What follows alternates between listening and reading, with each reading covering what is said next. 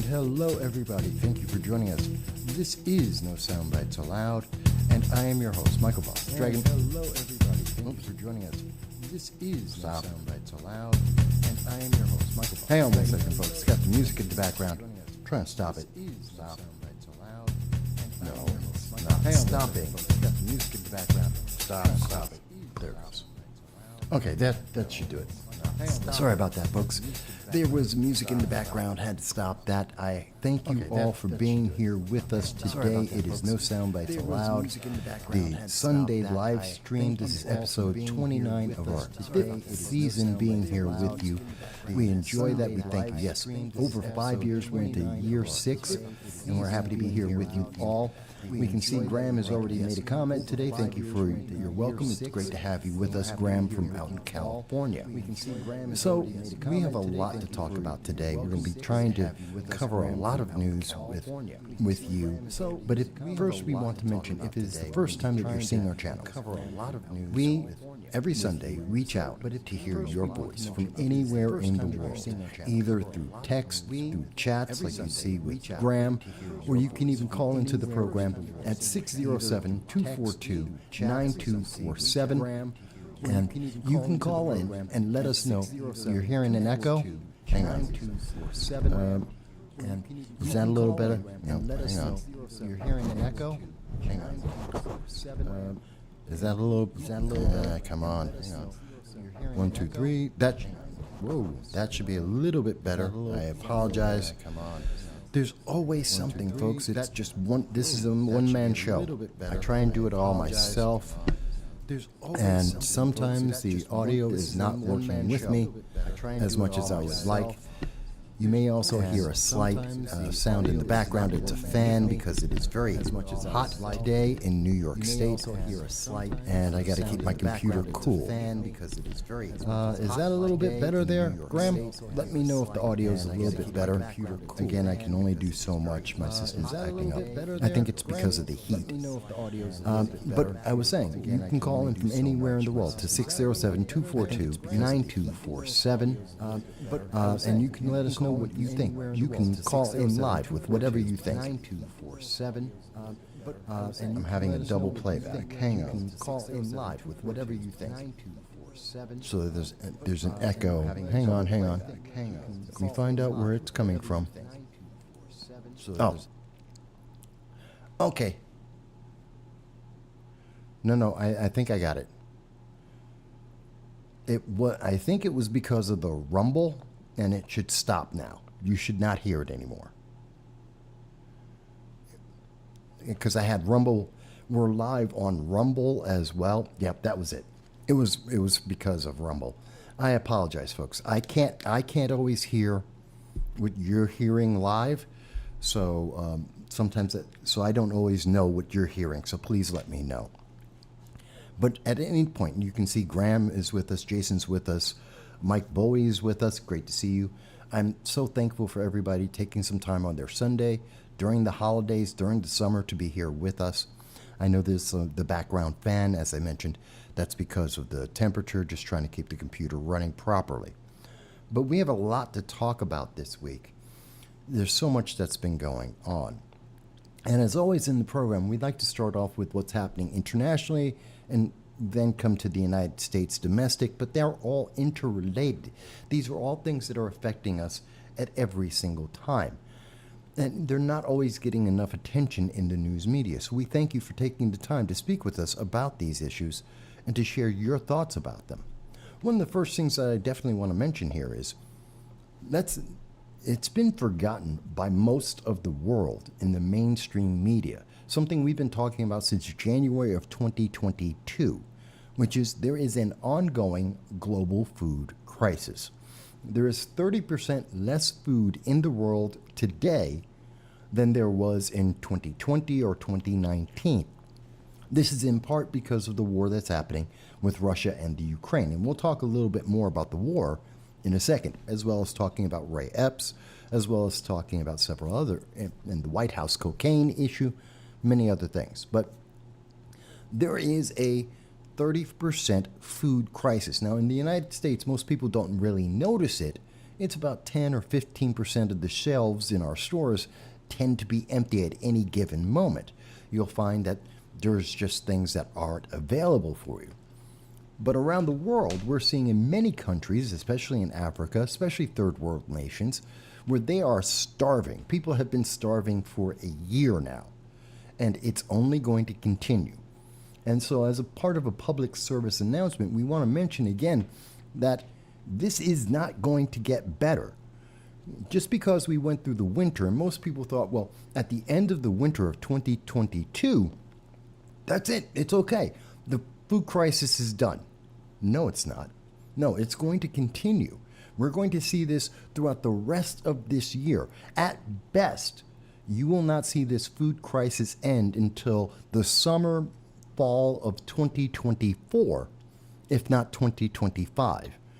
Please take that into account. Be aware of this because we're seeing there are various grain deals. We see the grain deal in the Ukraine has had several starts and stops, which affect all of the global food, whether it's meat that you buy or whether it's grains and flour and many of the foods that you want, they all are connected to this. And we know that there's about 32 metric tons of food that will expire within the next 2 days. 2 days. Yeah, and as Dow mentions, the creep eventually hits us.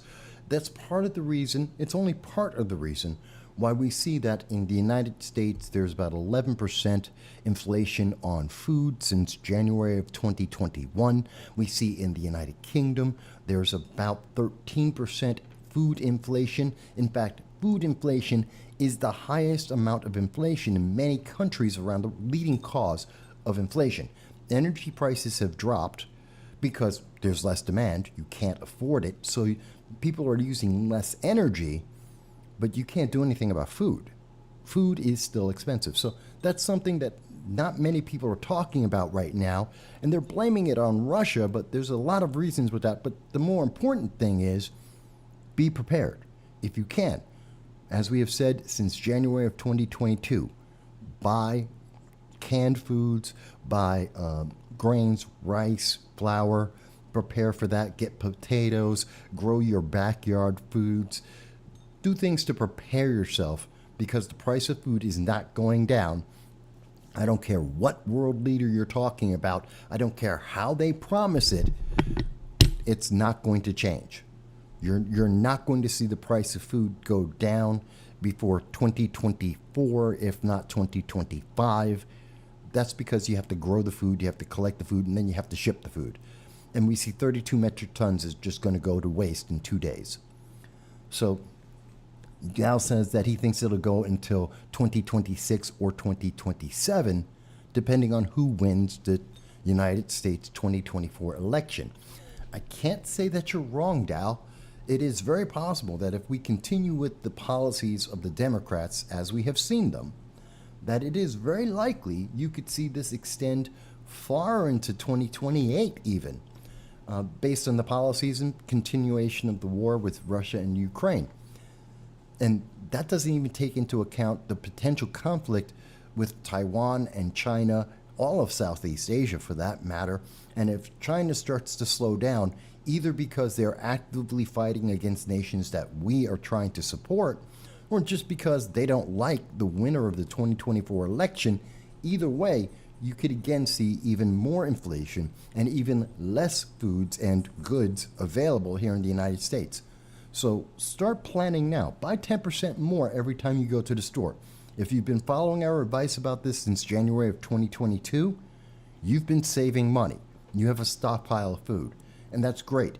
If not, it's not too late. Start doing that now. So that's just a public service announcement we have for everyone. If you don't agree, that's fantastic. You don't have to agree, but if you can, we do advise you take that advice. It can only help you. I mean, what's the worst thing that could happen? You'll have some extra food. You can donate it to a soup kitchen. You can donate it to a local charity, or you can give it to veterans and the homeless. The worst case is you're helping some people with extra food. Best case, you're saving money and feeding your family. You know, why not do it? So With that said, let's go on, because that's one thing that's affecting the world, and I think it's not getting a lot of attention. Neither is the fact that in Iran, remember, the United States has resumed talks. In fact, they never stopped trying to put together the Iran nuclear deal. They are actively trying to continue to make this deal, which Iran wants. The Ayatollah 2 months ago has already come out and said he wants the Iran nuclear deal because it provides Iran money that will be used to increase the net global terror in the world. That's money that will go directly to the Islamic Revolutionary Guard Corps, the IRGC, as it did in 2016, which then Secretary of State John Kerry mentioned to the American people and the world. He told us that this would create more global terror in the world. And it did. So we know what's going to be coming. We know that this is going to happen. With that being said to us, we have to keep in mind that the one thing, the reason why we heard the Biden administration say that this was a dead deal was because in December of 2022, Joe Biden said to the world, no, the Iran deal is dead because Iran is attacking women. Well, guess what? Iran is still attacking women. As we now see being reported by Deutsche Welle, the German news agency, women are still in danger. That hasn't gotten better. Women are still in danger in Iran. They still have their security forces, besides poisoning young girls in schools. In Iran, a woman who has her hair exposed has been killed in the past and have been jailed in the past, and it seems that they're going to be jailed and possibly killed in the future. This is the person that Joe Biden is trying to make a deal with. This is the mentality in that country. This is the Democrats who want the Iran nuclear deal, even though they're the ones who say that they support women around the world. Their support of women ends at the need to be reelected. And as we continue to hear Joe Biden say that we need to have this Iran nuclear deal, which no one in the world thinks is going to actually make anyone safe.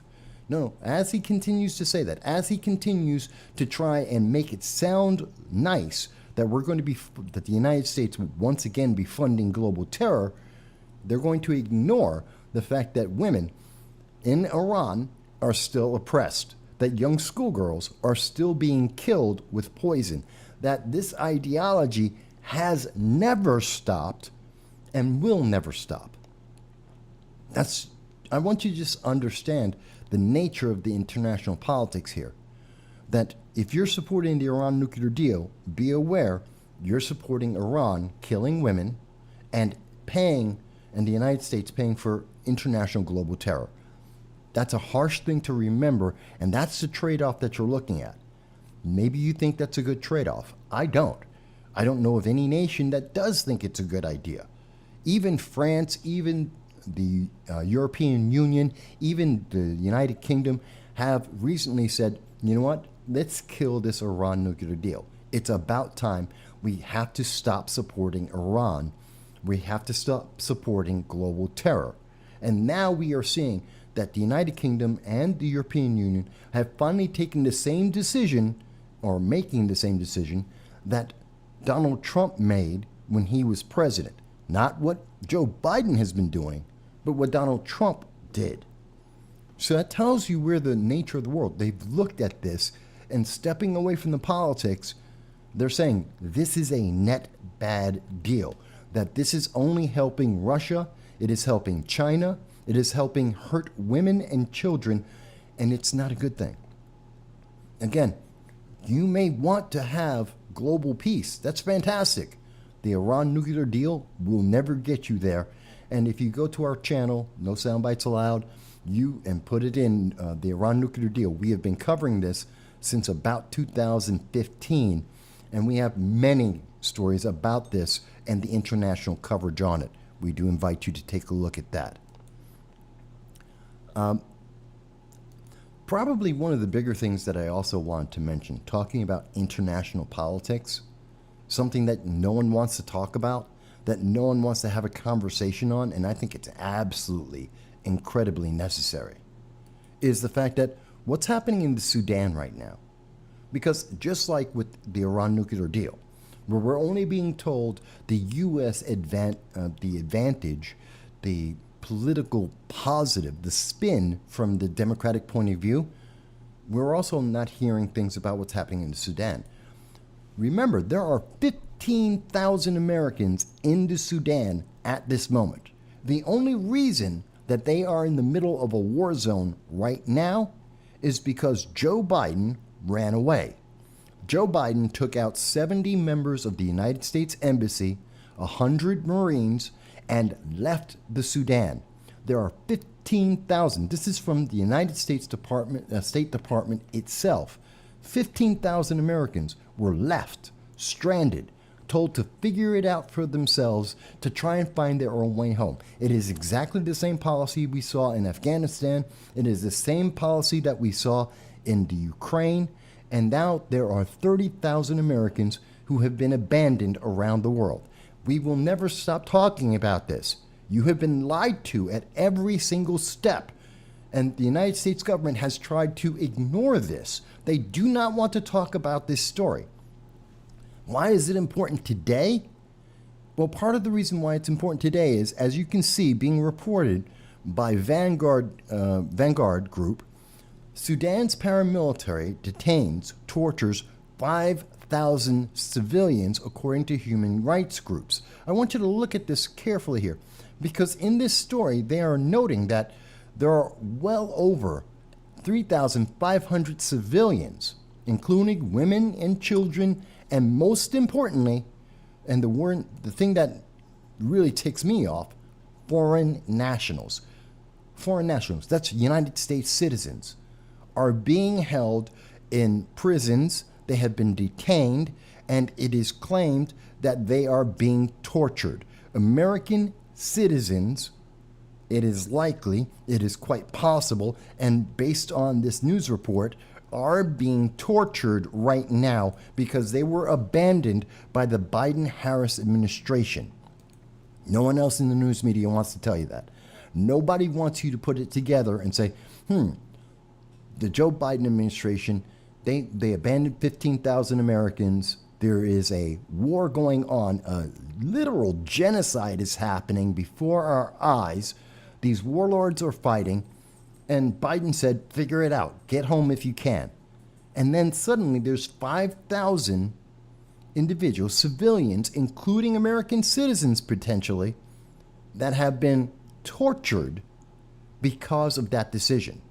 No one else in the news media wants to talk about this. You'll never see this on CNN. You're not going to hear this on MSNBC, ABC News. The New York Times doesn't want to touch this. They have an election to win in 2024.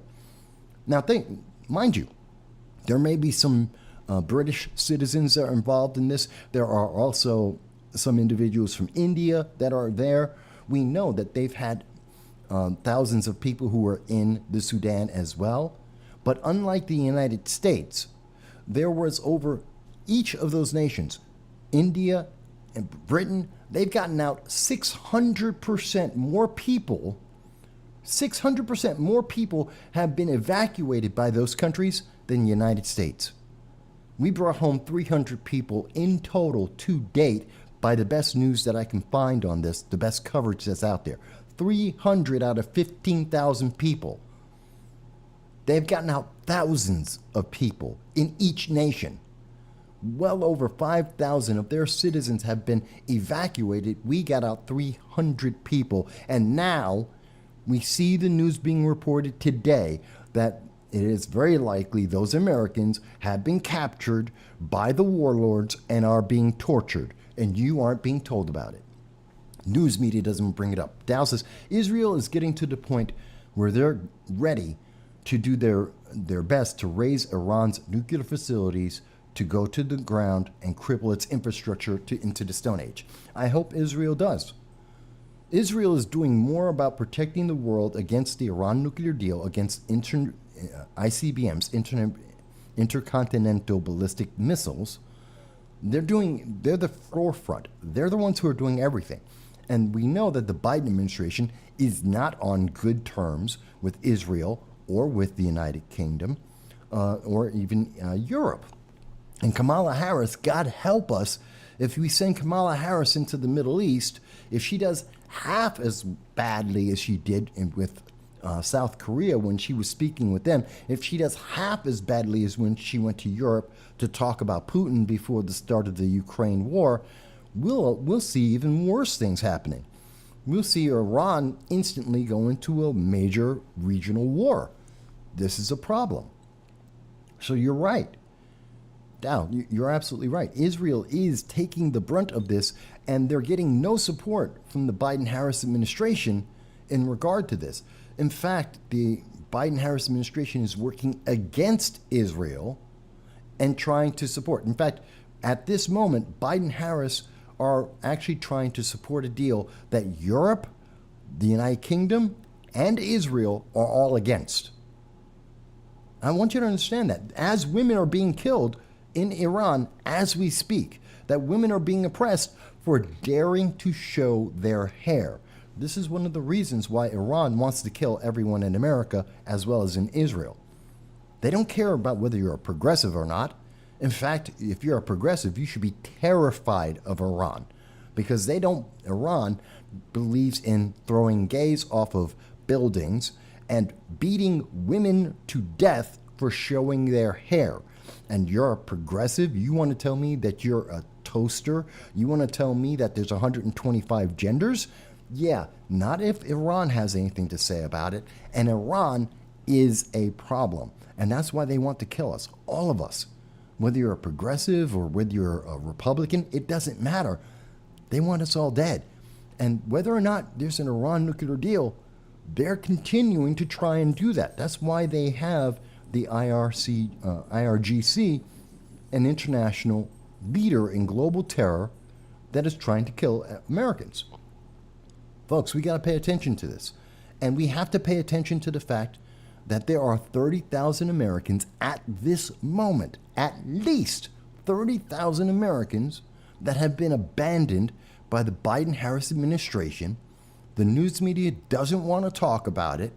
It doesn't want you to think about it. It doesn't want you to consider that these may be your brothers, your cousins, your moms, your dads, your nieces and nephews, that they're all in danger. And that it looks like every year that Biden is in office, they have been increasing. In 2021, he abandoned 5,000 people. In 2022, that was 10,000. This year, 2023, it was 15,000. At this rate, we would expect 20,000 Americans to be abandoned somewhere in the world in 2024. And you're not going to be told about it. Look, I would love to hear from anyone, if you're a progressive, if you're a Democrat, if you're an elected official, and you would like to say, Mike, you just don't understand. Those aren't the correct numbers. I'm getting them from the State Department.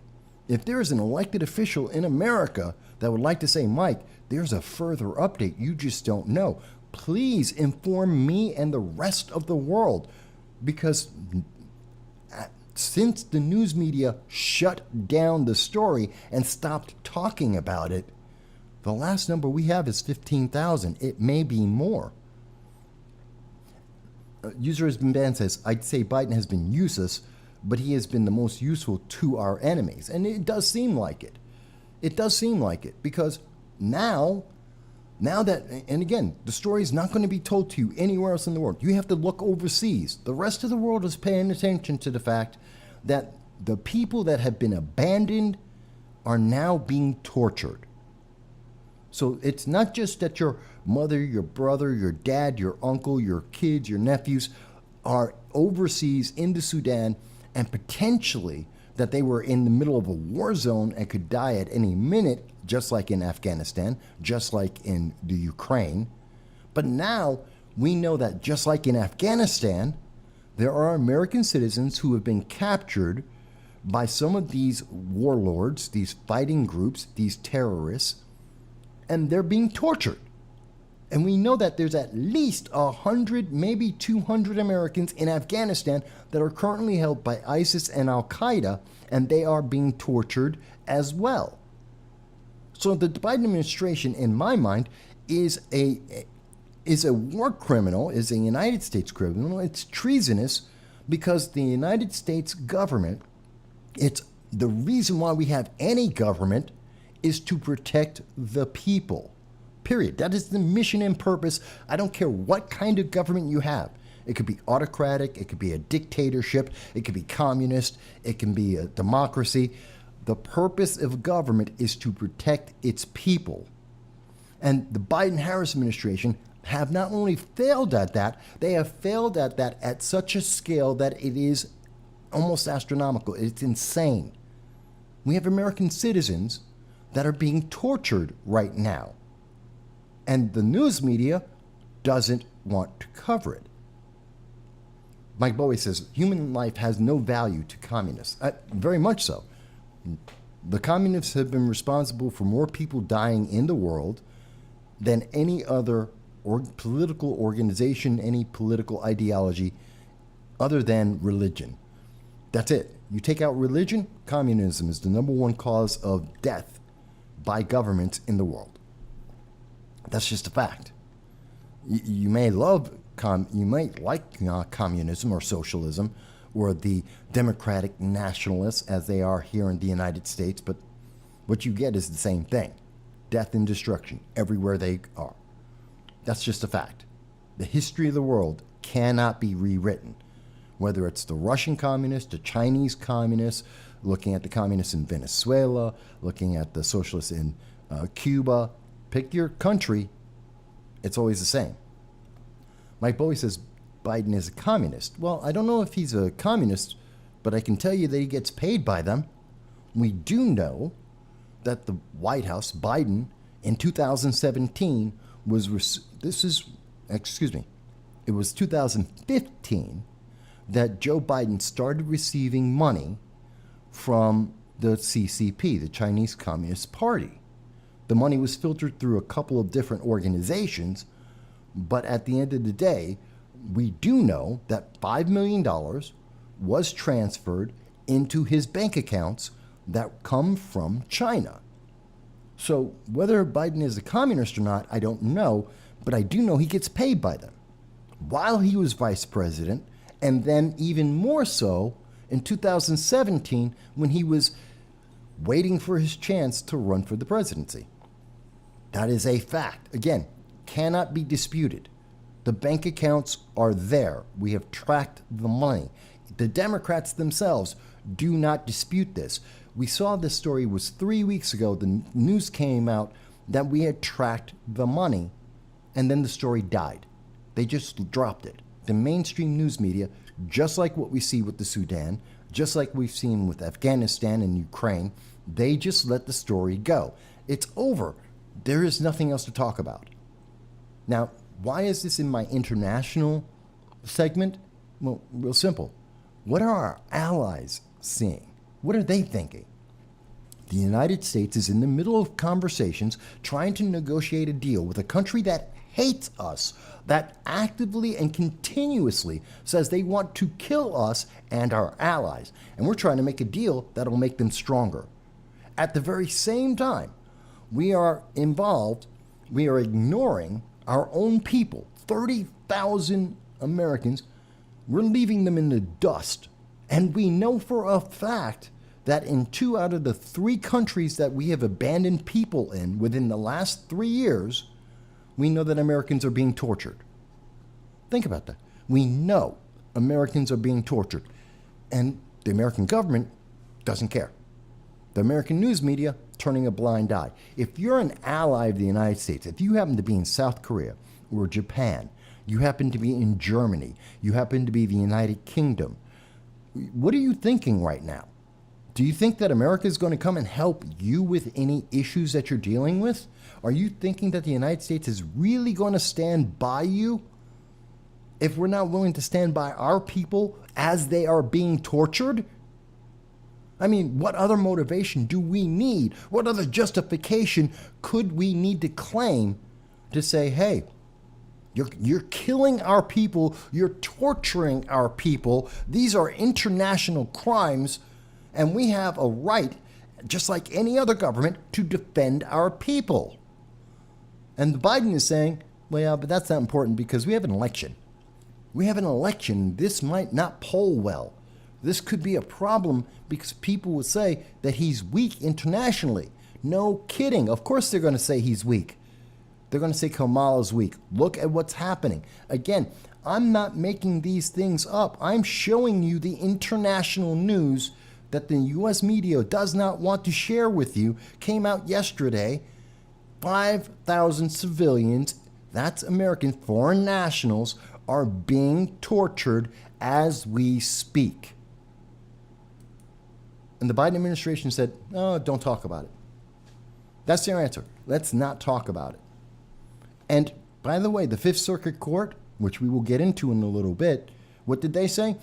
Joe Biden has the right to go to social media companies. The White House, the United States government has the right to go to YouTube, to Facebook, to Twitter, to social media and tell them to censor you for daring to say that the Americans abandoned in the Sudan may be being tortured as we speak. That at least 100 to 200 Americans out of the 5,000 abandoned in 2021 by the Biden administration are factually being tortured right now by ISIS and Al-Qaeda.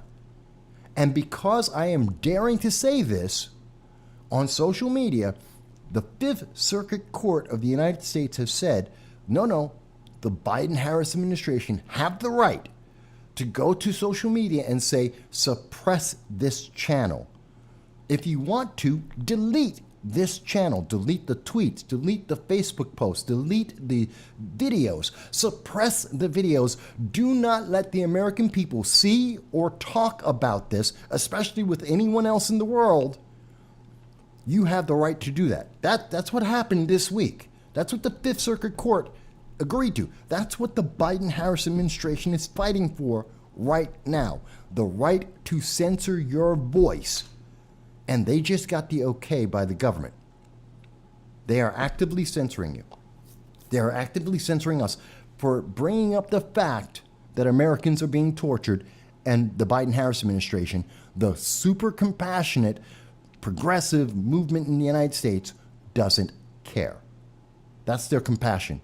They don't care. It could be you.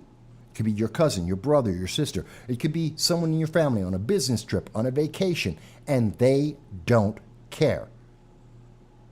I want that to sink in, because at the rate that Biden has been going, 20,000 Americans in 2024 will be the next group of Americans who will be abandoned in a war zone, captured by terrorists, and tortured. 20,000 of them. We're talking about the sizes of small cities. Dal, I'm going to get into the Fifth Circuit Court decision in just a little bit. I just want to finish up with the international, but I'm going to get to that. But yeah, as of this second, as of Friday, the Fifth Circuit Court said, no, it's perfectly okay for the United States government to use their influence and suggest, as we saw in the Twitter files, how they suggest, with the backing of millions of dollars of grants to social media companies, and say, that guy, get rid of his voice. Oh, that subject? Yeah, suppress that. Don't let anyone see it. Don't share it with anyone. Don't let people know that that's a conversation. Just kill it. There goes the First Amendment. I tell you, this is insane, folks. But you know what they're doing instead? What the news media is focused on? They want you to talk about what's happening in the Ukraine. And they are telling you that the Ukraine-Russia war, that Ukraine is winning. They're doing fantastic. That this is going so damn well. Except when the rest of the world tells you, not quite. It's not going as well as we've been told. We already know that 5% of all the tanks that were sent out, the Leopard 2s, the best of equipment that we have given to the Ukraine, part of it has been sold to the warlords in Africa, and part of it just got destroyed in 20 minutes. 5% of all the tanks we gave them destroyed in 20 minutes in one battle. And the rest of the counteroffensive, not doing so well. They're telling you that this is going so fantastic. They say the Pentagon. This is from the Pentagon. This is on Friday, July 14th. The Pentagon on the counteroffensive of the Ukraine. Ukraine's advance comes at the cost of huge efforts. This isn't me saying this. This is the Pentagon. The Pentagon is telling you that this is going at a slower rate than expected. It is not as effective as expected, and it is more costly than what was expected because they're not trained. They don't have the capability. Now, as we have said on this program for 9 months, maybe a year now, this is a problem for the United States and the rest of the world. Because this means NATO troops need to go into the Ukraine, into the war zone, and train these troops on how to use these weapons, these tanks, the F-16s, to be able to do maintenance on them, to maintain them, the mechanics, to fix them up, and possibly to be shot at by the Russians. 80% of NATO is the United States. These are U.S. troops that they're being sent in as advisors. Remember that term? If anyone is old enough, or if you look at history, this is how we got into Vietnam. We had advisors who were going in to help the French because they were getting beaten by yet another country. And France was being beaten by the Korean communists, North Korean communists, the Viet Cong. And they got kicked out. And the United States had sent in advisors to help the southern Vietnamese people and France. And then we wound up in the Vietnam War, losing 50,000 of our own soldiers for a fight that had nothing to do with us. And now we're looking at the same kind of template in the Ukraine, a fight that has nothing to do with us. Yes, I'd like to see Russia lose. Still not our fight, has nothing to do with us. That fight is going on, and we're sending in weapons and weapons and money, and now comes the NATO troops, which is drawing us into a bigger and bigger fight. Let me catch back up with the comments here. Dow says, so there is Dow in talking about the Fifth Circuit Court, which again, I'm going to come back to, says no one is explicitly saying censor them. They can leverage threats. Well, yes. So what we have seen, as the Twitter files have shown us, is the United States government doesn't actually say, get rid of that account. They suggest that the various social media giants should remove this channel because they think it's misinformation, disinformation, information they don't like, or that they should at the very least suppress it. And they do that through 12 different letter organizations, the FBI and many others, and say, okay, yeah, we're funding you. We have a bunch of our staff in your companies, and if you don't do it, we're going to take away your money. So it's a suggestion with a big stick.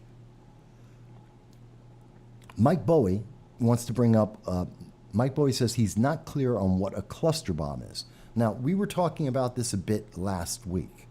It's part of the weapons that we are providing to the Ukraine because the Ukraine has a problem.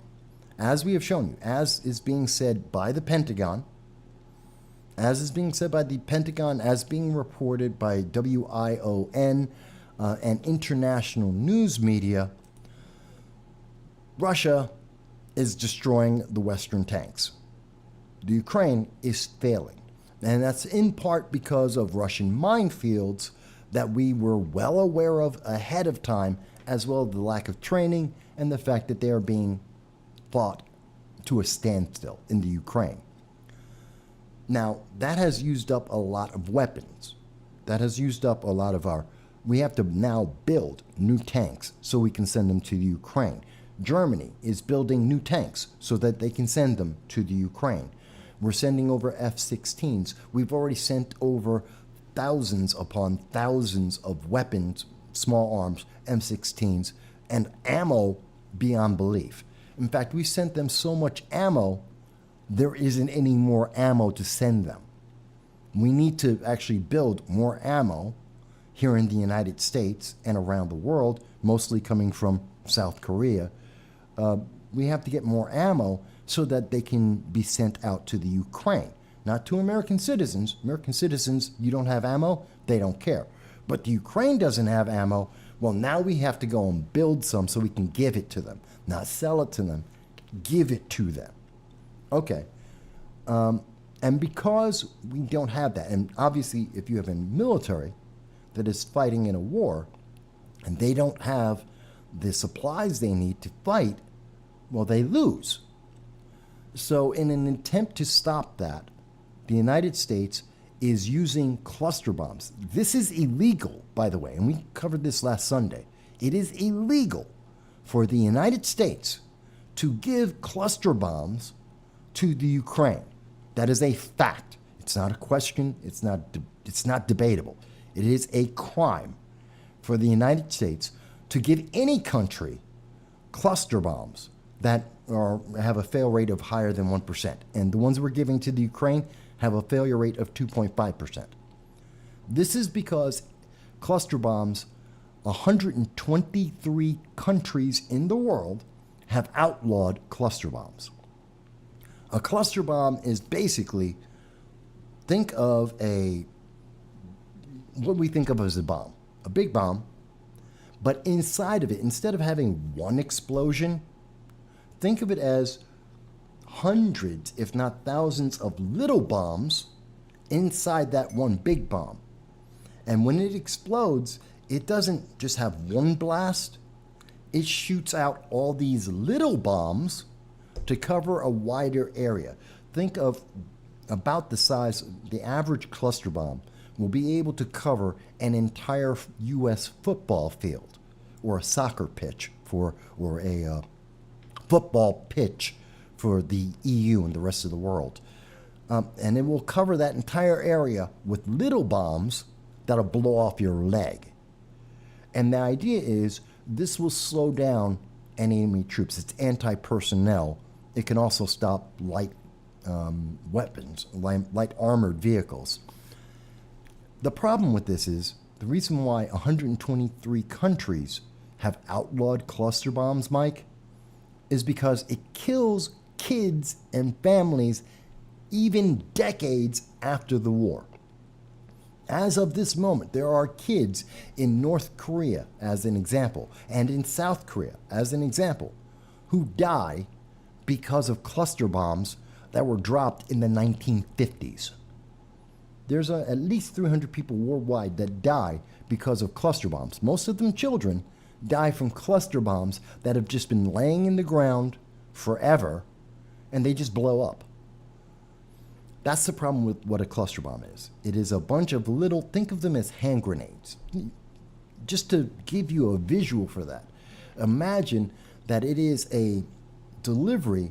If you were dropping just hundreds of hand grenades all over the place, carpet bombing an area with hand grenades, and those hand grenades might not all blow up as soon as they hit the ground. They may sit there for a decade or two or three or more, and at any moment they might just blow up, either because someone touches them or just because they're there. This is why cluster bombs are illegal in 123 countries around the world, except for the United States, except for Russia. There's a few others as well. We use it. And the reason why we're giving, and again, to wrap this up, to give it full circle, why are we giving that to the Ukraine? Because the Ukraine lost 5% of all the tanks we gave them in one fight in less than 20 minutes. Because the Pentagon has told you they're not gaining ground. What we're seeing is that there are Russian minefields, the tanks aren't moving forward, that they've run out of ammo. We don't have the ammo to give them for the tanks, for the artillery, for the machine guns and the M16s. They don't have the ammo. So they're going to use this instead. And theoretically, it's supposed to stop the Russians, because who wants to walk across a minefield? Who wants to walk across a football field filled with little hand grenades that might blow up at any given moment? Nobody wants to do that. So yes, Dal, it is the same issue as if you have minefields. It's absolutely deadly. It is deadly for decades. And we're doing it because we ran out. Think about it. We have a country with 350 million firearms privately held. There are over 350 million firearms held by 160 million American citizens at this moment. And we don't have enough ammo for the Ukraine. That's a problem. Mike Bowie says, if I were Putin, I would take the use of that as an act of war. Well, yeah, that's why many people are saying that Joe Biden is committing a war crime by using these cluster bombs. Besides the fact that it is internationally something that there's 142 countries in the world. 123 of them think that this is illegal. So that's about as close as universal acceptance as you can imagine. It's about 90%, 85% of the world agrees this is a war crime. So in 85% of the world, Joe Biden is committing a war crime. Mind you, Obama did the same thing. Trump didn't, but Obama and Biden have done the same thing. This is a war crime in 85% of the world. So yeah, and it's not like Ukraine is doing it because they don't have cluster bombs. They can't make weapons in the Ukraine. They don't have the capability. So a third party is jumping into a war and giving them a internationally recognized illegal weapon of war. Yeah. And that's why people are saying, if you've heard that Joe Biden is committing war crimes, this is what they're talking about. Again, it's a conversation that is being suppressed. You're not supposed to have this conversation. You're not supposed to discuss with anyone, especially not progressives, hey, this is a war crime in 85% of the world. Why is Joe Biden doing it? Why is that the right answer? Do you, as an American citizen, as a citizen of the world, do you think that cluster bombs are a good thing to do? Even though the Russians are winning. Because the Ukraine, as we see from the Pentagon, as we hear from international news, even the Ukraine admit they're not winning like they promised us they would win. Are cluster bombs the answer? Do you think that's justified? I can't answer that for you. That's your decision. You tell me. I'd love to see that in the comments as well as in the comments here live with us. Tell me, do you think cluster bombs are the answer to this? And if we're using cluster bombs, does that mean we can use chemical weapons? Because they're just as illegal. It's just as much of a war crime to use cluster bombs as it is to use chemical weapons. So does that mean the United States would give Ukraine chemical weapons too? That's a good question. Matter of fact, I'm going to put that in the comment.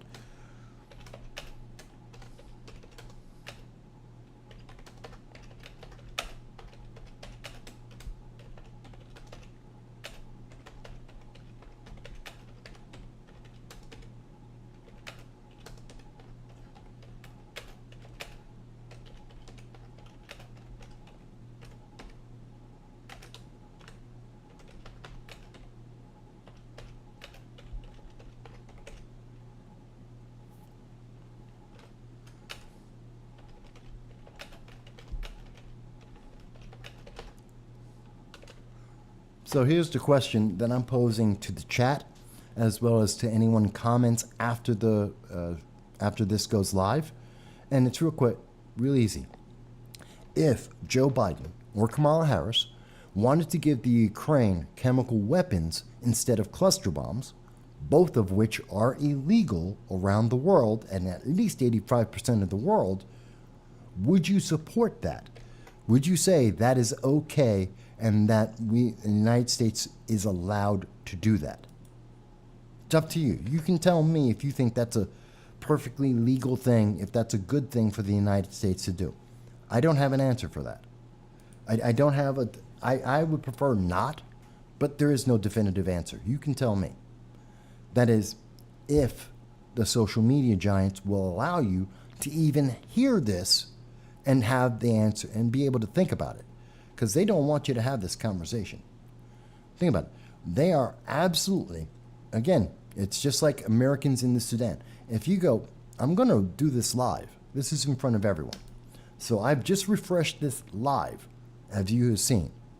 And last time we heard about Americans in the Sudan, we got told by PBS, yeah, 300 Americans were saved, 15,000 were abandoned. Notice they say hundreds of Americans rescued, 15,000 were abandoned. They leave out that part from the headline. So they want you to think America's doing a great job, and even though we failed miserably. But if you notice, this story's dead. No one's been talking about this since May 3rd. There's just no updates on this. Matter of fact, I'll go to where it is, news.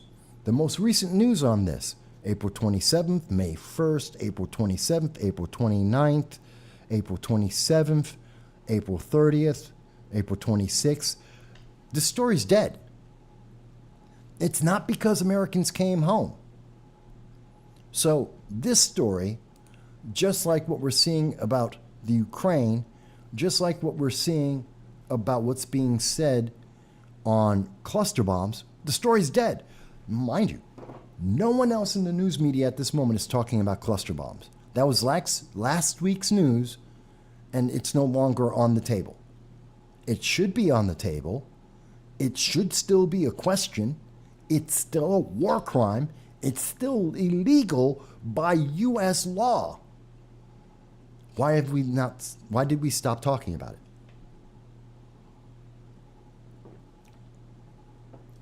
You know, that's the thing I want you to understand, folks. We talk about things on this channel that are difficult, that you may not agree with, and that's okay. You can call in, or you can type in, and you can say, Mike, but I don't care. Or you could say, Mike, but it's necessary. Or you can say, Mike, but I agree. And that's okay. You can have whatever opinion you want. I'm not a progressive. You are not required to agree with me just because I'm a black Hispanic. That's not a reason to agree or disagree with anyone, unless you happen to be a progressive, unless you happen to be AOC or Anna Presley or Cori Bush or Joe Biden. They may think that's a reason. I don't. So you have every right to disagree if you think I'm wrong. But I'm telling you the news so that you can make a decision. They don't even want you to hear about this. How about this? Here's some news that on the lighter end of the international news. Italians, the Italian people right now are freaking out because of the progressive movement in the European Union and in Italy. The influence of U.S. progressive ideology has reached out. It's been exported to the rest of the world, so much so that a man was charged and was in court, and it was accepted that he committed a sexual assault against a 17-year-old girl, and he was okay. It's okay because it was less than 10 seconds. I want you to, again, think about this for a second. A 17-year-old child was groped by a janitor in a school, a sexual assault of a minor, and no one disputes it happened. It's not a question, did this happen? It did happen. So it's not like, ooh, maybe there's a misinterpretation, maybe no, it's not clear. It's absolutely clear. This happened. He did it. And because of the progressive policies, remember, these are the policies coming from the UN. The UN who decided this year that minors can consent to having sex with grown adults, that minor attracted persons are legitimate, they have legitimized pedophilia, and it is this same movement that is looking to legitimize and legalize pedophilia has gotten and infiltrated Italy, a country that is trying to become more conservative in its mindset, and said, oh yeah, by the way, it's okay to sexually assault a minor if it's under 10 seconds. Think about that, folks. This is the state of the world at this moment. These are the fights that no one wants to talk about. That the progressive ideology is by step legitimizing things that we would never legitimize. This is why the Italian people are freaking out right now. They are pissed, and I don't blame them. Because they have just said, oh, no, it was a sexual assault. No one questions that. That was confirmed. It happened. It just didn't happen long enough. I cannot see. Where are the women's groups freaking out? Remember, these women groups were freaking out about, women in Iran, they're being suppressed. They can't read, and they just ignore that. What about the women, those women's groups that were screaming about the rights of women in Afghanistan until that became unpopular? These women's groups that are saying internationally women have to be recognized and protected. Where are those groups screaming at the top of their lungs, protesting in front of the Italian embassy right now, saying, how dare you justify and legally excuse assaulting a minor, a female minor? Where are they? Yeah, where's hashtag Me Too? Where are these things? Yeah, it is exactly this is the exact excuse you would hear from former disgraced Governor Andrew Cuomo. Oh, no, but it was really short. It was, it didn't happen long. Where is the international outrage? Where's the hashtag Me Too? Where's the hashtag Boko Haram? Remember? Hey, Michelle Obama, you were so important to get women protected around the world that you made a hashtag. Where's the hashtag for Italian women saying this is wrong? Where's the international outrage? You won't hear it. Why? Because the UN is supporting minors, minor-attracted persons, otherwise known as pedophiles, being able to get away with this kind of thing.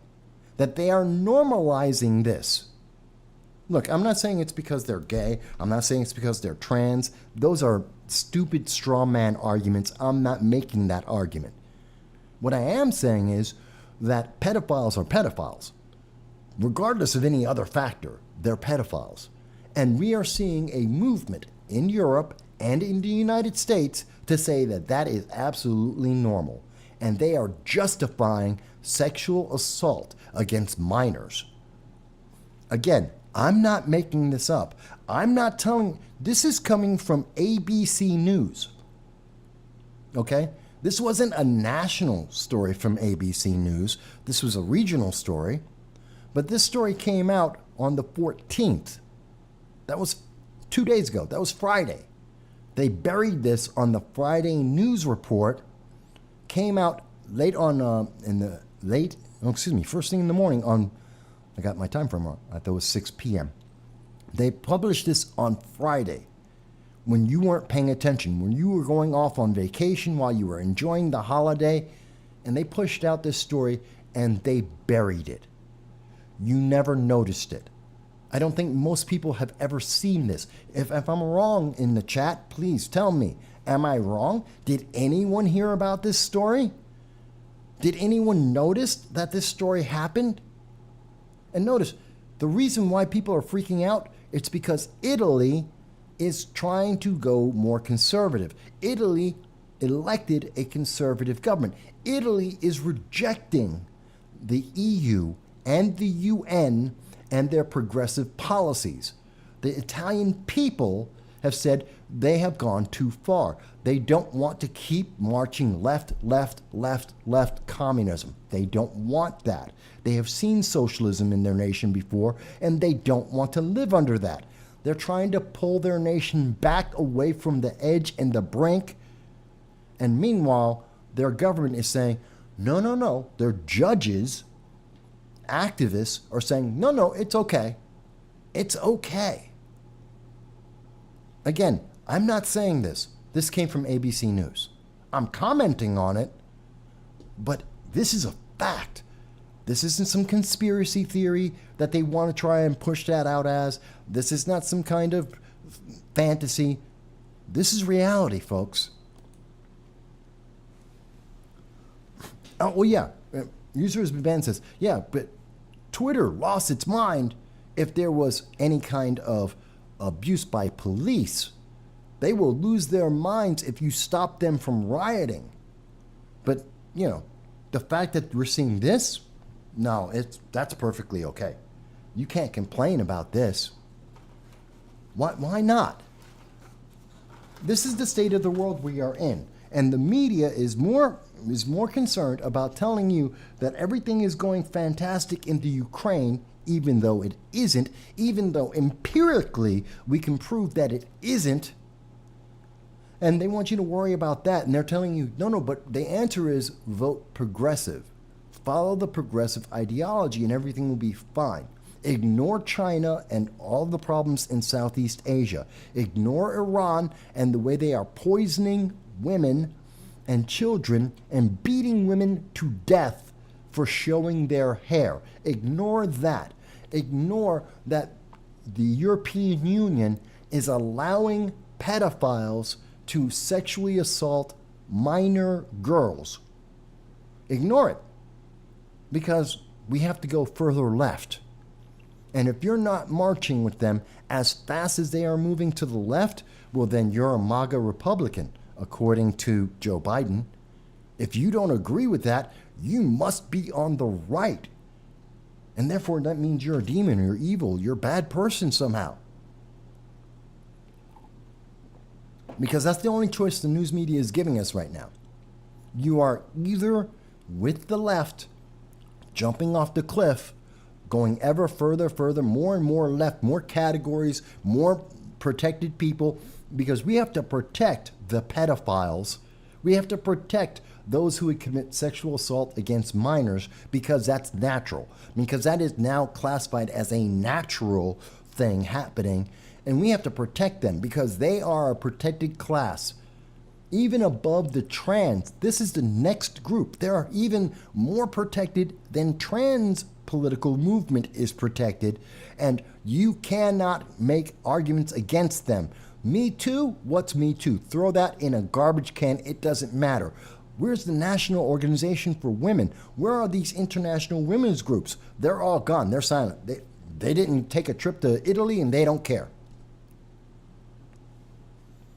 Look, if you're a progressive, you should be pissed off. And I'd like to hear you tell me why this is okay. I'm a conservative. I'm a Republican conservative. I don't think it's okay. The conservative people in Italy, the moms and dads in Italy, the young girls in Italy, they don't think this is okay.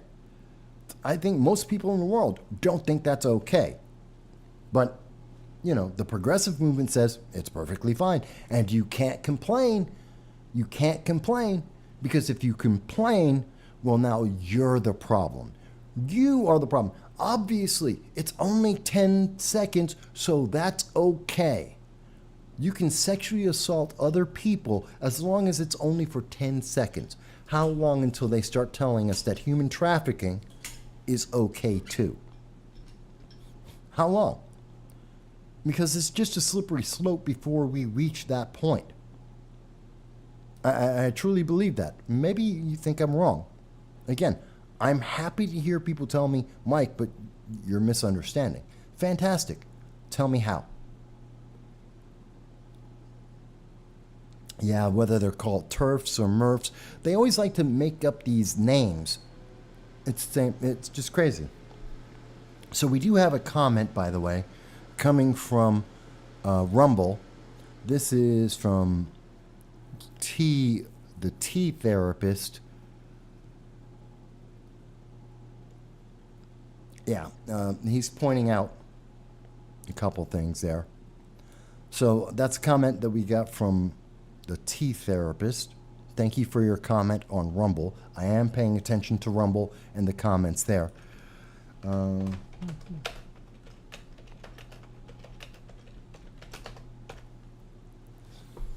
So it just drives me nuts, folks.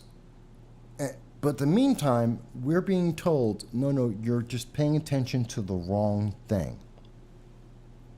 Here's the news that they want you to pay attention to. Well, the United Kingdom is now a member of the CPTPP, basically TPP Pacific, the Pacific Trade Deal. And now they're in there. And by the way, they have one of my favorites involved in that. One of my favorite British elected officials, Kemi Badenoch. She made the deal. Britain joins the Pacific Trade Bloc. Yay! You should be paying attention to that. Yay! The United Kingdom is going to continue to have trade with Japan and South Korea, the Philippines, and China. Okay, like we really care about that. They were going to do business with them anyway. I understand. It's a political show, and you get to have the pictures, and it's nice to say that you have a trade deal. Great, grand. I'm also happy about that. I don't think it's nearly as important as the stories they're not talking about. The stories they don't want to bring up. The stories that we're supposed to forget about. There's the movie Sound of Freedom.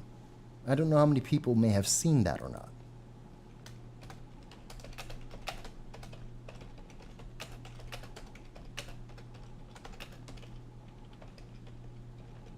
I don't know if a lot of people notice that there's the movie Sound of Freedom.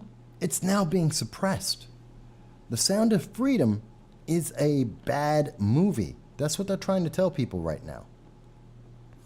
They're trying to convince people, where is it? And I'll show you right now. Again, this is live. I'm going to Google live. And if we're looking at the news, the current news, because this is all news. We go to all news, and it's going to just tell you show times and all that. But if we check the news, the current news on this, and look at what they're saying about it. Superhero movie for dads with brainworms. Gee, Rolling Stone doesn't like this movie. This is a movie trying to draw attention to sex trafficking, otherwise known as slavery. Let's get something established. Let's establish something right off the bat. Human trafficking is slavery. Slavery did not end in 1865. We didn't end slavery in 1865. I know this will be shocking for many progressives out there. I know there are people who are teaching CRT right now who are screaming. The 1619 Project are very upset because I'm going to reveal a historical fact. Slavery never ended. And I don't mean American slavery. I'm talking about slavery in the world. I'm talking about slavery in Africa. There are over 10 times as many slaves in the world today as in 1865. Over 10 times as many. Human trafficking, sexual trafficking, child trafficking is slavery. It's just the nicer, kinder way of saying it. It's kind of like saying, well, I'm a sanitation engineer. You're a janitor. Okay?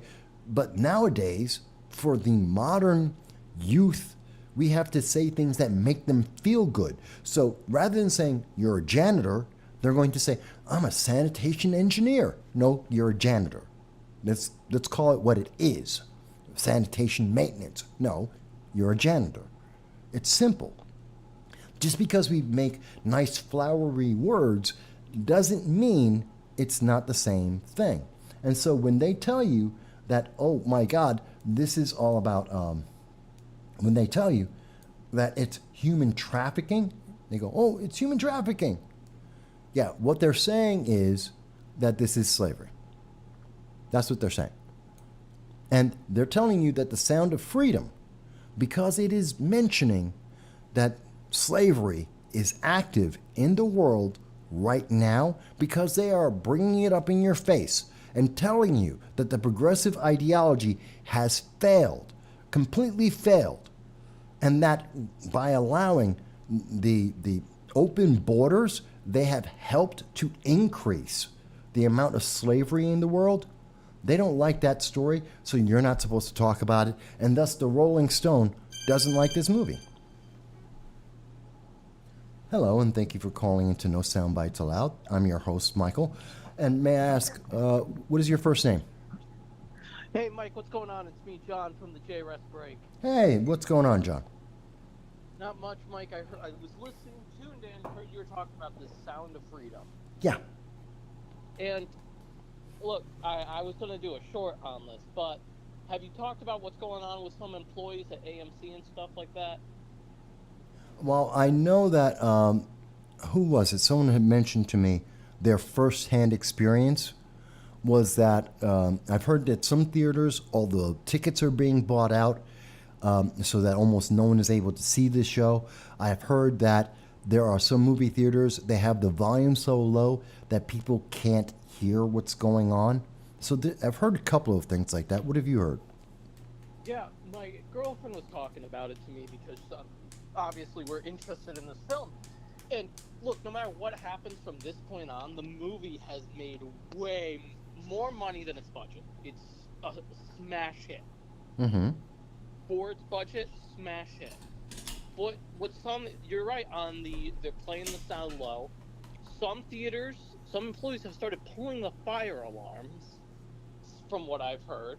Some people have given refunds, stopped in the middle of the showing and offered refunds just because these liberal employees don't want people to see this movie.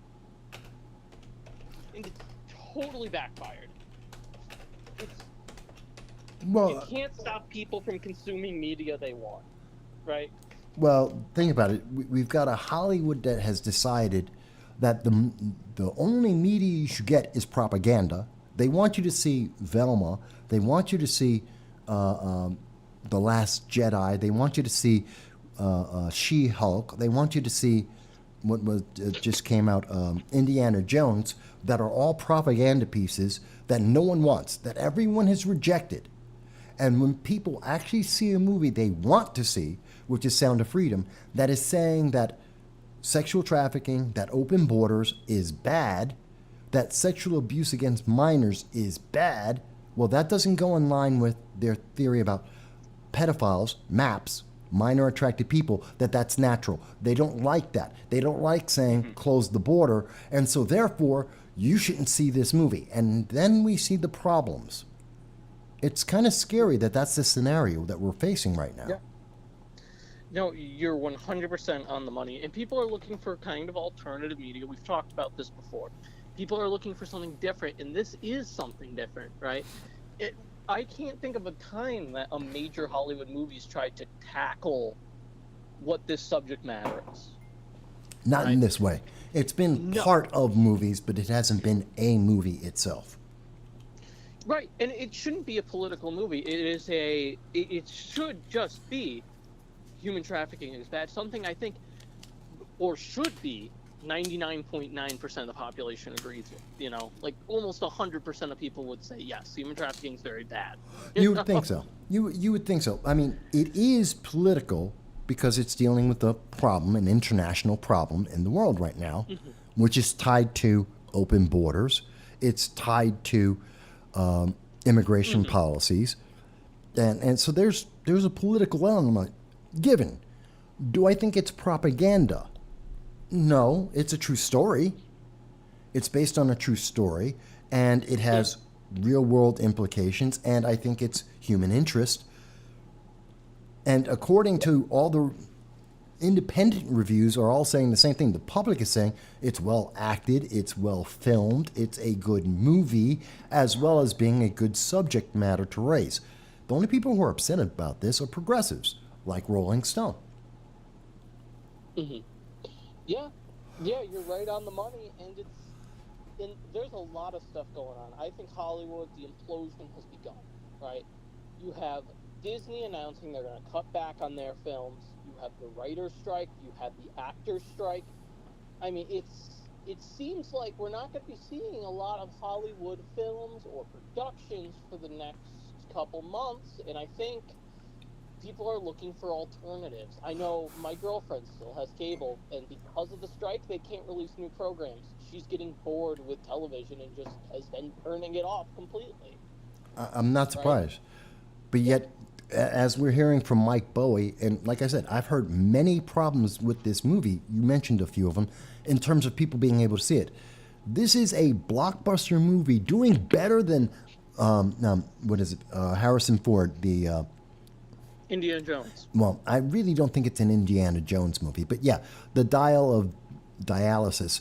That movie is out, and it is doing worse than this low-budget film, and theaters, instead of increasing the ability to see it, I have now Mike Bowie, real world, real time, saying, no, they're making it harder for people to see it. Mm-hmm. That's just crazy, man. Yeah, but people are going to see it if they want to. That's the thing. They can't stop us. I have multiple people I know, not political, who say, I want to see that film. I'm going to go see that film. Not the major Hollywood releases. They really want to see that film. Well, Sound of Freedom. Let me ask you something, John. Mm-hmm. Did you notice, and I'm showing it right now on screen, I think part of the reason why this is a problem is if you go to Google right now and type in U.S. southern border human trafficking, real easy. It's a very topical issue. Mm-hmm.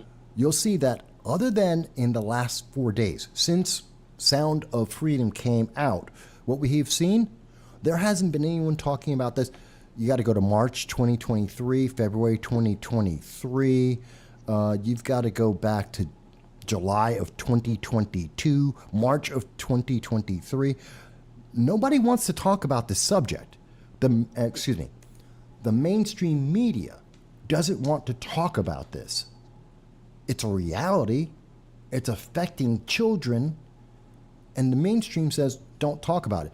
Mind you, these are the same people in Hollywood that go to Epstein Island, and how many of these Hollywood people have been accused of or convicted of sexual assaults, sometimes even with minors.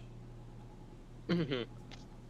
Yeah, it's sad because it does affect millions, right? As someone I've seen how that border is, right? As someone who's lived in Arizona, mm-hmm. I've been to the border towns. It's bad, plain and simple. You haven't been. I think it's hard for some people to know when they're in their cushy little castles, in their safe neighborhoods, that they don't realize how bad and how it's going to affect you if you don't take care of these issues today. Well, I think it's really bad. I don't know if anyone notices. Now, I went to the U.S. Customs and Border Patrol. Their most recent release was on June 20th, so the numbers for May. And in May, by itself, there were 204,000 illegal aliens into America. Mm-hmm. Biden wants to tell you that's low. The number has dropped. That's an increase versus the norm. That is a huge increase versus the norm. Yeah, it's down from the peak, but that is insanely a lot. But here's the part that I really thought was interesting. But we saw that there were 9,943 unaccompanied minors. That in the in April, May, and May, just 2 months, April and May, there were 20,000 children that were caught. Imagine how many of those kids are being sexually abused, how many of them are being human trafficked. Slavery. Yeah. That's slavery of children. 20,000 children just in 2 months. That would be, if that's the average number, let's even call it 15,000 just for round numbers. We're talking about just under 200,000 children a year. Mm-hmm. It's horrible. It's so horrible, but it seems like with stuff like the Sound of Freedom, people are going to start waking up to the issue. And they need to. They really need to. It shouldn't just be these border towns and these border states who have to worry. This is an America issue. But Mike, I want to thank you for letting me call in and talk about my opinions on everything. And thank you so much. Oh, and thank you for giving us the update about what you guys are seeing. And I hope you can see the movie because according to AMC, they don't want you to see it. Yeah. Well, if I want to see something, I'm going to see it. But you have a good one. Thanks, Mike. All right, thank you. So, folks, just like you just heard from John, you too can call into the program, whether you agree or disagree, if you have a different opinion, if there's something about this that you want to talk about. I'm happy to hear your voice from anywhere in the world. Anyone can call in to 607-242-9247 to add your voice. Did you see The Sound of Freedom? Did they turn down the volume? So I have a friend who's in North Carolina from the Liberty First Foundation. He was talking about this yesterday. Matter of fact, I'll show you. It's Frank Johnson, this guy at the very top here. Okay?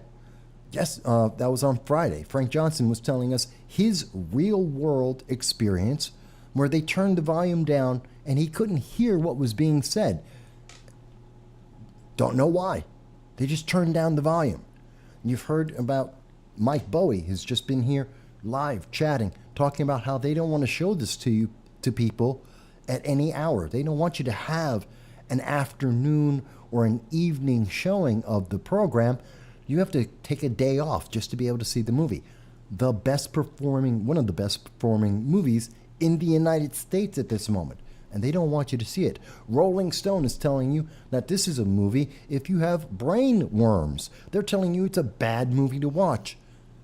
I don't understand it. I don't understand this, folks.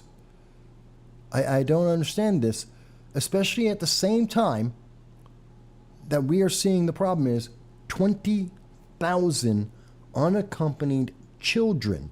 These are the targets that they're talking about. These are the kids who are being made child slaves. These are slaves that we're talking about. Entering the United States per month, 20,000. This is coming from the United States government. It's not a right-wing conspiracy. This isn't somebody who's just making up numbers. This is from the United States government. 20,000 children in 2 months. If we're talking about even 1% of them are child slaves, that's 2,000 children. Think about that. Excuse me, that's 10%. That would be 10%. But even if it were 1%, it was 200 kids, it would be too many. And they don't want to talk about it. Mike Bowie says taxpayer dollars are being used to bust these kids to unvetted. Yeah, well, they're taking these kids, and we have been talking about this since literally 2021, when they first started sending kids to Tennessee in the middle of the night. And then they sent them to New York City in the middle of the night on private jets, then to be bussed to various locations around the country so that you didn't notice that we have all of these kids. Remember that? I do. Where they kicked out all the news media, and even senators, United States senators, were not allowed to go to the border to see all the children. Kamala Harris avoided going to the southern border to see where the kids were being held. She didn't want to see the cages that the Biden administration were putting the kids in, that they're still putting the kids in as they ship them around this country. And we don't know what's happening to those kids. These are people who are getting tickets that say, hey, you know what, you have a court appearance ticket, show up in 10 years. 10 years. That's what the Biden administration is doing right now. Hello, thank you for coming to America. Here's a summons to show up in court as long as 10 years from now. And imagine if it's even 1%, again, if it's even just 1% of the children that are being trafficked here into the United States, just 1% of them are sexual trafficking, and they're going to be trafficked for 10 years before a single potential court date will ever happen. We'll allow it. We won't even know about it happening in our nation for 10 years before anyone will get a clue. That's assuming that they actually show up in the courtroom. That's assuming that we even find them in 10 years. But you're not supposed to talk about this. This is not a subject that we're supposed to talk about. You're supposed to ignore this. By the way, links to everything that I am showing you and I am telling you about will be in the description after the program so that you can read this for yourself. Make up your own mind. I'm not telling you that I'm perfect. I'm not telling you that my commentary is the only answer you can come to. But the only answer I'm hearing on the other side of this is minor attracted persons are natural. You have to accept that. You're the bad guy if you don't think pedophilia is okay. The UN is telling you minors can consent to having sex with adults, and we have open borders with these kids being trafficked. That's what the other side is saying. I'm saying that's just illegal, immoral, and bad. We shouldn't accept that. No, I haven't had a chance to see the movie yet. I'm in the process of moving. I'm getting all my stuff out of my house to move, and the process has gone on longer than I expected, which means I'm getting more stuff out. So I haven't been able to do it. I just don't have the money. By the way, folks, if this has been engaging to you, please like, share, subscribe. That's all we really ask for. Like, share, subscribe. Share this with other people. Let them comment. Whether they agree or disagree, let them make their comment. Call into this program and say, hey, Mike, you just don't understand. Okay, what don't I understand? If there is any elected official in America, any elected official, local, state, or federal level, that would like to tell me, Mike, you don't understand, tell me why. Call in right now.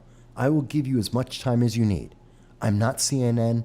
I'm not the New York Times. I'm not going to cut you off. It's not a trap. This isn't a gotcha. If I'm wrong, call in and explain to me why I'm wrong.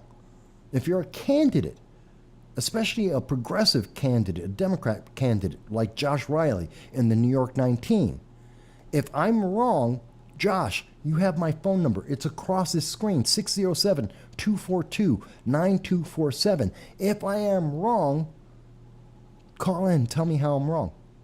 Explain to me how am I misunderstanding this. Explain this to the international audience that is watching this program. We would love to hear that. Please tell me that children are being protected. Tell me how the Sound of Freedom is wrong, because they're not. They're not wrong.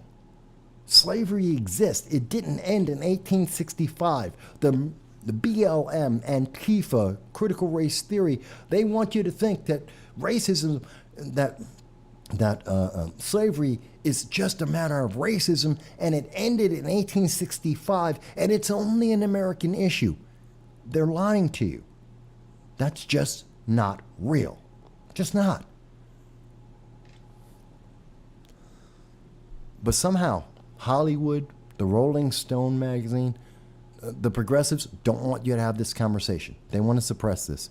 They don't think that you should be talking about this. It's very upsetting to me. It is really, really upsetting to me. I mean, and this is part of that whole conversation that we have seen, and we were talking about this on Friday with the Liberty First Foundation, the whole issue of natural rights versus human rights. See, in the United States, we have natural rights. In the United States, you are born with every right possible. And then the Constitution and Congress limit some of those rights. That's where laws come from, is us giving up some of those rights to live in a society that isn't chaotic. Fair enough. But there's the other argument, which is coming from the UN, which says that there are human rights. Now, you may not know what the difference is.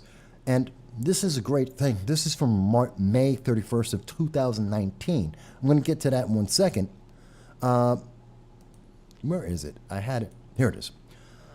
So this is the definition. Here's how we understand that. I want to make it clear for everyone.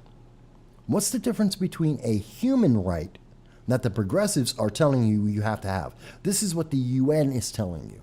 Versus a natural right, which is what the Constitution is about. Human rights are not reducible to natural rights. Human rights do not equal natural rights. Human rights are not given to you by birth. The fact that you are alive does not mean that you have a right. That's the difference between human rights and natural rights. This is the difference between the UN and the Constitution.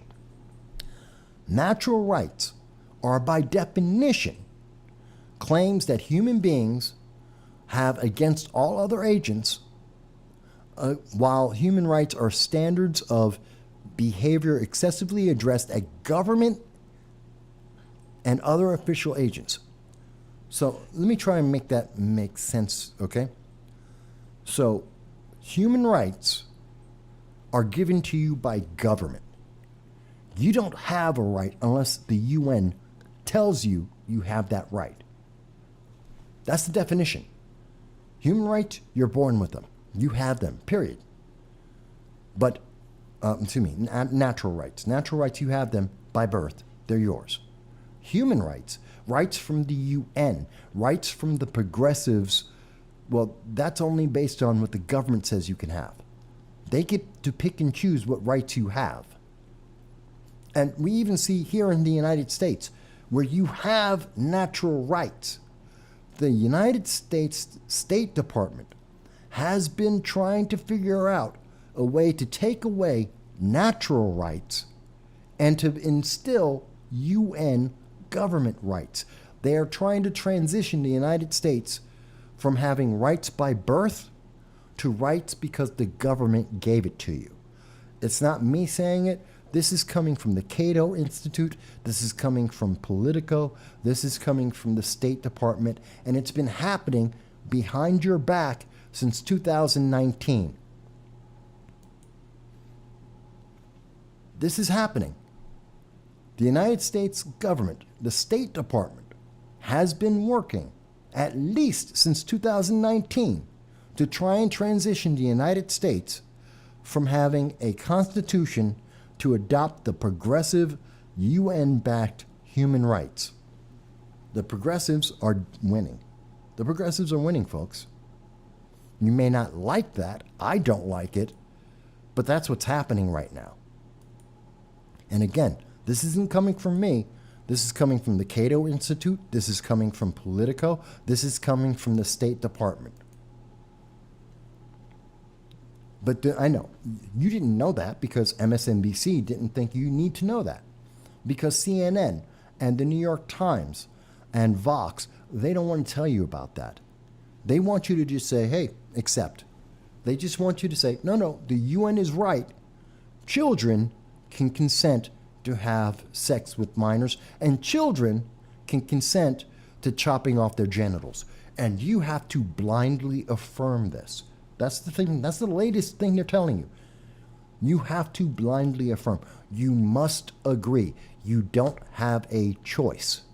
You must say yes. Otherwise, you're the bad guy. You're the problem. You're the one causing an issue if you do not blindly accept that children, 8-year-olds, 9-year-olds, 10-year-olds, can decide to chop off their genitals and have sex with 40-year-olds. If you have a problem with that, you are the issue, not the fact that they're trying to tell kids that they can do this, that this is the right thing, that they're programming children to think this is natural and normal. Look, I don't know anyone who agrees with that. I have never known anyone in the world who ever agrees with that. But that's what we're being told right now. And I find that incredibly disturbing. So this is happening, and the more it happens here in the United States, the more we're seeing it happen in Europe, more we're seeing it happen in the EU, the more we're seeing it happen in the United Kingdom. It's happening in Canada. They're trying to do it in Australia and New Zealand. It's being exported around the world. They're trying to change the rest of the world into California. We're spending $2.6 billion a year, your taxes, money that could be going to feed kids, money that could be going to house the homeless. We're spending $2.6 billion a year under the Biden-Harris administration to try to convince countries And everyone uses the example of Pakistan, $200 million to Pakistan, to try and convince them to be California so that children can have sex with adults and chop off their genitals and be sex slaves. I'm sorry, I have a problem with that. James Lucid says, does anyone think it's a little weird that the CIA is one of the biggest sponsors of the gay days at Disney? I don't know. Hello, Ram. Hello, it's good to see you.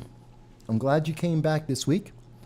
We've been covering a bunch of stuff on the international that's affecting us here in the United States. At the moment, we're kind of talking about Sound of Freedom, human trafficking, which is slavery. We're talking about the immigration crisis at our southern border and how those are all tied together. And we're seeing this being pushed, a message that's being pushed by, say, Rolling Stone, Hollywood, a bunch of the elites. It's one of the reasons why, and I think this is being pushed by a lot of our politicians, excuse me, because we still don't know who went to Epstein's Island. We already have Ghislaine Maxwell in prison. We have the Black Book. We have the evidence. We can do the investigations at any time. And kind of like with Hunter Biden having an illegal firearm, Hunter Biden disposing of a firearm, illegal firearm, that he put in a garbage can behind a school of children, even though he lied to the public, even though we have a trail of money going from China directly to Joe Biden in 2015, yeah, the Department of Justice has no time to be able to do that, but they can investigate 200 parents for possibly being terrorists because they're saying, don't teach this to my kids. Do not try and indoctrinate my kids into thinking that they can chop off their genitals or have sex with grown adults, that prejudice is a reality under critical race theory, that they're evil just because of the color of their skin, or they're a victim because of the color of their skin. Because parents are speaking up about that. Yeah, the Department of Justice is after them, but they won't pay attention to any of these other issues. Ram says, did you hear about Kamala's words?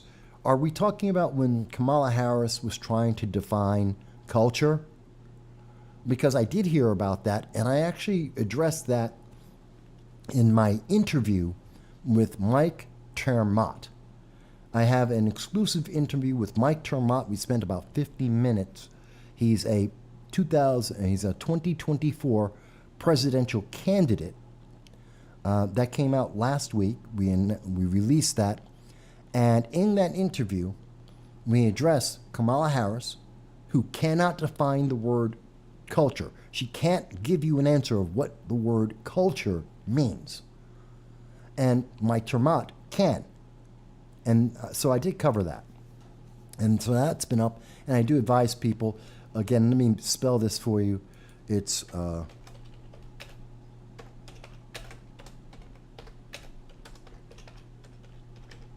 so that is our Mike Termott interview, where we covered Kamala and what she couldn't define, and the fact that many other candidates on the campaign trail can. And that the word salad that we hear from Kamala Harris, she's horrible. That woman doesn't know how to explain anything. And that's part of the reason why she's such a problem for the United States. Everywhere she has gone in the world, and if anyone in chat disagrees with me, if anyone wants to call in, please do. Everywhere that Kamala Harris has gone, she has made the international politics worse. She has made things more difficult for America, not easier. She is the problem, along with Joe Biden. She is weak, and she makes just faux pas. She's made gaffes. She insults our allies. She's horrible. And I can point to, look at her conversations, the one meeting that she went to about illegal immigration Only one. She's had the job to be the immigration czar since March of 2021. She has gone to one meeting about the southern border. She doesn't even talk about the southern border anymore. That's the one job she actually had. Now she has a second job to be in charge of AI, which means she's going to screw that up as much as she screwed up everything else. She had one job and she failed at it because she doesn't even try.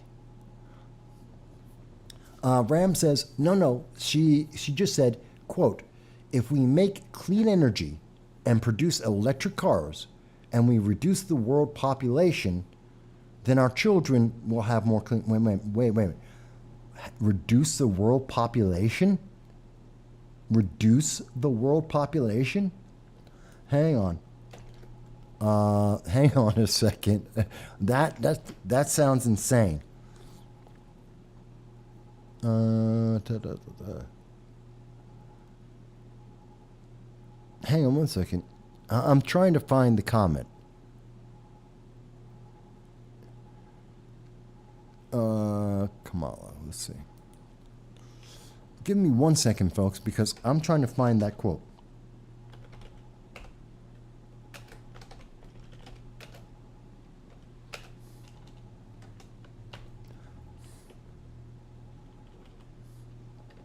By the way, just so that you can see what I'm doing here, I'm actually putting in that quote, and I'm trying to search for it.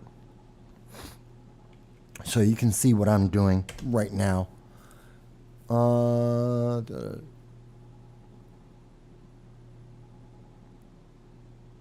here it is.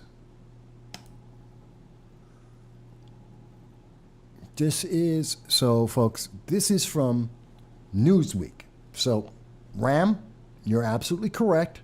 So folks, again, we check and we know all the different ways that the news media tries to hide stories from you. So we do check, and we do, when we hear something that sounds outrageous, that sounds like, well, this can't be true, and you'll hear people say, well, no, that's just a conspiracy theory. See, we actually do the homework. We take the quote and we look it up, and we try and find out, is there a verifiable source? So let's look at this verifiable source. And what this verifiable source is telling us, this happens to be coming from Newsweek, which is an internationally, I'm doing something else, as you can see. I'm trying to adjust something on my computer here. But as you can see, this is Newsweek. Newsweek is an internationally credible news agency.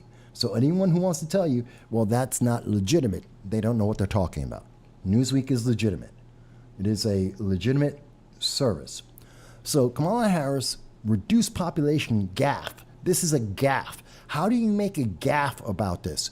Sparks anger and conspiracy theories. How can it be a conspiracy theory? She said it. It's not like, oh, no, she didn't say it. She said this. It's not a conspiracy theory. She said this. To quote Newsweek, a gaffe made by Vice President Kamala Harris in which she accidentally, how can you attribute a motivation to her? See, here's the problem. Newsweek is trying to tell you that it's a conspiracy theory to think of this negatively.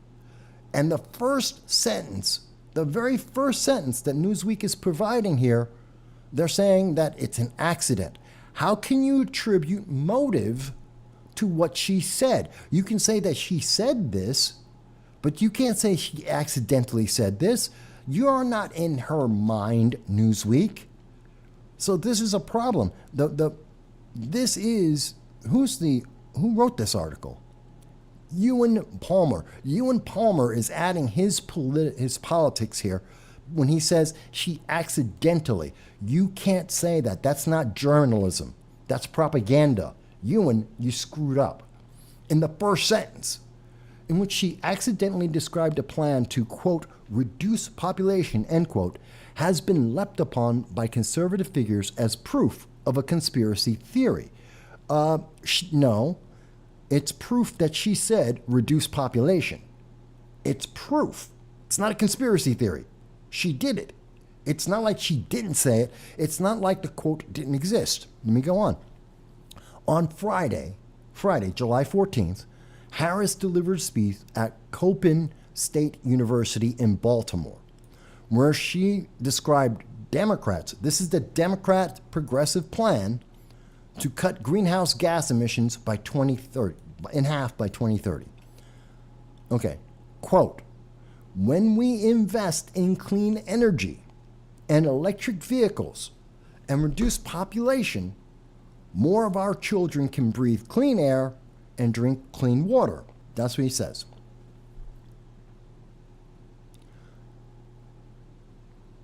Now, here's the thing. Did you see this? Now, look at what they just did. So, I just noticed this. Folks, did you notice this? Kamala Harris reduced population gaffe sparks anger. So, Newsweek is telling you that she said that this is about reducing population. They have it, and I want you to see how you can tell what is propaganda. Let me explain this. I often get people who say, Mike, how can I tell what is disinformation, what is misinformation, what's propaganda? How can I tell what's propaganda when I look at news stories? How can I know if something is true or not, or if something seems off? Let me explain it for you in the easiest way that I can. Okay, let's walk through this together so that you'll always be able to see when the mainstream media is gaslighting you, when they're trying to misinform you, when they're trying to indoctrinate you. Let me show you what I mean. The title from Newsweek says, Kamala Harris has said reduce population. It is part of her quote. Okay? And they say that it is a gaffe, meaning that it is misspoken or it's something that's said inaccurately that creates a political situation. Fair enough. It was inarticulate. Fantastic. The very first thing, so we know what the subject is. She said this. They again start. The first two words, a gaffe. She said this. Kamala Harris said this. They're attributing that the excuse for why she said this was an accident. Again, they're saying she said this. They're giving you they're confirming it, and they're giving her a reason for saying it. And then when they quote her, they eliminate the very thing that she said. Can breathe clean air and drink clean water. Where's the rest of the quote? See, they did this on purpose. Newsweek dropped the very key part, the most important part, reduce population. They dropped the reduce population. Oh, actually, let me take that back. Let me take it back. They did include it. It's and reduce population. I'm looking at the more of our children part. It's right here. And reduce population. When we invest in clean energy and electric vehicles and reduce population, I missed that part. I was reading it at the end of it, not the beginning. I stand partially corrected. But again, my main thing is, we know what the subject is. They're admitting it was said, and they're attributing a reasoning for it. Now they go on to say, there's no indication that Harris was actually outlining a plan to reduce the world's population. She said so. That is the plan. She said, when we invest in clean energy and electric vehicles and reduce population, that is the plan. It's direct. There's no interpretation necessary. She said it. She said it clearly, in clear context. The context is clean energy, electric vehicles, reducing the population, which will be good for kids. It'll be good for clean air. It'll be good for clean water. The context is absolutely clear. And she's doing this speech this is a delivered speech. It means someone wrote this for her. This is a written speech. She didn't just make this up. She didn't just come out of the blue and say this. This is something that was written for her. This is a written speech. She has speechwriters. They make $250,000 a year. How can you say there's no plan when she just told you what the plan was. In the official White House transcript of the speech, the word population is crossed out and replaced with the word pollution. Well, I'm sorry. She has speech writers. There is a big difference between the word population and pollution. They don't sound alike. They're not typed the same. And if you type into your, you know what? Can someone in chat do me a favor? Go into your text message, go onto your phone for text messaging. Type in the word pop as you're going to write in, say you're going to say, type the word population. When you put in the word pop, does it turn into pollution or does it come in as population?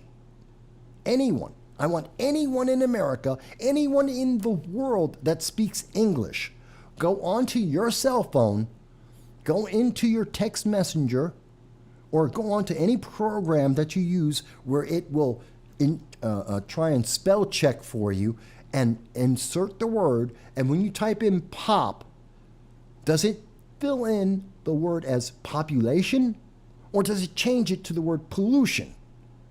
Because I am willing to say that in every cell phone of every English-speaking nation in the world, it says population. It never says pollution. Pollution doesn't come up. I could be wrong. Hey, Ram, I want to thank you for bringing this up. I didn't even see that. That is insane. And now we're the bad guys. We're the bad guys because we're listening to a speech that was written and double-checked and triple-checked for Kamala Harris to speak at a university. So someone wrote it, someone proofed it and checked it. Kamala had to read it, and then so that she knew what she was going to say. It was put up on a transcript for the White House, and it was put up in front of her so that she could read it to the crowd. So there's at least 5 different checks that are going on, at least. And no one noticed.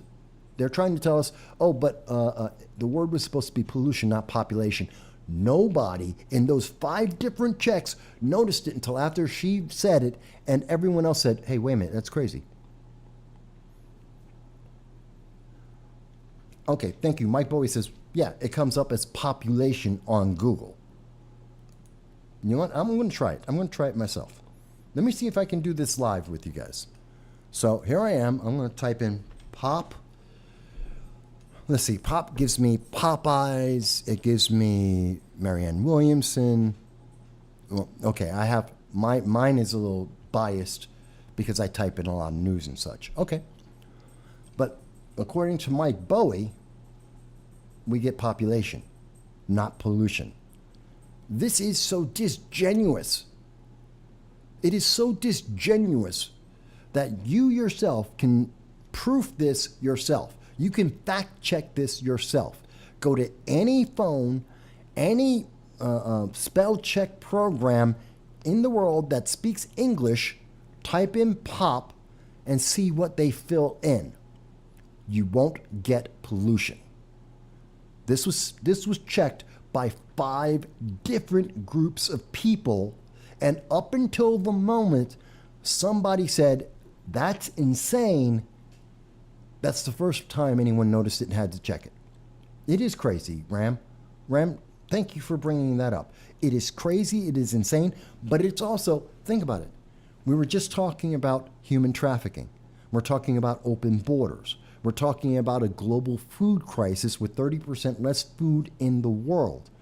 We're talking about the potential of 3 regional wars, a war that is going to be going on for the next 7 to 10 years in the Ukraine versus Russia. We have Iran that is militarizing, and we're looking at, the Biden-Harris administration wants to fund global terror by having the Iran nuclear deal, even as Iran is trying to kill women for having their hair out or daring to learn how to read. We have in China, there's about to be Southeast Asia in 2027, 2028. They're gearing up for a regional war Japan, South Korea, Taiwan, they're all getting ready for war. And at the same time that that's all happening, we have Kamala Harris, who is the worst politician in the world. She is the worst representative of the United States in the world. And she goes and tells us, oh yes, they want to reduce the population. That's climate change for you. They want to reduce the population. Is there anyone, any Democrat, any progressive, any Democratic nationalist, any socialist that would like to get onto this program? Is there any elected official for the Democratic Party at the local, state, or federal level that would like to get onto this program and take as much time as they need to defend Kamala Harris? The phone number is 607-242-9247. It's scrolling past the top of my head. You can also type in on YouTube, on Facebook, on Twitter. You can type in. This is being suppressed, but I know there are members of Congress that watch this program on a regular basis, and I'm not talking about Republicans. I know there are candidates for elected offices that are watching this program, and their staff watch this program, and I'm not talking about Republicans or Libertarians. I know this for a fact. They call me after the show and they talk to me about this off the record. So they can call in right now and say, hey, Mike, you got it wrong. Please do. Let's have this conversation. Ram says they have embedded in their minds that's why they can't find anything wrong with it. Yeah, they have to excuse it. It has to be an accident. She couldn't do this on purpose, even though 5 different levels of confirmation had to go on for this speech. At least 5 had to go on for her to make this speech. At least 5 levels of different people reading this all the way through and saying, yep, that's perfectly okay. Yes, telling people about the population reduction, it's right there. I'm not making this up. This is coming from Newsweek, folks. Newsweek is trying to tell you it was an accident, as they admit that this was a speech at a university by a vice president, which means it has been reviewed 5 different times. And the only time that it was ever questioned was after politicians, Republicans, said, hey, did you see what she just said? Do you see the insanity of what she said? It wasn't until someone questioned her, thank God we have a First Amendment, because we have a First Amendment and we're able to question our leaders. Unlike in Canada, when you try and question Trudeau. Unlike in China, when you try and question anything that the Chinese communists do. In those countries, you disappear. In China, you disappear if you question the Chinese government. In Canada, if you question the government, they freeze your bank account and try and take your money and your transportation. In the United States, what happens? Well, now, according to, and I want to bring this up, the Fifth Circuit Court, according to the, where is it? I have so many stories I want to, there it is. According to the Fifth Circuit Court, as of Friday, the Biden administration can go out, and probably have, and go to every member of the news media and social media, and they can use the FBI to say, oh, by the way, when people say, and when people like Ram, or when I bring up and quote Kamala Harris saying that climate change wants to reduce the population, oh yeah, you should suppress that. You should try and delete that channel, and you should try and suppress it. And the Fifth Circuit Court on Friday said that that is perfectly okay. On Friday, U.S. District Judge Terry Daugherty of Louisiana said that it is okay. This is the Fifth Circuit Court of Appeals of the United States, said that it is okay for the United States government using the FBI to silence your voice.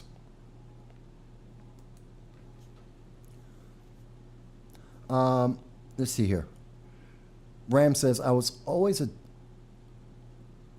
Mike, well, actually, let's go back to some of the comments here. Mike Boy mentions, and no wonder this same administration, Kamala Harris and Joe Biden, who abandoned people in Afghanistan, in the Ukraine, and most recently in the Sudan.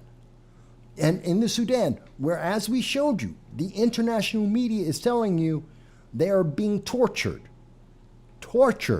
at this moment. Are we surprised that they're the same people who are saying, oh, we have to reduce the population? You're right, Mike. I'm not surprised by this. Ram says, I was always a Democrat and swore I'll never be a conservative. How wrong I was. God taught me a lesson. And we all can change our minds and have different points of view. When I was 17, I was a Democrat because my mom was a Democrat. It was just, that's how you always did things. It wasn't until I got to college, I went to the Marine Corps, and I was making decisions for myself that I suddenly said, hey, none of my actual views and values match up with the Democratic Party. I only picked that because that's what my mom was, because that's what we do. You know, your mom says, I'm a Democrat, so I registered to vote, and I'm a Democrat too. Okay. Because I didn't know anything. I was a child. And then as an adult, I learned about the world. I traveled the world. And then I said, you know what? I have nothing to do with Democrats. I'm a conservative Republican. It happens to us all. That's not a good or bad thing. Ram says, can you play the audio or would you get in trouble? If I play the audio, that will be an excuse for them to, censor this, to give me a copyright claim. I'm very limited.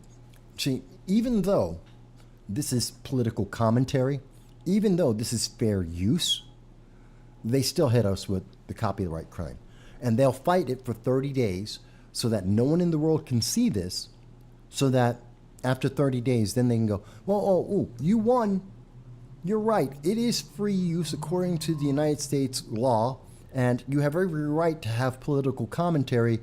And now you can show it to people 30 days after the fact. So that's why there's certain things I can play and certain things I can't play, and depending on the length. It's a question of whether or not I believe they're going to try and censor it. Because fair use doesn't really work. But do you see how this is coming together, folks? Look at what they're doing. They abandon Americans around the world. They have an open border. They don't want to talk about slavery or human trafficking or child trafficking. They don't want to talk about any of that. You're not supposed to ask the question about, well, isn't open borders helping slavery around the world? You're not supposed to have that conversation. You're not supposed to ask that question. You're not supposed to ask the question about reducing the population because of climate change, especially in America, where we have already, you know what? I believe it was back in 2018 that the first time I raised the question, and I said, you know what?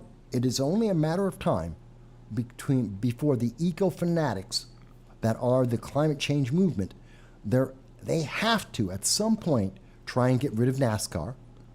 And the second thing they're going to do, they have to reduce the population.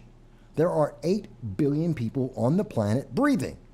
I believe the number one cause of carbon dioxide is people breathing 24 hours a day, every day. And we're increasing the number of human beings. At some point, they become Soylent Green, and they say, we just have to reduce the number of people. And here it is. They're saying it now. And because I'm saying that, the Fifth Circuit Court, again, this is being reported by CNN. The Fifth Circuit Court, the Biden administration, is suing and fighting and was given the right by the Fifth Circuit Court to block your ability to question the government, to ask the questions I am making right now, to have a commentary on the news. Think about that, folks. Does that feel like freedom, or does that feel like human rights coming from the UN? Does it feel like, or does it seem like these are human rights decided by a government and has nothing to do with the rights you have inherently by birth? Because to me, it sounds like this is transitioning to human rights, which we were talking about a little bit earlier in the program. If you think I'm wrong, I'm happy to hear that. If you think I've misunderstood something, please tell me. Tell me how.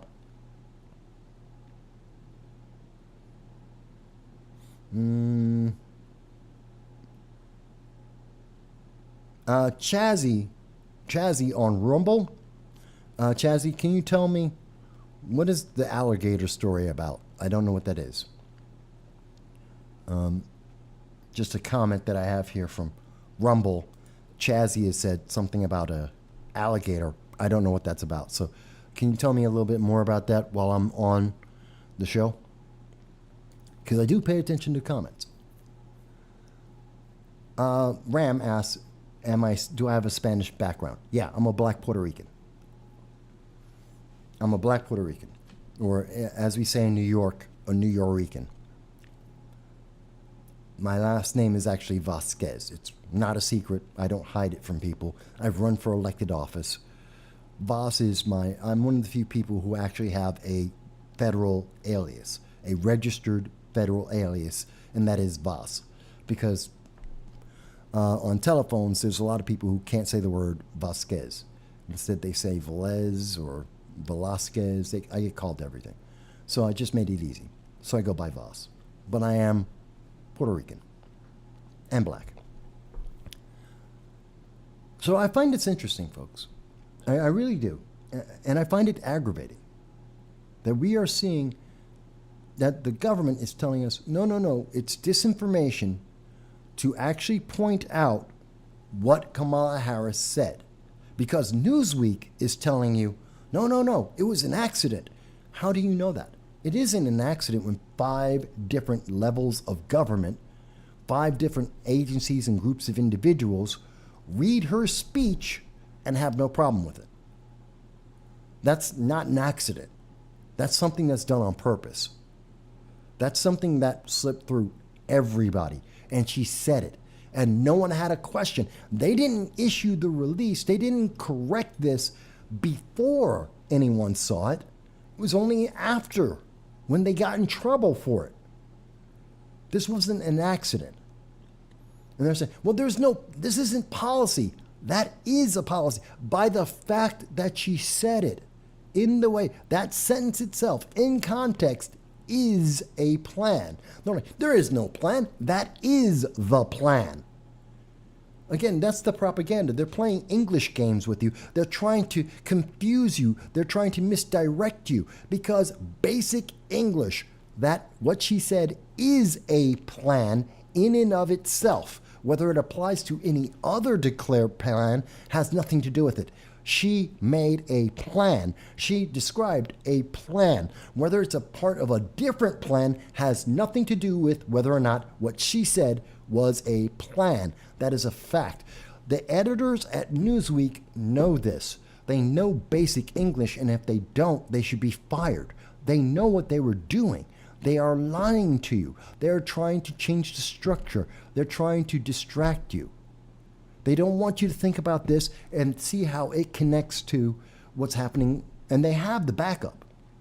They have the backup from the Fifth Circuit Court of Appeals of the United States that says the White House can come over and talk to them and social media and say, if anyone is mentioning that Kamala Harris released a plan to reduce the population for climate change, then you should suppress that story. And that's legal.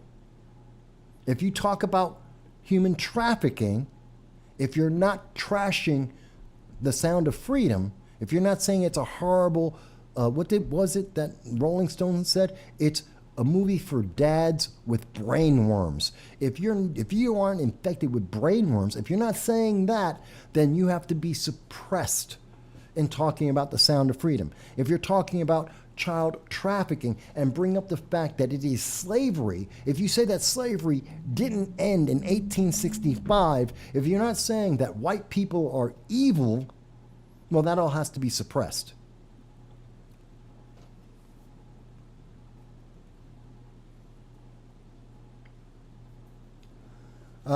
Ram says, I think you're mistaken. I understood the Biden administration cannot communicate with social media to try to block people from criticizing the government.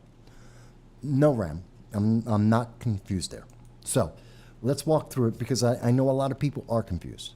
So initially, we had the Twitter files. Okay? Actually, let me bring it on the screen like this.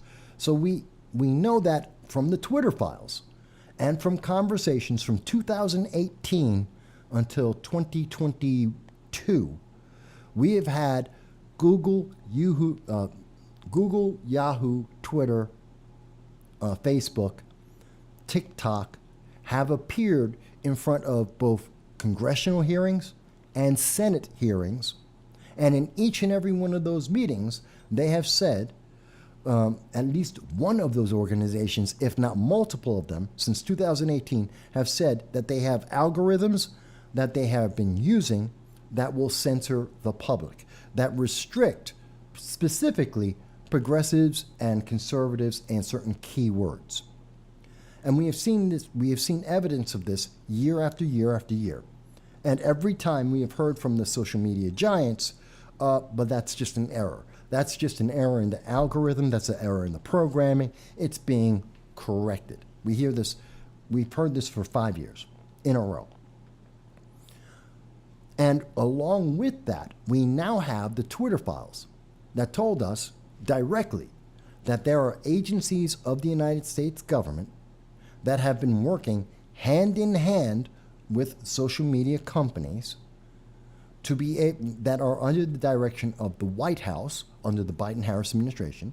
They work for the Biden-Harris administration, and they are going out and they are suggesting, strongly suggesting, that here are a list of individuals, which they have done, and we have seen this in the Twitter files. They provide a list of individuals and a list of topics that should be censored or somehow suppressed. That was then followed up with, they tried to create the Ministry of Truth, or the Disinformation Governance Board, which failed, which was thrown out, which was illegal. But they continued to work with those social media companies. We then saw that there was a lawsuit about this. And the initial lawsuit said there was a stay, there was a freeze that was put onto the Biden-Harris administration, that until the trial was done, the federal government, the Biden administration, could not continue, because they have continued to do this, to work with social media companies to try to suggest people that should be censored and topics that should be censored. Then on Friday, and this is what the news is on Friday, the Fifth Appeal Court said it's okay. Oh, excuse me, the Justice Department appealed, and they reversed their position, which means that right now it is okay for the Biden administration to tell YouTube, Facebook, Twitter, Rumble, any of the organizations, every social media company in the world, and say, censor this. They can do that now. There's still a trial that is pending. It isn't final. This is going to be going in front of the Supreme Court. I think part of the reason why this was done was to get this in front of the Supreme Court as quickly as possible, because this is a First Amendment issue. So I hope that clarifies that. And yes, I know it's a little bit wordy, folks. I get it. But you deserve to understand the details. You deserve someone to take the time to make sure you understand what's happening in your own country, in our country, that's affecting the rest of the world. If we don't take the time to have the conversation, how are you supposed to know whether you agree or not? Because what? Some politician said they agree with it? How do you know they know what they're talking about? Look at what Kamala Harris just said. Kamala Harris said she wants to reduce the population. Are you supposed to accept that? Oh no, but she's mistaken. Why? Because some guy in Newsweek says don't believe what she actually said? Think about that for a second, folks. Think about that seriously. We're being told, news media, that we know work with the White House are telling us and have a left-leaning bent. We know for a fact that there is, matter of fact, I'll show it to you. I should be able to show it to you. Where is it? Here it is. So. Nope, I don't have it. Okay. Newsweek, most of the mainstream media are known for their left-leaning bent. What is it? 84% of all people in newsrooms in America are left-leaning. They're progressive. So we can see everything here. And you deserve someone to take the time to have the conversation. Now, if you disagree with me, perfectly fine. That's okay. Again, folks, I'm not here to tell you what to think. That's what progressives do. I'm not here to tell you that this is the only thing you can think. That's a progressive. I'm not here to tell you that you have to agree or else you're evil. That's what Joe Biden says on a regular basis. I'm not doing that. I'm telling you, here's the information, and I will include the links at the end of the show so you can read it for yourself. You saw it on the screen. You can look it up right now. It's up to you, and you can decide for yourself whatever you want to think, and you can tell me. You can call in right now and say, Mike, but you got it wrong. I don't agree. Okay, we can have that conversation.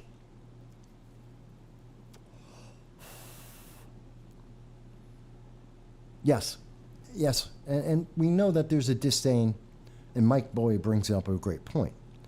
We know that the Biden-Harris administration, again, they have a disdain for the government. They have a disdain for anyone trying to limit their power as the Constitution requires. They're doing the same thing that New York State does when it comes to gun control. There is 3 branches of our government. You have the judicial, the legislative, and the executive. And Joe Biden has been busy trying to create law which he doesn't have the constitutional right to do. And so when the Supreme Court said you can't wave away 50 or 60 billion dollars in student loans, that's illegal. It is unconstitutional. You don't have that power. Congress has to do that. What did Joe Biden do? He says, well, I'll give away 39 billion instead. It's not the amount of money that's the problem. The problem isn't how much money you're trying to wave away. The problem is you, Joe Biden, as the executive branch, do not have the power to just wave away that money. It's not in your wheelhouse. That's Congress. Congress has that right. Whether or not we agree with it, whether or not we would want it written that way, that's a different argument altogether. That's a whole different process. But the White House, through executive order, does not have, or any other action, the White House, the executive branch, does not have the right. We're not in England. This isn't a parliament. We don't have a monarchy. Joe Biden doesn't get to unilaterally make these decisions. He can't. And whether or not he thinks it's a great idea, whether or not progressives think it's a great idea, progressives make up 7% of the Democratic Party, 2% of the entire nation. They're not they're not the voice of America. They're a big voice because the news media loves to cover them. They're not the voice of America, not even close. So he does not have the power to do this in any way, shape, or form. He doesn't morally have the right. He doesn't have the right by popularity, and he doesn't have the right by the Constitution. And yet he's doing it anyway. And the news media isn't saying what I just said, that he does not have the right to do this morally, by popularity, or by the Constitution, which means he can't do this. The news media won't tell you that because you might not vote for Democrats in 2024 if you know they are abusing the law. This is part of that collusion between the White House and news media, which would include social media. This is why this is a problem. Now, anyone who wants to say, Mike, but I disagree with that, fantastic, tell me why. If that isn't logical, if that doesn't make sense to somebody, tell me why. Tell me how I'm wrong. Tell me and the rest of chat. Everyone in chat is free to type whatever they want, whether it's on YouTube or Facebook or Rumble. You're perfectly fine to call into the program or to leave me a comment and say, Mike, but you misunderstood this part. Fantastic. Let's have that conversation. I'm happy to do that.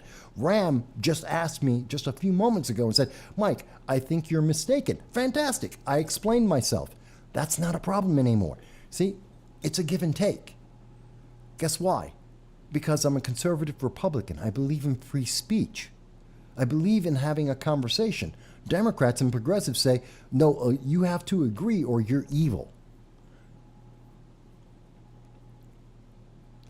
Ram says, so how can Joe Biden pledge millions every week for the Ukraine and just like that it's approved? It's not quite the way he's doing that. And it's a good question. If Joe Biden can't just wipe out $39 billion of student loans, if he does not have the ability to make law and to spend money, then how can he spend money on the Ukraine? And the answer to that, which is a good question, the answer to that is he doesn't. Joe Biden isn't spending the money. He's suggesting, very carefully worded, he words it to sound like he spent the money. It's a request. He can't just spend the money. He can only spend the money that Congress allows. Congress allows him to spend money. Now, he has a lot of different programs that, as executive, he's the guy, the executive branch is in charge of all the various organizations in our government. And Joe Biden can tell an organization like the Department of Defense to be able to make a deal which is ongoing with another country. He has foreign policy rules. So that's the big difference there. The United States president has the power and is the person who's supposed to make international deals, to have international policy. He can sign a treaty. He doesn't need to wait for Congress. He can sign a treaty. He's the only one who can do that.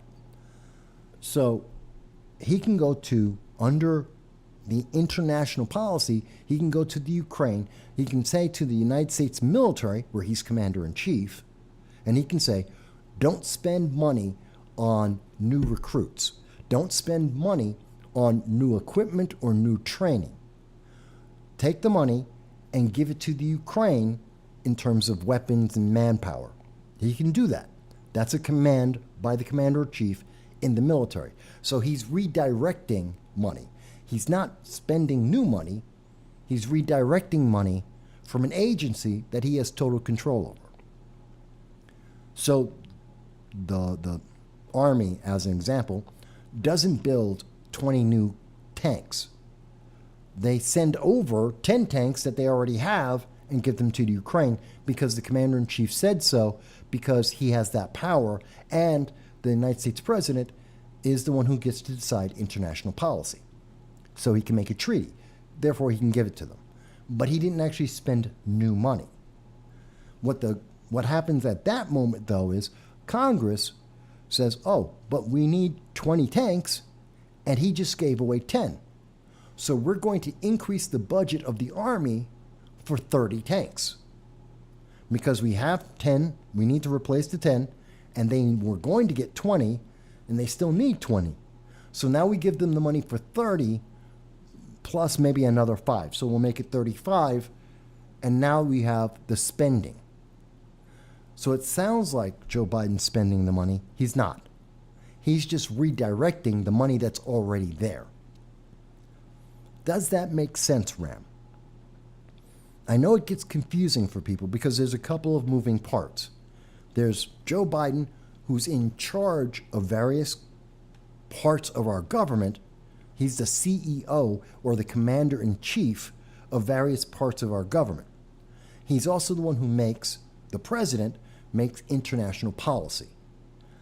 The combination of those two things lets him redirect money to different programs, and Congress then has to fill the gap that he just made. Okay, so it does make sense now. I know, nobody in the news media wants to stop and actually explain this to people.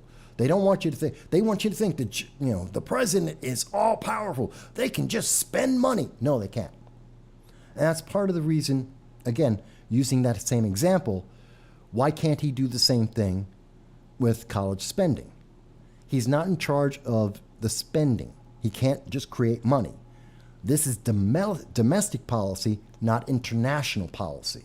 And he's not redirecting money from different agencies. He's removing money. He's releasing money. He's spending money he doesn't have access to. So again, that's the difference there. He's not in charge of the money in the same way that he's in charge of the military. And it's not international policy, it's domestic policy. So the college debt is absolutely under Congress. The executive branch has no control over that whatsoever. I know, it takes a minute or two to explain that in a way that people will understand it, in a way that makes sense to people, partially because we've been going through decades of the news media just saying, yeah, it's a power. They have the power. And just rushing past it. Politicians just screaming, yeah, it's power. Yeah, he's got the power. They never actually stop to explain any of this to people. So Ram says, yes, so that means Democrats and Republicans are in the same boat. Yes. I'm equally upset. I've said this under Republicans like President Trump, under both President Bushes, as well as all the Democrats. I've said, they don't have the executive power to do some of the things they've done. It's not constitutional. You cannot create law by executive order or by just being the president. You don't have that right. But we have seen Democrats and Republicans do it all day long. They just make up that right and say, well, it's executive order. I can do that. No, you can't. It's not legal. And so they are overreaching their power, and we are seeing this. And as an example, when we see a president do it, then we start seeing governors do it, and then we start seeing cities do that. So as the example, we had Joe Biden say, you are mandated, he wanted to mandate that everyone in America had to get the jab. He doesn't have the right or the power to make people do that. But because he tried to do that, then we saw governors like Governor Whitmer, like Gavin Newsom, governors like Kathy Hochul, and before her, the disgraced mass murdering or allegedly mass murdering Governor Andrew Cuomo, who killed 16,000 people through his directives. They took the same abuse of power and said, well, if he can tell the nation to get the jab, they can tell people in their states, get the jab or else. Which is why we're seeing that New York State is being sued because 34,000 doctors and nurses were fired because they didn't get the jab. That's an overreach of power. That's why in New York City, the mayor of New York City fired, I believe it was 7,000 doctors and nurses, and the court came out and said, you don't have that power. You can't force people, doctors or anyone else, to get the jab. And New York City was required, they lost a court case, they were required to hire back every one of those doctors and nurses if they could, and to pay all of them back pay because they should have never been fired in the first place. And because New York City lost that case, New York State's going to lose the case for the exact same reason. You can't mandate that people, even doctors, even nurses, you cannot mandate people to get a jab of an experimental drug that has unknown side effects. You cannot do that. It is unconstitutional at a state level, at a city level, and at the federal level. But they did it because at the presidential level, at the executive level, we had Joe Biden saying, you're going to do this, it's a mandate or else, which is illegal, as well as a lie. Thank you, Mike, for saying that that's a good and by the way, folks, if you understand this better now, clip that whole section, share it with your friends. I don't mind. Tell them to then like, share, and subscribe. That's all. Tell them to like, share, and subscribe. That's all I ask for. If you want, you can join our Patreon. It's $1.50 a month. You'll watch this. If you're watching this program, we do 3, 4, 5 hours every week. We do about 30 hours of content a month.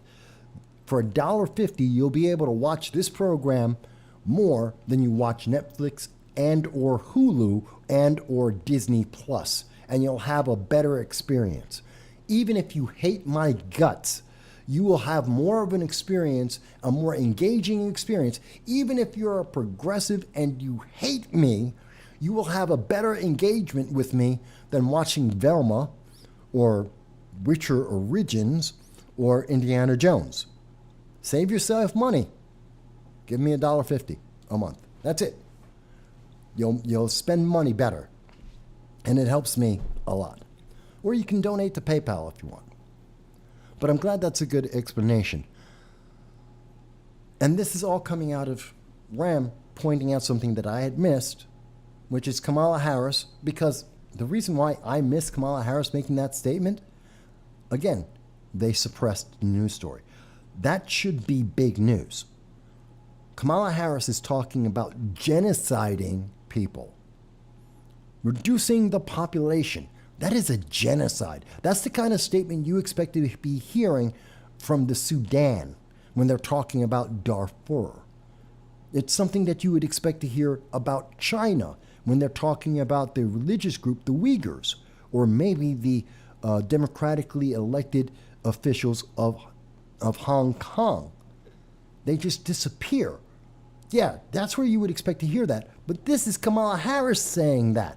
This is the United States government, the highest levels of the United States government, after at least 5 different levels of double checking and correction, said reduce the population because climate change. It's the biggest threat to the world. It's such a big threat. The only answer to climate change, the greatest threat ever, is to kill people. And now we're not supposed to talk about it. We're not supposed to have that conversation. I'm the bad guy for pointing it out. I'm the bad guy. Republicans, conservatives, even Democrats that point out, she just said the answer to climate change is kill people. The people who are pointing that out, we're the bad people. Why? She said it.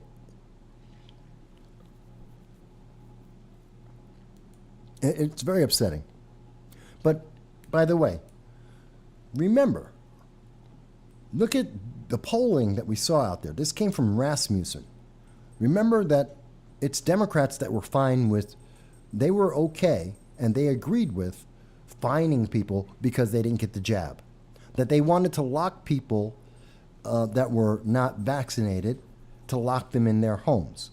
It was the Democrats, and mostly the progressives, that said that they wanted to put the unvaccinated into quarantine caps. They wanted to take children away from parents unless they were giving those kids the jab. That they were okay with fining and imprisoning people for daring to ask questions about the jab. This is coming from Rasmussen. Again, this is me. This is coming from Rasmussen. This is what the polling was. Understand what we are facing here, folks. Look at what we are dealing with. It's very upsetting.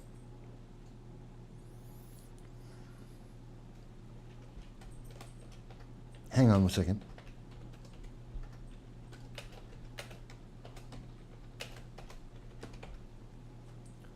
So we're going to transition over to Ray Epps because I think this is actually goes hand in hand with that conversation. Ray Epps, because this is about abuse of power of the government. This is about suppression of American citizens' voices, if not complete censorship. This is about intimidation.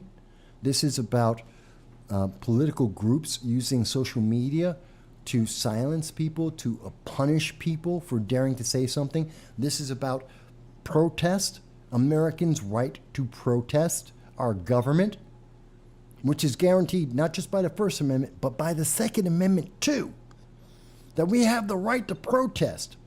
And this goes into the way the media is propagandizing certain stories to make us think in a certain very specific manner.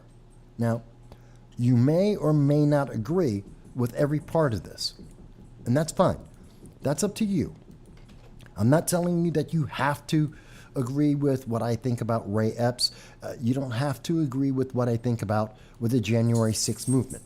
We've been talking about January 6th since the day of January 6th. We were live on January 6th, 2021, talking about what was going on. And we were taking calls from people who were down at January 6th at the actual event itself. So we've been talking about it from literally about an hour after it all started. So we're very involved in this. And I have absolutely no problem with telling you that the people who were violent, they should be punished to the fullest extent of the law. That is a handful of people. There are currently 978 people who are charged with a crime. Most of them, approximately 300 of those individuals, have been sitting in a jail cell for 2 years. 2 years waiting for trial. The average time is about 11 months, just under a year, sitting in a jail cell waiting for a trial so that they can say whether they're innocent or guilty. Not even everyone, many of the people who are charged haven't even gotten to be arraigned in court yet. They're just being held in prison. That's a problem. That in any other country around the world, those would be political prisoners, and this would be considered a crime against nature. This would be a human rights crime according to the UN. But these are people who are mostly conservatives and Republicans and independents, and therefore they don't get the same rights and privileges. They don't have the same expectation of innocence from people like Hillary Clinton or Nancy Pelosi or the left, the news media especially. They don't seem to have the same rights because the left can burn down Minneapolis, and they did. They can have 120 days of non-stop rioting, 120 days of non-stop rioting in Portland, trying to commit acts of arson to burn down the apartment building that Ted Wheeler, the mayor of Portland, Ted Wheeler's apartment complex they tried to burn it down, arson, because he lived there during 120 days of non-stop rioting. No one got arrested for that. There's no crime. In New York State, 6,000 people were arrested for the George Floyd protests, and their charges were thrown out. These are people who committed rioting in the second degree, people who destroyed property, people who, on video, destroying property. We have videotape of some of these people doing these things, stealing. We have video of this. 6,000 people had the charges dropped. 6,000. But there are 978 people who have been charged with January 6th, and we are guaranteed by the FBI, there's another 1,000 people that are planning to arrest going forward. So this is an ongoing issue. It's not over. Not by a long shot. They're still punishing people for daring to even be present at the event. They're investigating people who just showed up because they want to say, well, no, that's an insurrection. You know what's an insurrection? The defenders of the Atlanta forest. They're an insurrection. That is an Antifa organization, a far-left organization that took over public property, have broken every local, state, and federal law, and they got into firefights, shootouts with police. They firebombed police and municipal buildings. They went into the city of Atlanta and tried to burn down buildings, and they destroyed property as they broke every law in America and said that they were not part of the American system. That's insurrection. That's an insurrection. January 6th was a protest. It was part of it was a violent protest, yes, but it was a protest. And I'm not talking about the mostly peaceful protests where CNN is on live on camera with an arson going on in the background. Not the same thing, folks. Not the same thing by a long shot. And I know some of the people who watch this program say, Mike, they don't agree. They think January 6th went too far. Fantastic. Some people say, no, they were all guilty. I don't agree with that. Do I say that people who committed acts of violence, there is 40,000 hours of videotape. 40,000. We have seen not even 1% of all the video that the United States government has. They haven't even shown us 1% of all the video about January 6th. Do you remember this? This is being reported by the New York Post. Do you remember how Jacob Chansley was being escorted by officers all around the offices, all around the Congress, up and down, checking on doors, back and forth? And when he did that, that was never shown to his defense attorneys. That was never shown to him. Nobody knew it existed until after he got convicted, after he was accused of being absolutely violent. He was surrounded at certain points by 9 officers as they're telling him where to go so that he can walk onto the floor. They literally led him to the floor of Congress so that he could make the speech that every news media company in the nation all photographed and said, oh my God, he's on the floor of Congress. That's illegal. He was led there by the police. Is that entrapment? Oh, we weren't told about that, so we don't know of anything about that. We're not supposed to think or know about that. So there's a whole lot of problems with January 6th on so many levels about what we have been told and what we're not. Remember, 5 people died on January 6th.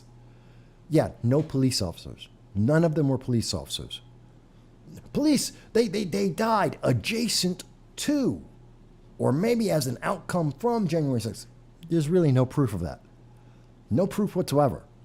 The only people who died on January 6th were American citizens who were not in law enforcement, and they were killed by the Capitol Police. That is a fact. It is irrefutable. The only people who died on January 6th were American citizens, civilians, who were killed by the Capitol Police in many cases. We had individuals, a woman who was beaten unconscious, laying on the ground by Capitol Police officers. We had a woman, Ashley Babbitt, who was shot. She was targeted and shot in a room that 1 minute, literally 1 minute before the moment Ashley Babbitt gets shot, there were no less than 6 officers in that room. Capitol Police had control of that little alleyway that she was in, that alcove, those stairs. 6 officers were in that room 1 minute before she got shot. Then the police left, Then the gun comes out, she gets shot, and the police that went down the stairs and around the corner waiting, they knew she was going to get shot. And they were waiting. That's why they showed up. When you see the video, when you see that 30-second clip out of what is a 3.5-minute long video, the uncensored video is 3.5 minutes long. The news media shows you roughly 15 seconds. There's a reason why they're showing you 15 seconds out of 3.5 minutes. Because if you watch the 3.5 minutes, what you see in the unedited video is that the Capitol Police had control. The Capitol Police walked away. The Capitol Police shot Ashley Babbitt. The Capitol Police came back into the room. Lynn, I'm glad you liked our description of cluster bombs. Thank you. We try our very best. Ram says, the mainstream media said that it's a peaceful protest and the buildings were burning in the background. Yeah, government's getting away. It's because the government is working with, again, this goes back to, does the government have the right to collude with social media to control the story? Do they have the right to suppress and to promote certain stories? And according to the Fifth Circuit Court, they do. That's the right they have right now. So they're doing it. So I'm explaining here with January 6th, there are issues with whether you agree or disagree with January 6th does not matter. There are problems with what the government and what the news media have presented to us and the way they have presented it to us, which has been highly propagandized, that they are exclusive in much of the information they are providing to us. And so we should have lots of questions, especially since the government is acting in a manner that we blame other countries for in terms of political prisoners. We are treating hundreds and planning to treat thousands of Americans like political prisoners that we would see in Cuba, that we would see in Africa, like Sierra Leone. We're treating people like they do in Sierra Leone, and this is the United States. This should be a conversation. No matter how you feel about it, we should be having this conversation. But instead of that, and I just want to put this into perspective for you, because, as I said, a year ago, back on January of 2022, there were 700 people who had been arrested. There's now over 978, and they're planning for 1,000 more. This is according to ABC News at the time. Okay? And we've been covering this, as I said, all the way through, including when Adam Schiff, this was a year ago, this was December 16th of 2021, when Adam Schiff was caught rewriting tweets. He was rewriting text messages so he could lie to the American people so that he could take people out of context to try and make it look like it was worse than it was. That's a proven fact. It's not even a question. It's not a guess. It's a fact. Adam Schiff was caught doing this. And so, like I said, we know that there's at least 40,000 hours of surveillance footage from that day inside and around the Capitol. You've never seen it. So we don't have full context on this. We don't even understand the crime. But one of the things we do know, actually, is, and I want to get into this here, what we do know is there is a man named Ray Epps. And Ray Epps was at January 6th. This is him right here. He's the guy with the red hat, his hand extended here in the tan, what is that, sweater? That's Ray Epps right there, okay? And Ray Epps is suing Fox News. He is saying that Fox News defamed him. Now, what do they mean by defaming? Let's put it in context. Nick Sandmann, the young boy, do you remember this? Nick Sandmann was standing with his school trip, with his fellow students, and he's waiting for their bus so that he can go back on their trip to Washington, D.C. He's going to be going on the bus with his rest of his students from their school trip to D.C. And he is approached by a guy, an American Indian, banging on a drum, dancing around him. The kid, Nick Sandman, does not move. He does not say anything. He smiles as he is being cursed at by a group of religious fanatics and an Indian guy dancing around him. And the news media, MSNBC, CNN, The View, all said that he was a bad guy, that he was the one being a racist. And then we saw the full video. And they got sued. The View, NBC, CBS, ABC, they got sued for tens of millions. That's defamation.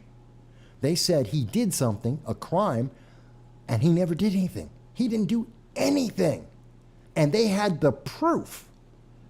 And they edited it down to 15 seconds and said he's a bad guy. They got sued for millions. That's defamation. This guy, Ray Epps, is saying that he's going to sue Fox News because it's defamation. That they spread falsehoods. That Fox News spread falsehoods about him. That Tucker Carlson lied about him. Now, part of this story, as being promoted by CNBC, they want to talk about, well, Fox News has bad. I don't care about that. I don't care. That's not part of the story. Whether or not Fox News had a problem with Dominion voting systems, completely useless, means nothing. That is a distraction. That is meant you to think guilt by association. Even though this isn't something that Fox News lost, they made a payment. They settled out of court. They weren't guilty. But guilt by association, that's why CNBC wants to tell you this, to make you think that. Yeah, CNBC doesn't tell you that several of their reporters were fired for making up stories, literally plagiarizing and making up stories. They just don't want to tell you about that. Don't remember that. If we want to play the guilt by association, we could do that. But they don't want to do that. Okay. So they're saying, oh no, but they were spreading falsehoods. In particular, they're trying to say that Tucker Carlson was spreading falsehoods. That Tucker Carlson lied. Oh, God. Bear with me a second here, folks. I know, there's an ad on there. Hang on, I want to get rid of that real quick for you. I know, I'm taking time here because I want you to understand what's actually happening. I want you to understand what is being said. I want you to have context so that you can understand what this is all about. The mainstream news media doesn't want to give you that. They want you to just obey. I actually want you to understand. So this is the story, and this is what Tucker Carlson, and I can only show you the words here. I can't let the audio play, so please read this. Hundreds of articles.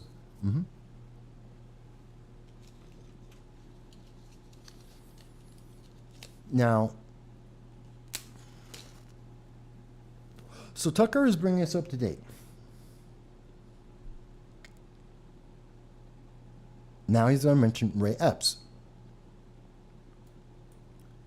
Ray Epps was initially identified as a person of interest by the New York Times.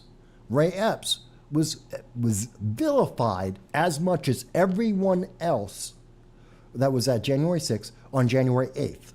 That for the first 2 days, he was as much of a villain and a bad guy in the mainstream news media, no different than anyone else, and he was one of the highest top 20 targets because of this thing, what he's saying on video. This is January 5th. On January 5th, Ray Epps was calling for crimes. Here he goes.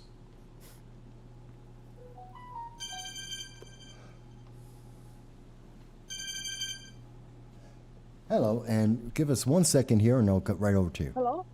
Hi, give me 1 second. Hello? Yes, I'm here with you. Oh, okay. I have a hard time to hear you. This is Mirka Herzog. Oh, Mirka, Please hold it. Hello? Mirka, stop. I'm on a live stream right now. which is about politics, you'll have to call me back later. Can you? I can really not hear you. What did you say? I'm on a live stream right now. Hang on. I'm on a live stream. I'm on the live stream. You're being recorded. You have to call me back. Yes, I'm on a live stream. You are being recorded. You need to call me back.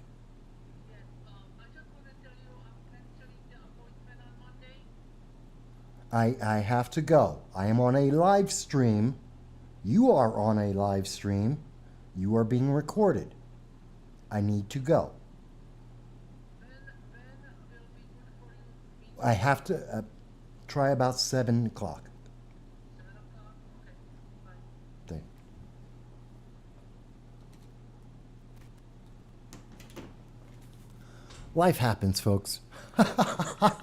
Life happens. I thought it was someone calling into the show. No, it's someone calling about trying to buy my house. Okay. Be that as it may. Okay, so let me move this along.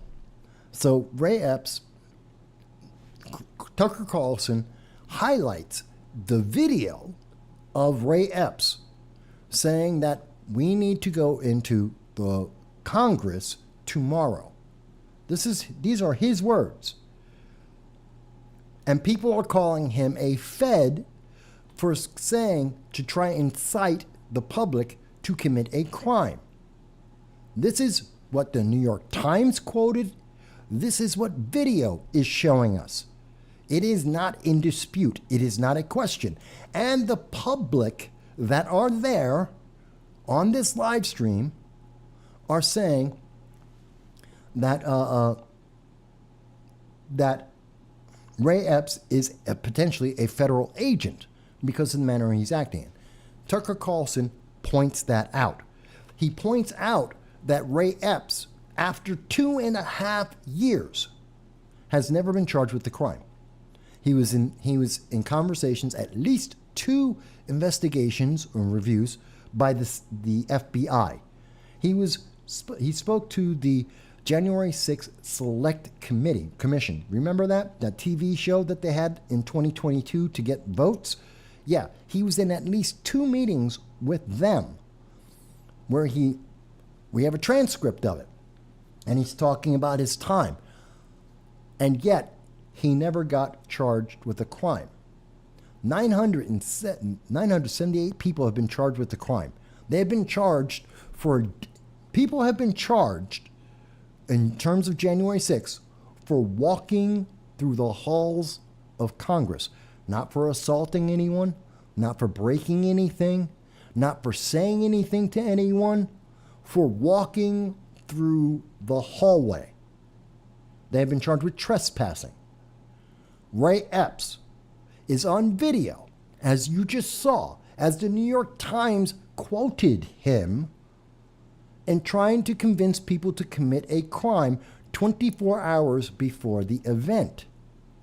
He has never been charged with a crime. 2.5 years. He's been investigated at least 4 times. Twice by the FBI, at least. Twice by the January 6th Select Committee. 4 times he's been investigated. 4 times he's made depositions. And people who were on a videotape walking through a hallway have been convicted of crimes. Ray Epps never was charged with a crime. Gee, why might people say Ray Epps was a federal agent working in collusion with the federal government? That this was a form of entrapment? That people were being enticed to break the law by the federal government, which, by the way, is a crime. It is an abuse of power. Now, Ray Epps has said, in the few times that Ray Epps has been public about this, he has said that he's never worked for the FBI and that he had nothing to do with this. It doesn't make sense. his story doesn't make sense. If you were to listen to read through his transcript, which I have, and I'm going to have the link for the transcript so you can read it yourself, it doesn't make sense. Ray Epps thought in December, he thought that there was going to be violence. Why? No one understands why. He just had a feeling.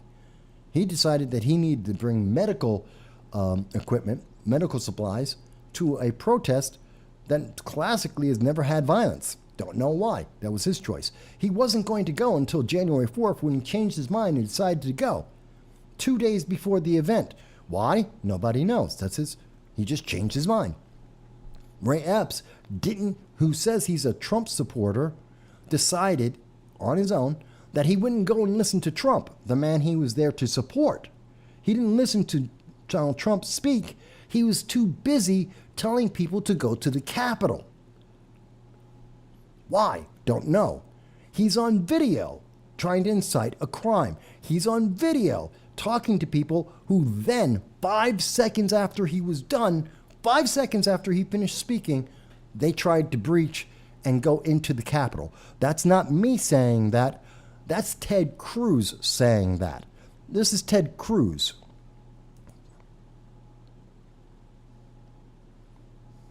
There's one video that is very curious, where he's wearing a MAGA hat. He certainly appears to be a Trump supporter, and he's screaming to the crowd. This is the day before January 6th. This is January 5th. He's saying, we must go into the Capitol, not just up to the Capitol. We must go into the Capitol. I'm Kareem Abdul-Jabbar. I hate these ads. I really do. Hang on. Sorry. I'm trying to get rid of the ads. I have no control over Facebook throwing ads in there. With AFib. The first. Let's take a look at it, because the crowd's reaction is remarkable. I'm going to put it out there. I'm probably going to go to jail for it, okay? Tomorrow, we need to go into the Capitol. Into the Capitol. No!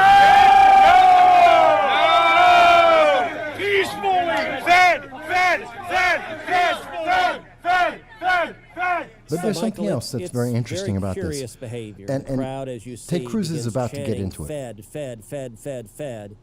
And the next day, on January 6th, I want to skip ahead to, here it is. So, what does Ted Cruz do? Conduct, but what was he doing? Ted Cruz goes to the Senate, of the FBI and he says and the this. Department of Justice, and the FBI and DOJ refused to answer that. Did any FBI agents or FBI informants actively encourage and incite crimes of violence on January 6th? Sir, I can't answer that. Ms. Sadburn. So, Ted Cruz asked the FBI, did any of their people incite a crime? And the answer from the FBI is, I can't answer that. They didn't say no. They did not say no. They did not deny that. They didn't say you misunderstand or you don't have it in context. They said, we can't talk about that. Meaning, and to every common person, yes, they knew exactly about this. But let's see what else. He asked one other question that I think it's important. Who is Ray Epps? Who is Ray Epps? I want you, now remember, we have a transcript of Ray Epps talking to the January 6th committee, telling us that on January 8th, 2021, Ray Epps had his first conversation with the FBI. He had at least 2 conversations with the FBI. They investigated him as recent as starting from January 8th. So the FBI had a conversation. They know who he is. And now we have a senator at a Senate hearing asking him. I'm aware of the individual, sir. I don't have the specific background to him. Well, okay, so the FBI says they know who he is because they've interviewed him at least twice by the time that Senator Cruz is talking to them. At least twice. And so they know exactly who Ray Epps is. Ray Epps was one of the top 20 most wanted individuals by the FBI. They talked to him twice. There are no charges. And then they say, we have no background on him. That is a lie. That's the federal government lying to your face.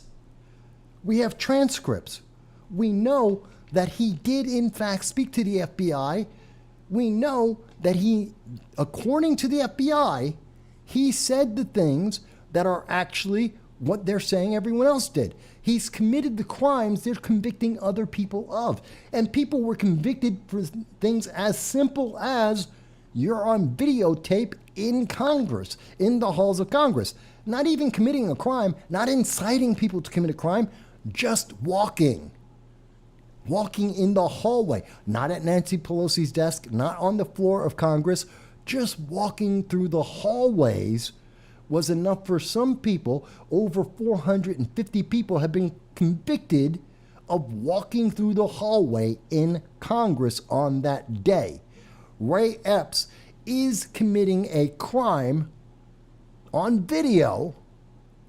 Talked to the FBI twice about his crime. He's the most wanted.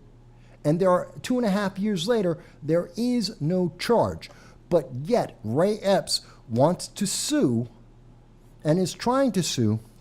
Ray Epps is trying to sue Fox News. He's trying to sue Fox News. He's not trying to sue Senator Cruz. He's not trying to sue anyone in the congressional meetings. There's nothing that we're saying that isn't already verified. Why wasn't Ray Epps charged with a crime? Well, now we hear that Ray Epps says, well, I might be charged with a crime. That the FBI, 2.5 years later, after there have been stories after stories and investigation after investigation, where the FBI has been asked over and over again the very simple question, why isn't Ray Epps charged with the crime? Everyone else has been charged with the crime. Everyone else is charged with a crime. Everyone else has been investigated. Everyone else has spent at least about 11 months in jail, if not 2 years. Why is Ray Epps walking around? Why didn't he get charged with a crime?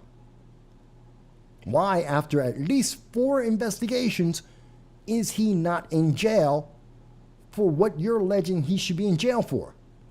For having video evidence of doing exactly what you say is a crime. And the answer we're getting is, well, 2.5 years later, he might be charged with a crime. Might be charged with a crime. So my conclusion from all of that, Ray Epps is highly suspect of being somehow connected to the FBI, whether it's an informant or whether he was there initially as an agent of the FBI or some other governmental agency. It might be another part of the government. He has denied that he's worked for the FBI. That's a very odd wording. Does he work for the FBI? Ray Epps, as far as we know, has never received a check from the FBI, but you don't need to receive a check to work alongside the FBI, to collude with the FBI. Those are different meanings legally. If you say, do you work for them? Well, that means you're getting a paycheck from them. He may not have gotten a paycheck, or at least not directly from the FBI. He may get money from other places. So he could say, I don't work for the FBI. I just happen to work alongside them. I just happen to collude with them. I just informed on people for them. That's not, see, there's a difference there. So they're playing word games. And I think this is important. And I'm going to get to the comments in just 1 second. But I went through all of this to try and make it as clear as I can that these are serious allegations and there's a serious question at the core of this. Questions that initially came from the left. Because no one's confusing the New York Times with a right-leaning anything. And the New York Times were the first ones to say that Ray Epps was a bad guy, a criminal, and needed to be prosecuted. Ray Epps today is the only person, let me say this again, Ray Epps today is the only person connected to January 6th that the left-leaning media has said is a victim. He is the only person that the Democrats, who are all involved, want to arrest everyone in January 6th. The Democrats have been trying to arrest everyone connected with January 6th because it's an insurrection. Ray Epps is the only person that we are aware of who has not been charged with the crime. He's the only person that Democrats have defended and said is completely innocent. He's the only one. There were 300,000 people there that day. 299,999 of those people are considered to be criminals by the Democrats and the mainstream left-leaning media. Ray Epps is the only one out of those 300,000 people that they say is a good guy, that didn't commit a crime, even though we have video of a crime being committed. Folks, you tell me, what do you think about that? Do you understand why I'm concerned about this? Because this sounds like corruption of our government at the highest levels. And yes, remember, we're talking about people like, as Sonia has brought up, it was Roseanne Boyland who was beaten to death by Capitol Police. I've seen that video too, Sonia. I in fact saw that too. So, do you understand why I think this is important? Because people died that day. People who didn't have to die. Roseanne Boyland did not need to be beaten to death by a Capitol Police officer who got away with that crime scot-free. Ashley Babbitt did not need to be shot that day, but she was, and the Capitol Police officer that did it got away scot-free. And we have this man who's committing an obvious crime, and because he's inciting people to go into Congress, which is entrapment, he's part of the reason why Ashley Babbitt's dead. He's part of the reason why Roseanne Boyland is dead. He helped to create the environment that killed them. He's part of the reason why 978 people have been charged. Some 473 people have been convicted of a crime that some 300 people are sitting in jail right now for the last 2 years.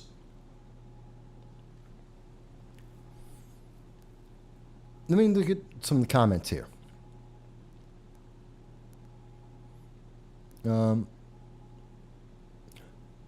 User has been banned says, well, we could look at the Whitmer case, Governor Whitmer of Michigan, where the FBI wrongfully had two different agents competing with each other to try and entrap Governor Whitmer, to try and kidnap Governor Whitmer. That was an FBI plot.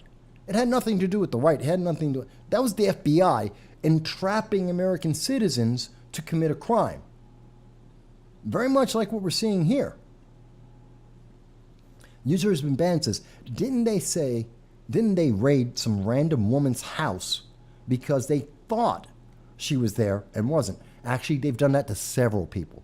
There's at least half a dozen cases where they have raided people's houses, full-on SWAT teams, going into people's houses because they think they might be on a videotape that will put them in the Capitol.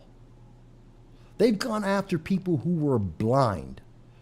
I know of at least one case where there is an older gentleman in his 60s who's blind.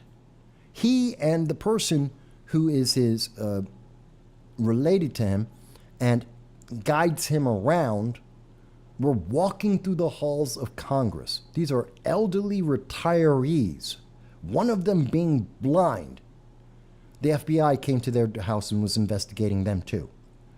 Not because they actually did anything. They were walking through the halls. They didn't attack anyone. They didn't say anything to anyone. They weren't conspiring with anyone. They were walking through. They heard President Trump speak. They went down to the Capitol afterwards. People were walking into the Capitol. They walked in too. Police officers were holding the doors open for them. allowing them to walk into the Congress. And because they walked through the doors that police officers were holding open for them, these retirees had an investigation by the FBI at their door saying, hey, you might be a terrorist. But Ray Epps is fine. Ray Epps is the bad. He's the victim here. Do you not see that? Because CNBC is trying to make it very clear to you that Ray Epps is the victim. He is being defamed. They're actually quoting him. They're showing you video of what he has said. They're showing you the video of what this man said, and that's defamation. He had no expectation of privacy. He knew that there are 3. There's at least 3, 4, 5, 6 cameras live streaming him. He had no expectation of privacy. He's shouting at the top of his lungs to an entire crowd of people with at least 6 cameras that are pointing at him, recording every word that he's saying live. He had no expectation of privacy. He is committing a crime. And because Fox News and other news media around the world for 2.5 years have shown everyone the crimes he committed, well, that's defamation. That's defamation. Does this make sense to anybody? This feels like a cover-up. I cannot legally say that it's a cover-up. It feels like a cover-up. It feels like he is aligned with the FBI. Can't say he was an informant for the FBI. Can't say he worked for the FBI. But I can say it feels like he's aligned. It seems like he is aligned with parallel purposes to the FBI and the federal government. That every single institution that initially investigated Ray Epps and said he was a criminal is now saying that he's a victim. Seems like a reversal that makes no sense when they have never done that for anyone else. 300,000 people, 978 people that have been arrested and charged, and he's the only person that they are defending and saying is innocent. This is a setup. If anyone disagrees with me, anyone in America disagrees with me, call into 607-242-9247. If you think I am wrong, give me a call, 607-242-9247. If you want to tell me that I'm ugly, I don't care. If you're going to tell me, well, January 6th, they're all criminals, that's not true. That's not factually true. If you want to say, oh, well, they were rioting. No, really, they weren't. No, you want to see a riot? Look at Minneapolis. Look at the George Floyd riots a year in April of 2021. Look at the George Floyd riots with Maxine Waters and tell me that's a riot. But this was not a riot. It's a protest. There was some violence at the protest. There's a difference between violence at a protest and a riot. Riot means they destroyed the streets and the cities. Look at the defenders of the Atlanta forest. They rioted. They were insurrectionists. They were trying to break every law in the country. And they admitted. That's an insurrection. That's rioting. Not the same thing with January 6th. There were people who were violent at a protest. There is a difference. Because that's the same thing we get told all the time about Antifa in Portland, in Seattle. That's what we've been told about the autonomous zones all across this country. That's what we're told about the autonomous zone in Atlanta that wound up killing an 8-year-old child. Oh, those were people who were being violent at a protest. I'm using the definition that the left uses. This is their definition. The kids who died in Seattle at the Chaz, you remember that? I do. 14-year-old killed. Well, that's because people were violent at the protest, the insurrectionist autonomous zone. But the people weren't violent. The autonomous zone wasn't violent. The kid just happened to die there. The women, what about the sexual assaults at every one of these autonomous zones? Women that were being sexually assaulted. Many, many, many dozens of cases, all of them thrown out. Well, that's not because it was an insurrection, nor was it violent. It was people who were at the event that were violent. Well, same thing can be said in these cases. I'm using the same logic. The left hates that. No, you just can't say that. You can't say that about January 6th. That doesn't apply to the thousands upon thousands of people walking peacefully through the doors that were held open for them by police officers. I'm not saying that everyone was a saint. I'm not saying that.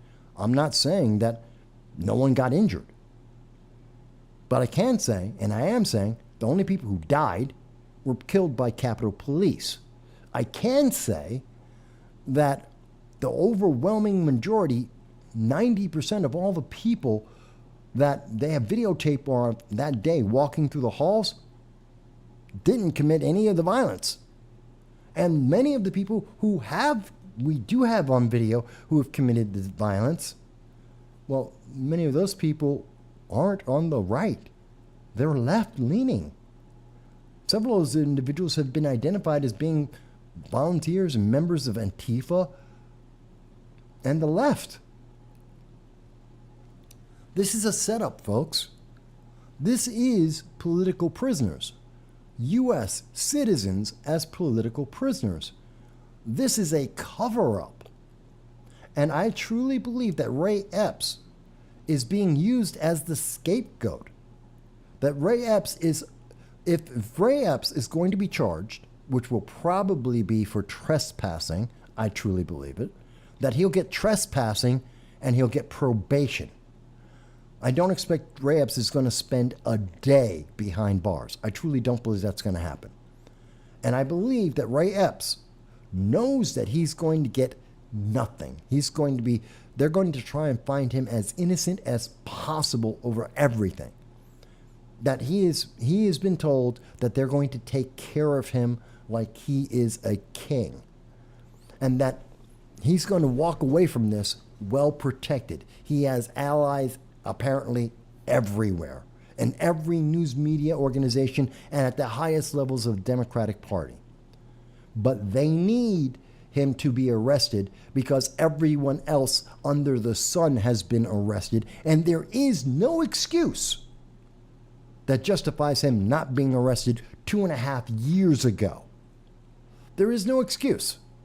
So to cover their tracks, now they're going to arrest him on a minor little trumped up charge and let him go.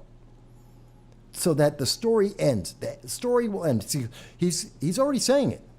He's already saying in this article, he's saying, well, I'm going to be charged with a crime. I'm going to be charged. He goes, Ray Epps, in his complaint, Fox News destroyed his life. His video of him saying, them showing the video of him saying what he said destroyed his life. Because American citizens looked at what he said, the crimes he committed, and said, hey, he's not a good guy. He did that to himself. No one else did that. But he says,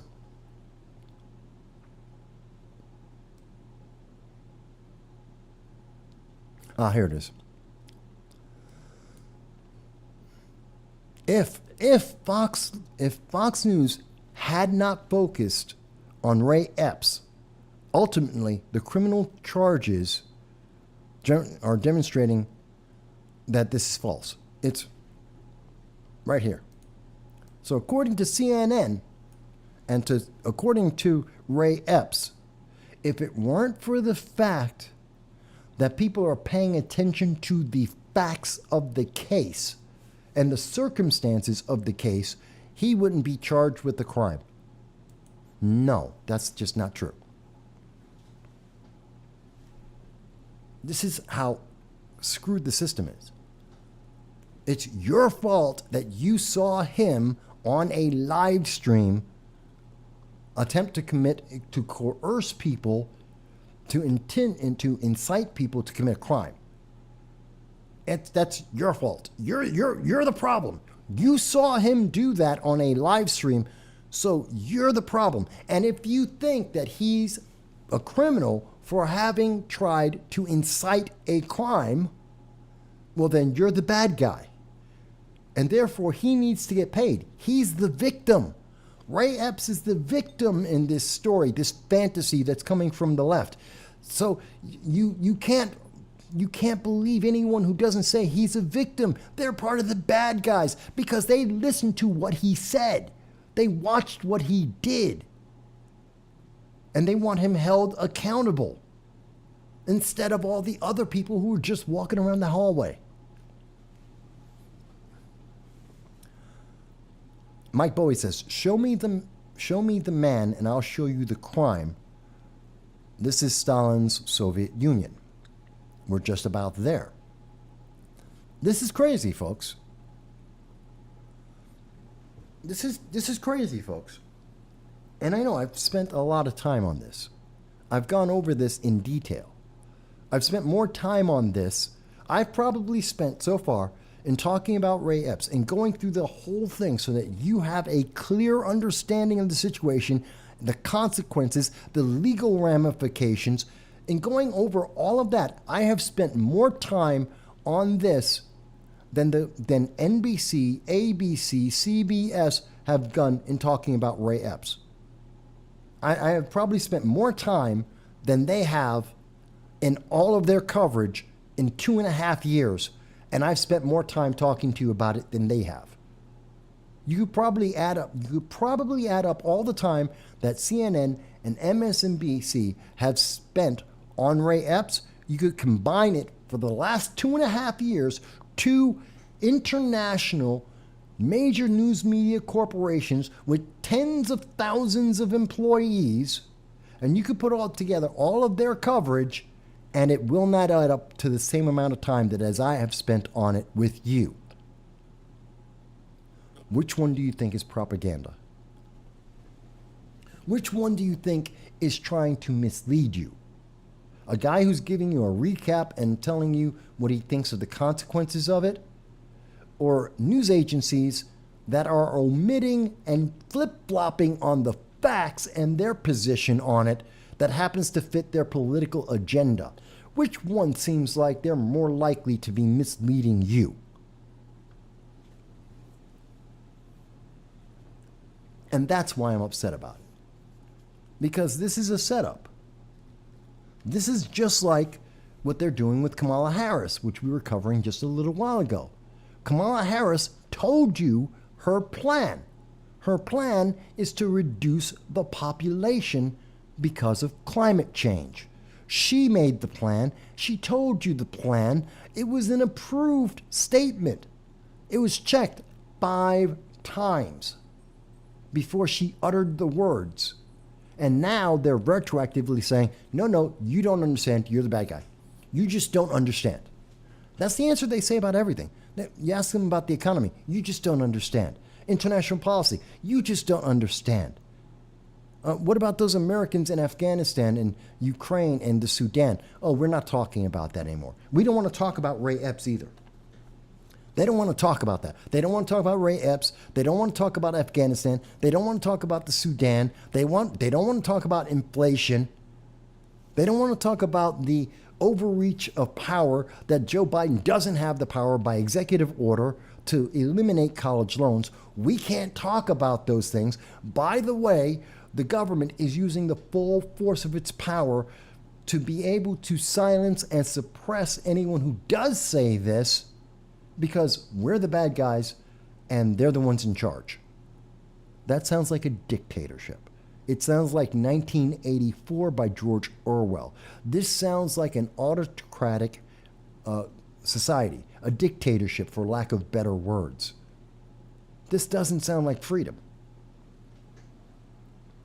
Again, if there is anyone who would like to comment on this, anyone in America, I don't care if you're an elected official, if you're just a regular person, anyone who wants to make a comment about this, I'm happy to hear you. call into 607-242-9247. Just call on in. Say, Mike, I agree or disagree with this part or that part. I think Ray Epps is innocent. Maybe you think he's a victim. Fantastic. Why? How is he a victim? Because that's what the New York Times is trying to say. That's what CNBC is saying. That's what people like Adam Schiff are saying. But it doesn't make any sense to me. Their arguments are hollow. The January 6th Commission, the Democrats, who wanted to convict everyone, says Ray Epps is an innocent guy. Why? Please explain your logic. How is he innocent? How is this not a setup by the government? How can I not trust that it isn't being fair or just?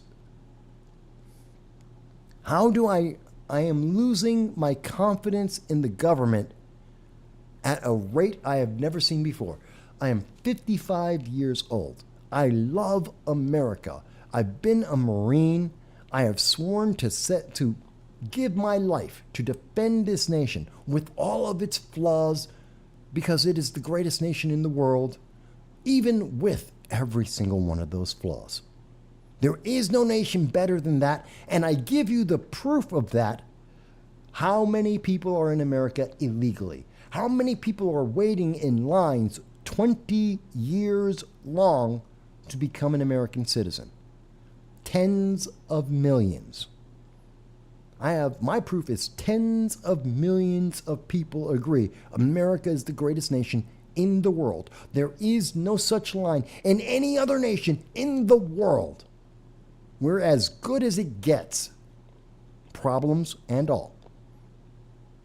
And with all of that, I am losing confidence in my government because I'm watching Kamala Harris tell me that she wants to reduce the population. I've listened to Barack Obama tell us that he wants to necessarily skyrocket the cost of our goods and basic things like electricity to punish us for daring to have the freedom to have that electricity, to have those goods. We're listening to the Biden administration go to court to take away our right to question Joe Biden. I am losing my confidence. And then I'm watching them go to Ray Epps and say, Ray Epps is a victim. You have to leave him alone. Stop talking about it. Don't consider this. What is he connected to? What are they afraid of me figuring out? What, that there's 40,000 hours of videotape that shows people aren't the evil demons that they have tried to demonize them as?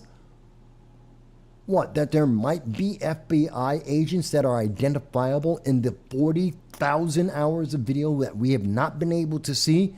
That we might be able to identify FBI agents and therefore they colluded and this was entrapment?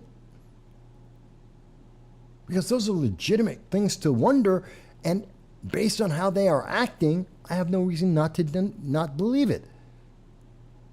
I have less and less confidence in my government. And if I cannot have confidence in my government, especially when I know this government is more than willing to abandon 30,000 Americans around the world as Americans are being tortured, if I have no confidence in them, and I have no reason to have confidence in them, what are our allies saying? What are the people in the United Kingdom watching this? In Canada, in France, in Sweden, in Italy, in Japan, South Korea, India, Peru. What are these people saying when they look at the beacon of freedom in the world? How much trust and faith can they have in their ally to live up to treaties like the 1960 Japan-U.S. treaty? How much trust and faith can you have in that when you are watching what we are watching happening before our eyes? Well, apparently Japan has no confidence in it because they're spending $325 billion to make their own army for the first time since 1945. So they don't have confidence in this. And I can't blame them for that. First Army in 80 years. Because they don't trust Joe Biden. They don't trust Democrats. And they damn sure don't trust progressives.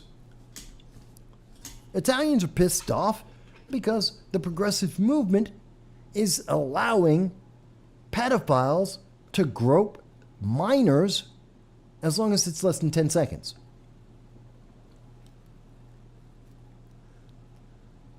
Oh, I have problems with this, folks.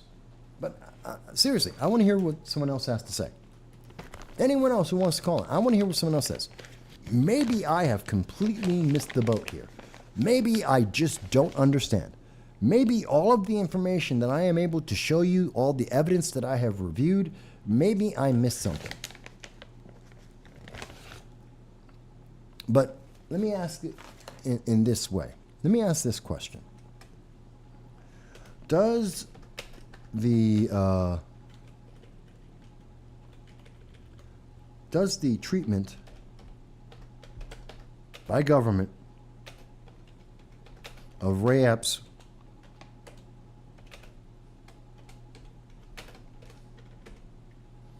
make you more or less confident in the Biden-Harris administration and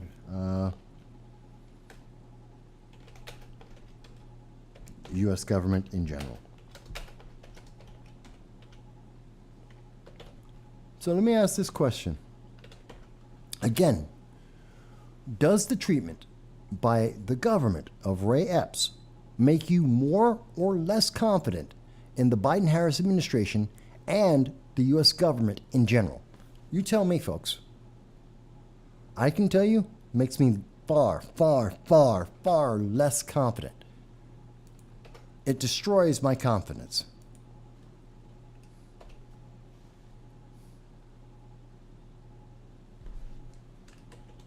I don't know. Maybe it's just me. Is it truly just me? Am I the only one who's feeling this way? I don't think I am. Again, you can call into 607-242-9247. Please, if you're watching this so far, like, share, and subscribe. Even if you don't agree, like, share, and subscribe. Because even if you don't agree with me, you should be willing to allow the conversation to happen. Because if you don't, one day they're not going to let you speak either. If we do not have these conversations publicly, loudly, clearly, and peacefully, if we don't have these conversations, then we will never have a conversation. We will turn into Canada, which is turning into China. User has been banned says, no, he does not have confidence in the Biden-Harris administration. But the left thinks this is all wonderful. Some people even want the government cameras on their dwellings like in 1984. Some people do. I don't. That is the most anti-American thing you could possibly do. It is invasive. It violates the Fourth Amendment. This is crazy. You have your right to privacy, except when the government wants to be involved. You can be set up for crimes. That's called entrapment. Hello, Tina. Tina, I haven't seen you in a little while. Good to see you on here. Tina says, I stopped trusting our government long before Ray Epps. Well, I can understand that. And we've been going over several aspects of that today. But, this is yet another item. This is just one more thing that makes us say, why should we trust it? And again, why should our allies trust us? They're in the same boat. They're watching the same things. And if the public can't trust our own government that is there to protect us, what the hell are we going to do to our allies? Our allies have to look at this and go, if their own people can't trust the way that they are running the country, how can we trust them? How can the United Kingdom trust America? This is part of the reason. I saw Joe Biden was just in Europe, and he was just at Europe in England, in the United Kingdom. And there was a big thing about the fact that there are bad relations currently between the United States and the Biden-Harris administration. That Rishi Sunak does not have any warm feelings for Joe Biden. For good reason. This is part of the reason. And that's our best ally between Israel and the United Kingdom. Those are the two best allies for the United States. Those are our ride and die buddies. They're right there behind us on everything. And neither one of them trust us right now. Neither one of them like Joe Biden or Kamala Harris. That's a problem. You should be concerned about that because as an American citizen, that's part of the thing that makes you safe at night. The fact that we have Israel trying to help us and protect us from the Middle East, in particular from Iran. Because the United Kingdom is there to try and protect us and buffer us from the EU, from Europe. You really should care about this if you care about your safety, whether you're on vacation, business trip, or just here in the United States.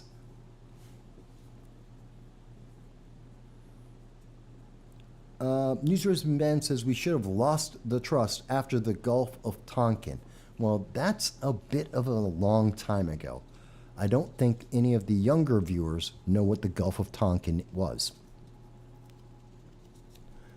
And no, I'm not going to tell them right now. They can go look it up.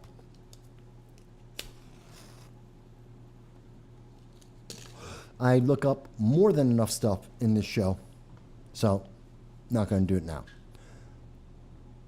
I don't know, folks. Call in. Someone go ahead. Call in 607-242-9247. Someone call in and tell me what you think. How do you feel about these things? How do you feel about child slavery and the human trafficking and the fact that they're telling us that the Sound of Freedom is bad for pointing out the problem that actually exists? Even as they don't want us to talk about Epstein, his island, his black book, we're not supposed to look at that connection. Hell, what about, let's think about this. We're not supposed to talk about the cocaine in the White House. Think about that. That just happened. We just found out on Friday. Yeah, it's over. That's not a story anymore. Cocaine in the White House? Gone. It's not a story. Move on, move along. Oh, there's marijuana in the White House? Yeah, that's not a story. Don't talk about that. That's okay. They found marijuana twice in the White House. Now they found cocaine. Escalation. It is an escalation. Don't talk about it. Not a story. Not important. You don't need to know whether or not the leader of the free world or any of the advisors to the leader of the free world are on drugs. You don't need to know if they have illicit, illegal drugs on them. Not a story. Don't talk about it. That's all. It's all over. We investigated it. No one's guilty. It just happened. Hunter Biden just had a gun. It just happened. We've talked about it. It's over. Next story. Vote Democrat. That's their reasoning.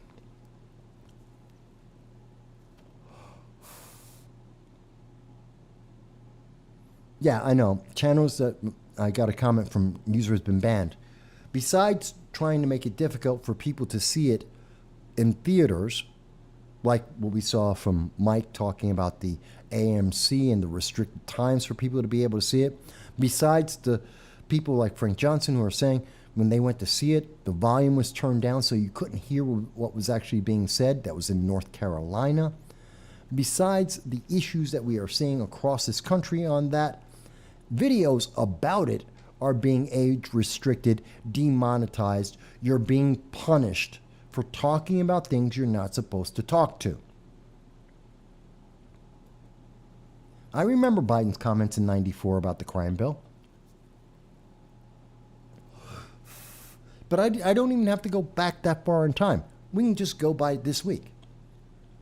You mean to tell me How much confidence can any of our allies or the American people have that we are now in a situation in terms of the cocaine in the White House that we were talking about last week?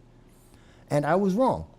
There is no one who's just falling on the sword. There's no one like a Ray Epps saying, it's my cocaine. I'm a low-level functionary. I'm an intern. I brought the cocaine in, and I'm the bad guy. No, that didn't happen. Okay. Instead, it's nobody. Nobody's at fault. It's a victimless crime.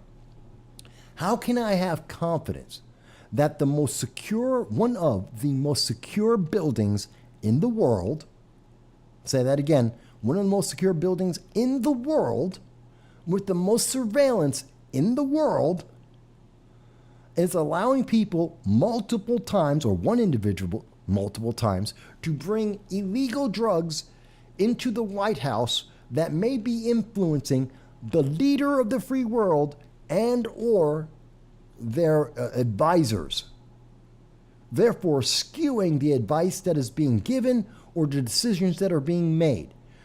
If my confidence in the Biden-Harris administration is plummeting, how is anyone else supposed to have it increase? How is Japan supposed to be more secure? South Korea, Israel, United Kingdom, France, Peru. Let's go around the world. Tina says, honestly, if the entire theater of people went and complained about the AC, the sound, etc., they would fix it. For this movie, I don't think they would. But then again, you're not going to get an entire theater of people anymore, Tina. And the reason why, as I'm understanding, there are growing numbers of people who are reporting that someone, call it a Disney for lack of a better name, a Disney is going out and buying up all the seats in a theater, except for like 5 or 6, so that people are being told that there are no seats left. They can't see the movie, and when people who did get a chance to get tickets, there's 5 people in the theater.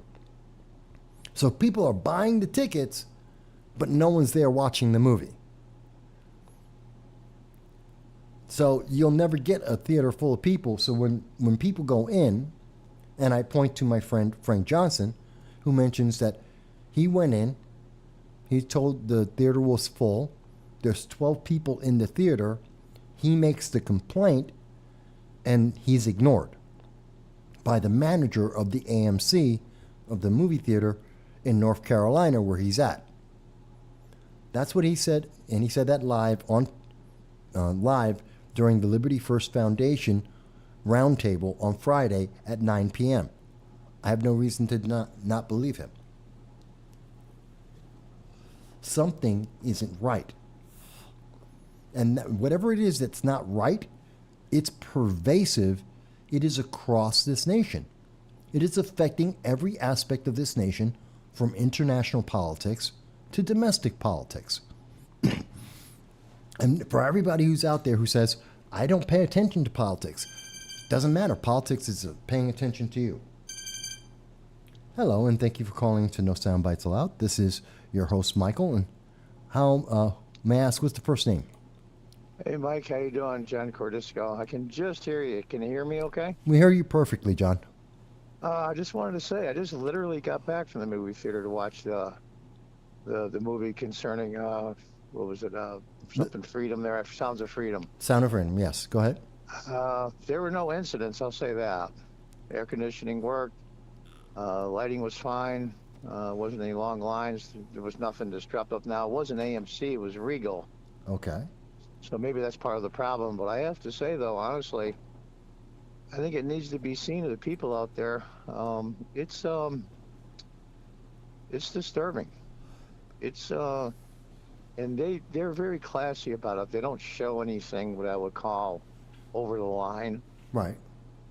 I've heard that. I mean, I don't think it's even rated R. I didn't even look, but no, I've heard that they allude to. They can make it clear what's about to happen, but they don't actually show it. Yeah, it's very tastefully done. Mm-hmm. I mean, if you can have tastefully thing done on that kind of subject, but you know what I mean. It's not over the top and in your face where it makes you think and feel more than you react to the cinema itself. Well, I think that's part of the problem why there's so much of a backlash from Hollywood on this, is because they don't want people to think about Epstein. They don't want people to think about the open borders. They don't want people to realize that human trafficking is slavery, and that having open borders increases the amount of slavery, and that there's more slavery in the world today than there was in 1865. Yeah. It's funny they mentioned that fact at the very end. There's a little, you got to wait 2 minutes through the credits. The actor that played Tim Ballard, he's the one that played Christ in Passion of the Christ. Jim Caviezel. He's really good. Mira Sorvino's really good, even though she's only in for a little bit. She plays his wife, but yeah, they say that, and it's true. It's interesting how they go back in the Civil War and there's slavery in the U.S. and the Civil War, but there's way more slaves in the U.S. and around the world than there were back then. It's amazing to me, and nobody says a word. No, the closest we ever got to that is Boko Haram under the Obama administration, Michelle Obama, and they didn't even say it was about slavery then. They said it was about, well, they kidnapped women because they were sex slaves. Because Boko Haram trades in slaves. That the slave trade is still in Africa. But they just glossed that over and said, well, don't pay attention to it. Open borders. I think this may be, we'll call the left mainstream media, progressives, whatever umbrella you want to put them under. Mm-hmm. I think criticizing this, and you've seen a lot of headlines from like Rolling Stone and around some of the so-called news agencies. I think this will hit everyday people harder than anything before, because they're thinking like, what? How could you possibly criticize this or even slightly be against it? I think they've finally gone over the line and gone too far.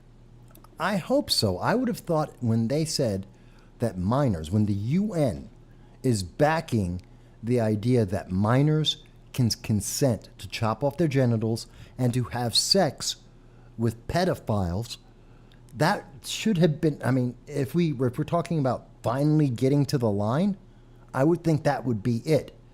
But no, now they're telling us, even this movie, they're trying to tell us, nope, still not crossing the line. Open borders, perfectly fine. Don't think about human trafficking and slavery. Well, just ignore it. I think this ties in directly with a lot of you have the, I have to be careful because this is YouTube. Yeah. Some of the things that will say exposed at the pride parades, Mm-hmm. some of the graphic things that are in books in elementary school, Mm-hmm. let alone junior high or high school, and doctors now asking small kids when they're brought to the doctor, you know, do you feel you're this, you feel you're that? I think it's slowly been creeping up, and this might be the thing that puts it over the top. I can only hope that this movie has that much of an impact. It would be perfect and beautiful if it does. But it's definitely having some kind of impact. I mean, the movie's doing better than, what is it? The Harrison Ford, the Indiana Jones, or what's supposed to be Indiana Jones. It's a bigger movie than that. And that's good. It's funny. It's not tied in, but it's kind of tied in. Like, for a very long time, the left was always big on health and health food and exercise. And all of a sudden now, exercise and taking care of yourself and being responsible is now considered right wing. And I think that's part of the symptom of the sickness, that they have to be against everything if the one side they're against is for it. Well, that would actually finally make sense about it, because, I mean, what's wrong with being healthy? Now we have body positivity. You have to blindly affirm. No, that's what I mean. You're automatically against it no matter what. And I think to pick this topic in the movie, we'll go back to the movie, they picked this topic and work against it, it's like, whoa, take a breath. And they just don't. They're in a cult. Yeah. And they're going to, in a weird way, defend this worldwide sex trafficking on children. It's crazy. It doesn't make sense to me. Yeah, I don't get it. How can you, and they're really not against, like, you notice from what I've been noticing, it's not the cinematography, it's not the writing, it's not the directing. These are all things, if you're going to say the movie's not a great movie, that, from these movie reviews, you would think they would focus on that. But that's all fine. Everyone's saying Jim Caviezel did a great job in the acting. The movie looks good. It's well written. So the only thing they're attacking on this is we don't agree with the politics. Oh, there's some first-rate actors in there. The guy that plays one of the main characters that helps out, Tim Ballard, he's been in a lot of movies. He was in Lincoln and a few other things. There's some top-quality people in this movie. Yeah, sadly, they may never get work again because of this movie. But Mira Sorvino, if people don't know, she was a victim of what's his name there? Epstein? The movie, the movie producer. Epstein, yeah. Oh, no, I'm sorry, Harvey. Harvey Weinstein. Weinstein, that's it. Yeah, Harvey. Well, her father is a top-rate actor for a long time, and supposedly Weinstein approached her on the couch, so to speak, and she said no. That's why he didn't hear from her for a long time. He ruined her career. It's sad. She did an article about that once, an interview. Yeah, but remember, everyone's forgiven. Oprah was pointed out as one of the individuals helping to shove young girls to Harvey Weinstein. Oprah has no problem. Well, yeah, I just wanted to call in to give you the straight scoop. Maybe it's an AMC thing. Maybe it's a regional thing. I don't know, concerning the problems in the movie theaters. But I saw a meme that I want to leave with you and have your people maybe comment on it. Sure. It said, it's interesting how the video from the Trump Mar-a-Lago raid went out almost immediately and it got leaked, right? Yeah. Where's the leaked video from Epstein Island? That's a great question. We've never. Isn't that interesting? Anyway, Yeah. I'll leave you that to think about, and I'll let you get on with your show. Okay? Oh, absolutely, man. Thank you for calling in. Okay, Mike. All right. Bye-bye. So, folks, just like you've heard from John R., and now you heard from John Cordisco, and he has his own channel, Cordisco Corner. Please go ahead and check that out. He's doing fantastic. He's doing better than me. His channel doesn't get as suppressed as I do because I say things and I don't care about the YouTube algorithm as much. I don't care about the suppression that we're seeing from the Biden-Harris administration. I'm against the Fifth Circuit Court, the appeals court, and their decision saying that the Biden administration, that Democrats, the government, has the right to suppress and censor us. I will fight that every day. But you can make comment. And again, if there is anyone in America who thinks I am wrong about the Sound of Freedom, you think I'm wrong about Kamala Harris and her reducing the population for climate change, if you think I'm wrong about what we've been saying about the Sudan, about Afghanistan, international policy, about the food crisis, let's have that conversation, folks. If you agree, I'm happy to hear you as well. But let's have these conversations. That's what the First Amendment is about. And that's what they're trying to get rid of. Tina has mentioned several times here, she was making a couple of comments that this has been going on since 2018. They're upset because this is a Christian company. I'm paraphrasing her here.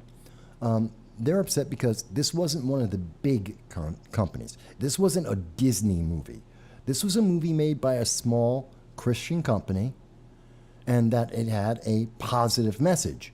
It wasn't a woke message. They weren't trying to go for multiculturalism. They weren't trying to push the woke agenda. And because they weren't, and as Tina mentions, that Hollywood is apparently filled with individuals with very questionable standards, that this is why they're against it. This is why they're against Sound of Freedom. This is why they're against everything that America has been for. It's that Hollywood believes in human rights, human rights instead of natural rights. I mean, we covered that earlier in the program, and I'm happy to show it again, if I can figure out where I put it. Where did I put it? Human rights. I tell you, folks, I go through so many articles that I'm trying to keep up with. It's very hard to show you everything that I was trying to cover. Is it? Nope. I've got it everywhere. God, where did I put that link?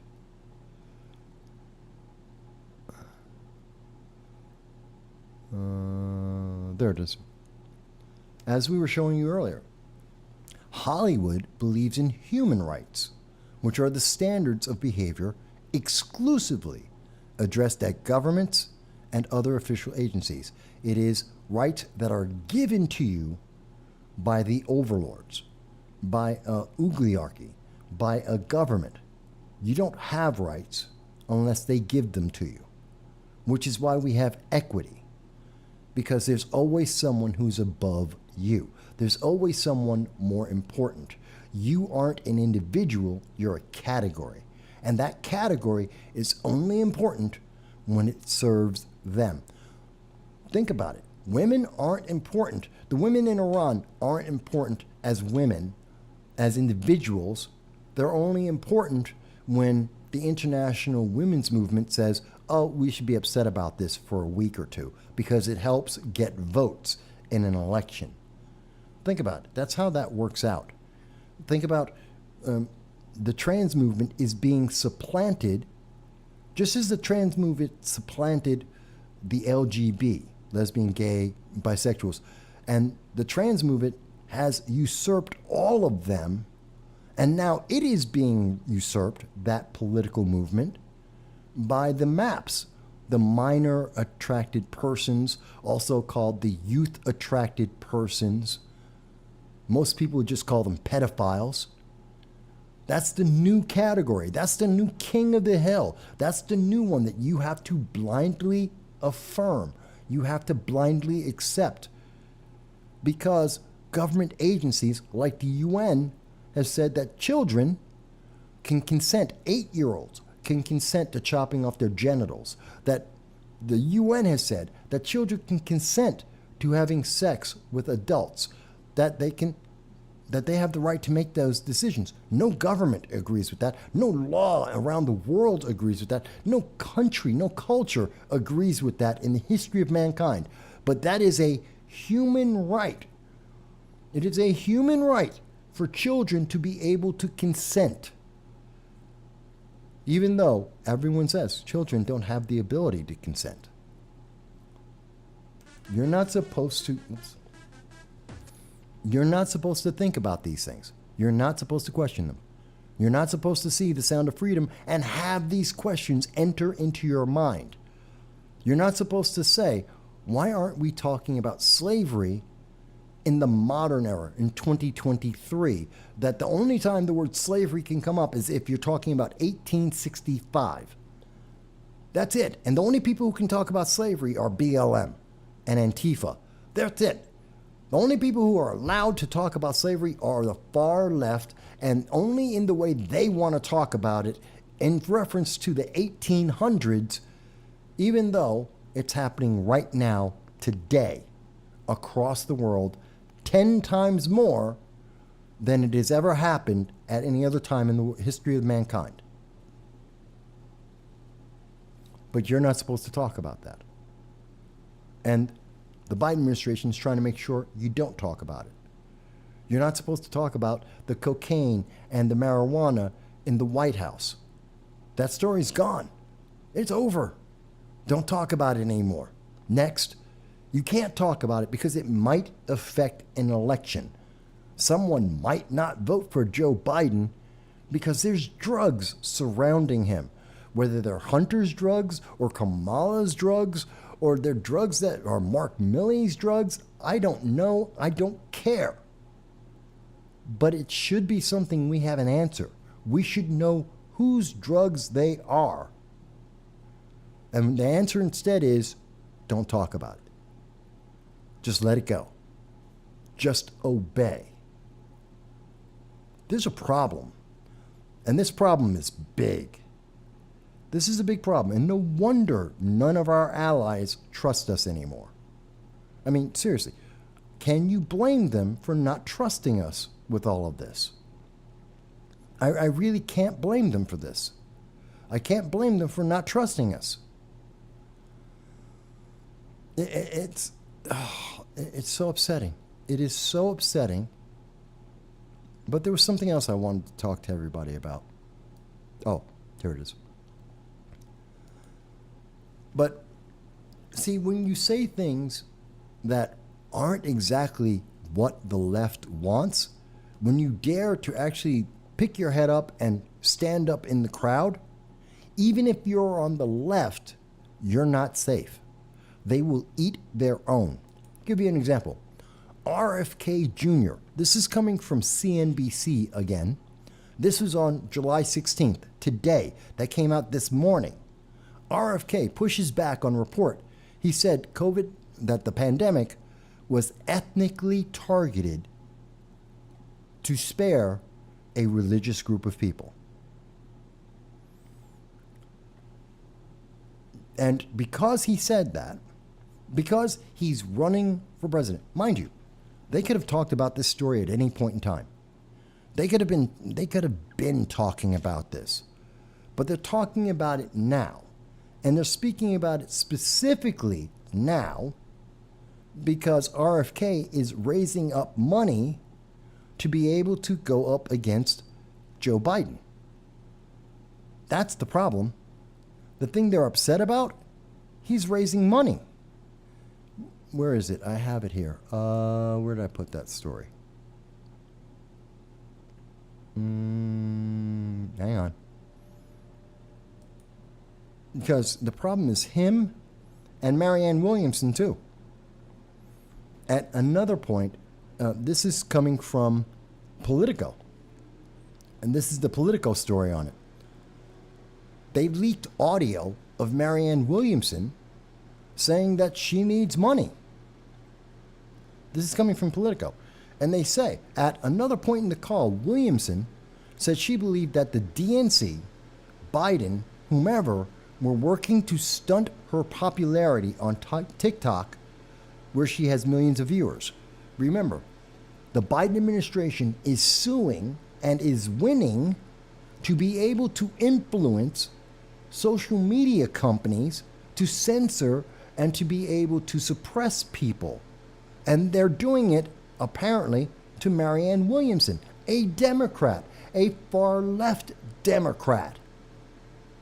This isn't just about right and left. This isn't just targeting Republicans or libertarians. This is being used against Democrats, rank and file Democrats, Democrats who aren't far left enough. Democrats who aren't just obeying. Marianne Williamson dares to say that she's going to run for president, and the DNC, as I showed you last week, Move On, is threatening the Democratic senators to not support her, not to give her money, not to be connected, because they already chose, Move On and the left have already decided that it's going to be Joe Biden, and no one else gets a turn at the table. No one else has a voice to speak. The DNC already said they don't want debates. No one can hear from these people, and now they are doing dirty politics. They're taking away the money. They're also trying to silence these people online. And when they can't do that, Well, they're doing what they're doing to RFK, which is they're going out there and they're saying, hey, here's a story that no one remembers. And they're just saying, oh, no, he said this. He said this. He's a bad guy. He's a racist. What is that? Okay. And so that you're not supposed to listen to him. You're not supposed to hear him. You're not supposed to give him money. Why? Because he is daring to do something he's not supposed to do. He's daring to stand up. I mean, think about it. Joe Biden, no one's supporting Joe Biden. Rank and file people. Joe Biden just came out and said, I raised more money than everybody. He didn't get it from people like you and me. This is from the New York Times. He's not getting his donations from individual people. People don't want to support Joe Biden. The money is coming from individuals, and this is coming from Politico as well. This is also the Political story. And where's the money going? People are donating, individuals, you and me, are donating money to Donald Trump. That's where people are making their donations, not to Joe Biden. Joe Biden's getting money from the DNC. He's getting money from PACs. He's getting money from the ultra-rich, the elites, the very same people he tells you that he's fighting against, the very same people that the left are telling you are evil and bad, those billionaires and those millionaires like Bernie Sanders and Barack Obama. He's getting his money from them. He's not getting it from individuals. People aren't giving him money, but they're also making sure if you don't give money to Joe Biden, you can't give it to Marianne Williamson, and you can't give it to RFK. And that's for the Democrats. Forget about what the Republicans think about it. Forget about what conservatives or libertarians think about it. They're telling you, you can't, the choice has been made for you. These are what the Democrats are doing to Democrats. You have to obey. In every single aspect, you have to obey. Because they will silence your voice, even if you're on the left. Even if you happen to be left-leaning. You don't even have to be a progressive. If you happen to just be a Democrat and you're not far left enough, that's on you. It's your fault. You're the problem. I tell you, folks, these are the things we have to look out for. Do you understand why the American people have less and less trust and confidence in our elections? Why we have less and less trust in our government and our elected officials? Why the rest of the world has less and less confidence in the leadership of the United States? And why the beacon of freedom is dimming in the world? Why we are seeing China, North Korea, Iran, Russia, that these countries are gaining in power, that they are just moving themselves forward. They're becoming more aggressive as the American people will have less and less reason to trust America when the world has less and less reason to trust America. This is affecting the world. This is affecting you. It's international. It's domestic. It affects every single person. And whether or not you think that that's a fair thing, whether or not you agree with Donald Trump or Mike Termott or anyone else, this is affecting your life. And they're telling you, keep your head down and obey. I'm telling you, do anything but that. And because I dare to say, do anything but that, because I am a black Hispanic, and I'm not on the plantation, I'm not a Democrat, I am damn sure not a progressive, then I'm the bad guy, just like you are. It's sad, folks. It's really sad. It is sad to see what they are doing to our great nation. Truly it is. And again, I'm wide open. My phone number is 607-242-9247. You've heard people call in. You can call in. You can comment like Tina, like user has been banned, like Dow, like Mike Bowie, even like people who are making comments over on Rumble, like Sonia C. You can make comments. You don't have to agree. But they don't even want us to talk. That should concern you, folks. So we've talked about a lot of things, and I think you can see the connection of all of these issues. When we step back and throw the whole feelings thing out the window, I don't care how you feel. Feelings aren't important. Feelings change every day. They change by the hour. Anyone who tells you you should be judging your politics by your feelings is trying to mislead you. They're trying to take advantage of you. Your feelings will change constantly. That's not a reason to be involved in politics or to make choices in your life. No. We have reasons. We have understanding. We have conclusions. We look at the facts that are around us, which is why they don't want us to talk about the facts or consider the consequences. I do. I don't care what they say because I'm not afraid of them. But that's also probably why I don't have 50,000 people watching the channel. Because they don't want us to. They're going to try and, I guarantee you, they'll try and take away all the viewers that I have as is. They've been doing that for the last 6 months. Every time we get a new subscriber, they take away 2. That's what the pattern has been for 6 months now. Up until just recently with the most recent JRS break. But we will see. We've covered a lot. We've gone over international politics. We've talked about domestic politics. We've been talking about the Sound of Freedom. We've talked about slavery.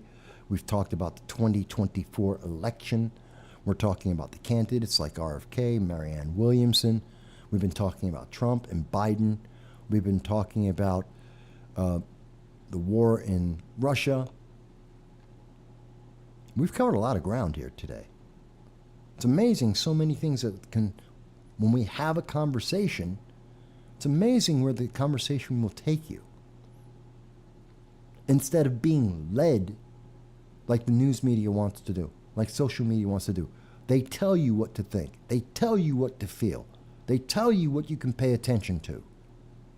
They don't want to have a conversation. They're giving you orders, and you're supposed to obey. I don't agree with that. I have never agreed with that. And I think we have a far more interesting conversation when we just speak with each other. I don't think that's a terrible thing to do. I don't see the danger in that. Even if you don't like what I have to say, why can't we talk about it? But no, you're supposed to have their feelings. Their feelings are more important than your feelings. I say this a lot recently, and I'll say it again. Why is it their feelings are more important than your feelings? Why do you have to change your feelings that you have to have their feelings, that you have to be like them? They're not going to change to be like you. You have to be what they say. You have to change your life, your ideals, your convictions, your feelings have to change to conform to some unknown group of individuals that just made up a list yesterday. And they'll change the list tomorrow. But you're expected to obey. Why? Why? Why must you obey everything they say? Why must you ignore the consequences that are obvious to everyone?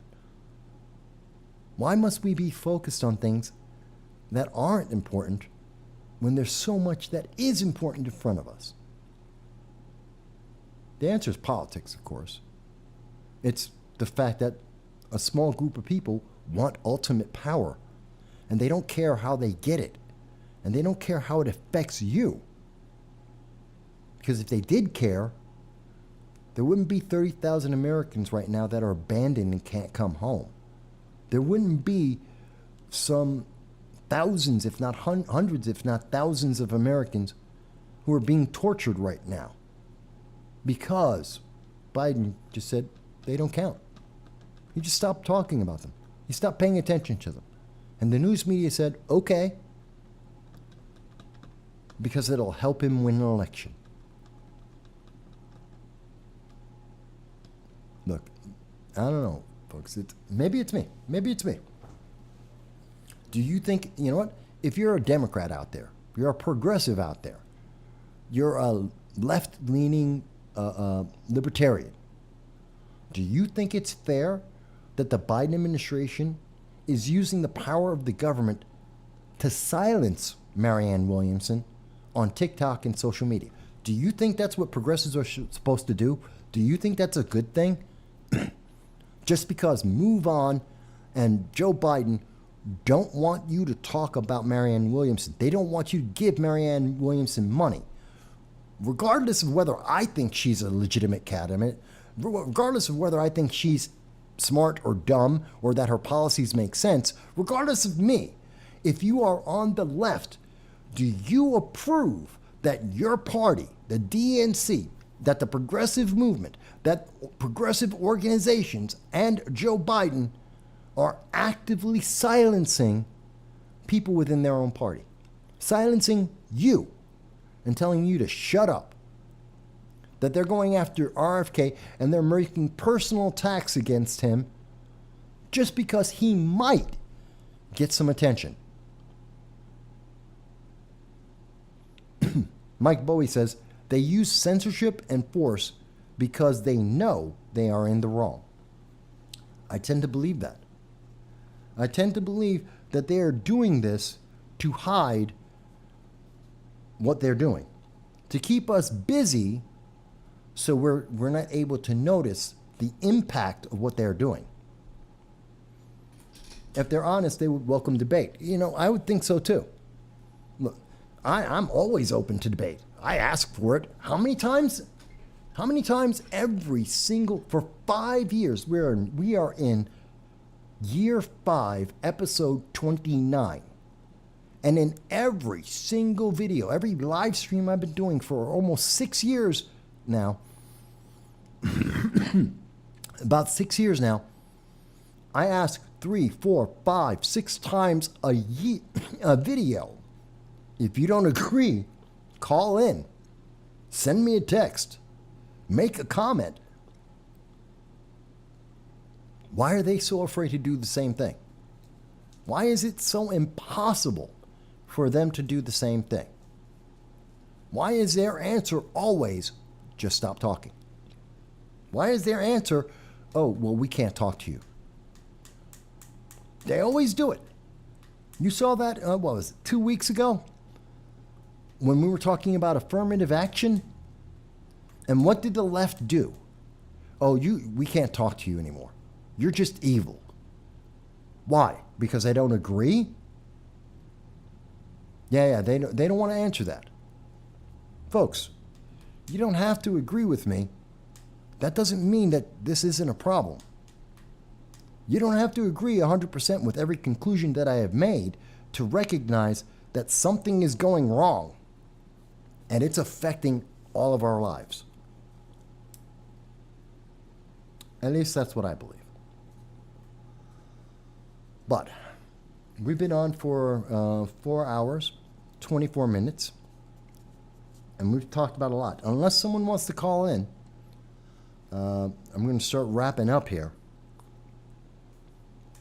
because I think these are important subjects. And I hope people, if you're listening to this as you go to sleep, fantastic. If you're watching this afterwards, remember that there will be links to everything that we have talked about in the description so that you can read this for yourself, so that you can make your own decisions. Don't just trust me. I have never asked you, just trust me. Check it out. Look at the links in the descriptions.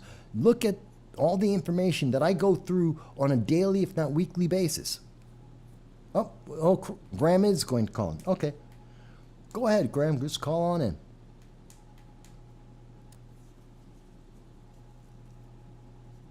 We'll see what Graham has to say. I'm always interested in what Graham always has some interesting questions, don't you think? By the way, people who are watching on Rumble, because we're simulcast on Rumble, they can call in too. Hello, and thank you for calling in to No Soundbites Allowed. I'm your host, Michael, and may I ask, what's your first name? All right, Michael, it's Graham. How you doing? Hey, Graham, go ahead. Okay, so if you're okay with it, we'll continue the conversation from last week. It's a bit of a divergence from a lot of the topics that you're talking about today.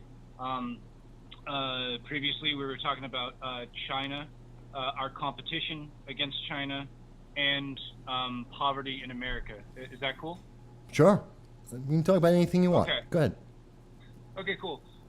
So first, I'd like to direct you to two articles. The first is an article by Reuters, and what I'll do is I'll paste the title of the article into the chat. Yeah. The title of the article is "China Has Won AI Battle with U.S. Pentagon's Ex-Software Chief Says." Yeah, I know about the argument. Okay, cool. And then the second article is by Business Insider. I'm sure you've heard of Ray Dalio, the billionaire business investor. He has been quoted as saying that China is winning the economic race against the United States. I'll paste the title of that into chat. So those are just two articles that I'd like to point you to as a preface. Yeah. To continue. Go ahead. Our conversation today. Yeah. Go ahead. So, one of the things that you said last time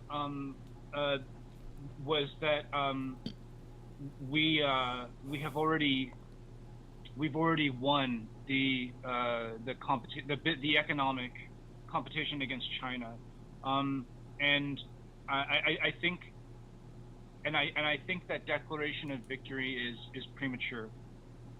Well, there's context in that. Yeah. We have beaten China in that China's economy is dependent on the United States, both because of the debt that they have owned of us, and that we are their primary purchaser. We're their biggest consumer. So as our economy takes a hit, their economy takes a bigger hit. Now, you don't see that immediately because they have an artificial economy. It's a closed system. All the money in China stays in China. Money that goes into China stays in China. You can't take money out of China. So it's an artificial economy that they adjust artificially. So you don't necessarily see all the results right away. But in terms of energy development, clean energy, we've been blowing them away for years. They're depending on our consumers, not the other way around. So as much as they are manufacturing everything, that's great, but they need to manufacture what we want. So again, we still have the lead on that. We still have control over that. And the dollar still dominates the rest of the world. So my ultimate definition of what makes America win, the US dollar is the currency of the world, not the won or yuan. So then what are your thoughts then on the BRICS emerging currency? I think it's Brazil, Russia, India, China, South Africa. Yep. And I think there's one more that I can't remember. There is. There's 20 members in it. It's BRICS. BRICS is the name of it. And they recently South Africa, I believe, they're having a South African summit. And this is really just meant to bolster China in particular, and India, but mostly China. And they're trying to come up with an alternative to the US dollar. I don't think it's going to work. Now, I just showed, and we had been talking about this maybe 2-3 weeks ago, that there have been several changes to that. In particular, BRICS is, the reason why BRICS is important, it creates an alternative to the dollar for Russia and China. Those are the biggest players that are involved in this. Obviously, Putin wants a way to get around any economic sanctions that he's not already getting around. China, same thing. And they want a way to keep their economy steady as the U.S. economy is faltering because we have stupid amounts of debt that we cannot sustain. And they know that. Here's the problem. They don't have the resources we do. Yes, there is oil in Russia, which is very hard to access, not so much natural gas.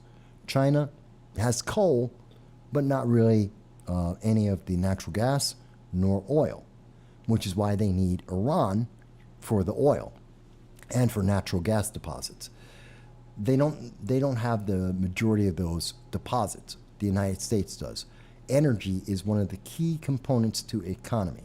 The cheaper your natural resource for energy, and the more abundant it is, therefore the cheaper all other goods that you can manufacture. It's a major factor of economics. In fact, the reason why we went into this recession is because America stopped being energy independent and selling natural gas to places like the EU, and instead started competing with our allies in the EU for oil. That was a major part of the initial first 6 months, 9 months of the Biden administration. The growth in inflation was due to just that we're competing with our allies for that. But BRICS doesn't have the manufacturing base, they don't have the customer base, and they don't have the innovation, which is why BRICS doesn't work. BRICS has been around for 15 years that they've been trying to do this. They're going to keep trying to do it. It isn't working. And no one has confidence in it. That's why they have less than 20 members in total. And none of them are major, except for those that hate America. Right. Would you agree that artificial intelligence is going to change the landscape of our reality, the more and more going into the future? Sort of. There are aspects of our future that'll change, sure. AI doesn't change. If there's someone working on your pipes, it's not going to change the plumber. It's not going to change the electrician. It's not going to change the guy who's fixing a bridge or a road or construction. But will it change the way that we watch, the way we look at videos, the way that we maybe have access to news and information?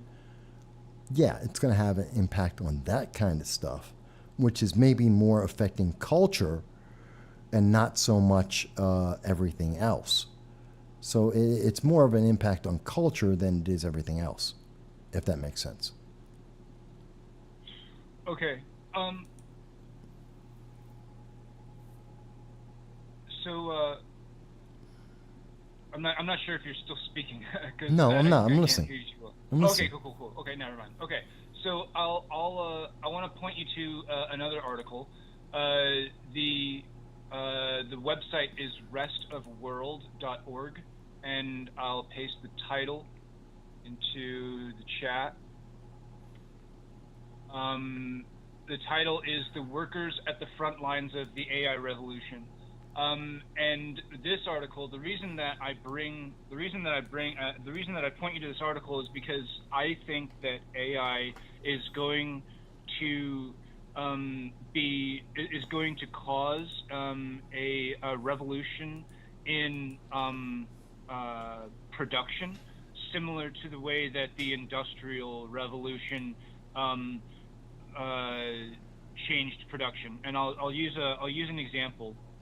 Before the Industrial Revolution and before factories, if you wanted to get a pair of shoes, usually it was like pair of boots, you would go to a cobbler, and the cobbler would measure your foot personally, and he would tell you to come back in like, I don't know, like a month or something like that. And when you came back, he would present you with this like, you know, beautiful set of like really good quality boots, and potentially that pair of boots could last you the rest of your life. You know, the soles of them could be altered, could be switched out, but the boots themselves, including the leather, they were usually like good quality. They had excellent craftsmanship, and they were measured and designed specifically to your foot. But then when factories came along, shoes and boots started becoming mass-produced, and the sizes started becoming standardized, and therefore the production of them increased massively, and the cost of them went down as well. They became much cheaper, but the quality did not have to be as good, because when your mass-produced pair of shoes or pair of boots needed to be replaced, you would just replace them.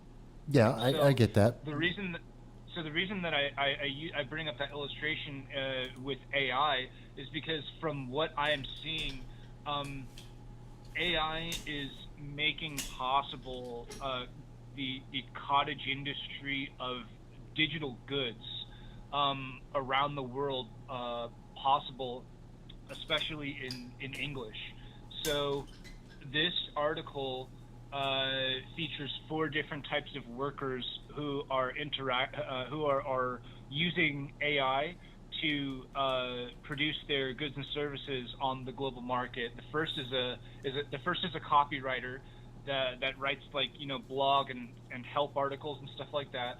The second is an illustrator. The third is a virtual assistant for like businesses, that she writes like business emails and stuff. The third one is the most interesting, where you can really see the difference in like the way that she's in the Philippines. So English is her second language, I think. You can see the big difference in the way that she writes English, and then the way that the AI converts her English into American 21st century business English. And then, of course, the fourth and last example is a marketer, a marketer of photography. He uses photography to produce advertising for businesses. So those are 4 examples that I think that you can see visually in which like AI is currently being used to enhance the output of workers all over the world, and all they need is a room, a computer, and an internet connection in which to work. Okay, so a couple of problems. First of all, most of the world doesn't have a computer. That's fact. Most of the Firstly, most of the world doesn't have a computer. Most of the world doesn't have an internet connection, nor can they afford it. So there's one of your problems with AI taking over the world. Bigger problem. It doesn't actually make anything. Yes, I mean, I'll give you an example of what I'm talking about here. This is an image I'm going to use for the thumbnail on this. I just did it today. And this is the template of a thumbnail I'm going to use for this live stream, okay? And that's made by an AI, because I never had that before. I wanted to check it out. But it can't fix my pipes. AI is not going to go to the store. It's not going to drive me to and from a location. It's not going to do anything physically. It's only digital. And it's the same argument that's made that, okay, we're going to replace currency with crypto. There's nothing behind it. It's not essential. We don't need digital art. We don't need AI. It's not something that's essential. It's a perk. And a perk is not industry. A perk is just an addition to industry.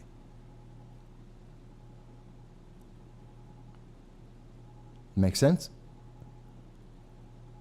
Okay, so I think you mentioned education in that. No. And No, I didn't, but go ahead. I'm sorry, you didn't? No. Okay. Well, I guess I'll just mention it briefly then. In terms of education, I think that if we don't stay ahead of the curve when it comes to how AI is changing the digital landscape, that AI will change the way that Americans and people across the rest of the world consume education before we do. And I think that you can see this trend even just on YouTube, where a lot of videos are obviously made by AI. They take stock photos and videos. Yeah. They have a robo voice, and when there is a human voice, that human voice is usually taken from lectures and clips of people who have uploaded their own content. Right. And you can see that with, like, prominent, like, educators, professors. Yeah, who they line up their clips together on a given topic, and they allow the user to digest little bites of what the human was saying in their I understand, but that's not okay. So there's, again, several problems. Again, not everyone in the world has a computer. Not everyone has an internet connection. So again, not universal. You're talking about first world. This is affecting the first world, not second and third. But going beyond that, that is an absolute full stop problem for AI and the way it's going to transform everything. Second biggest problem is, again, this is a luxury item. It is unnecessary. We don't need that. Yes, people are using it. It is a perk, but it is not essential for people to make videos or to gain knowledge or to transmit knowledge.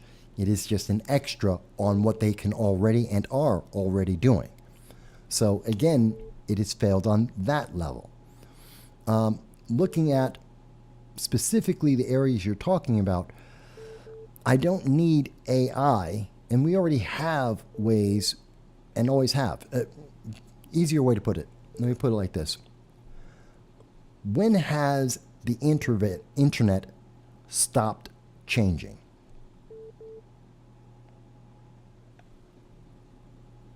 Let me say that again for you, Graham.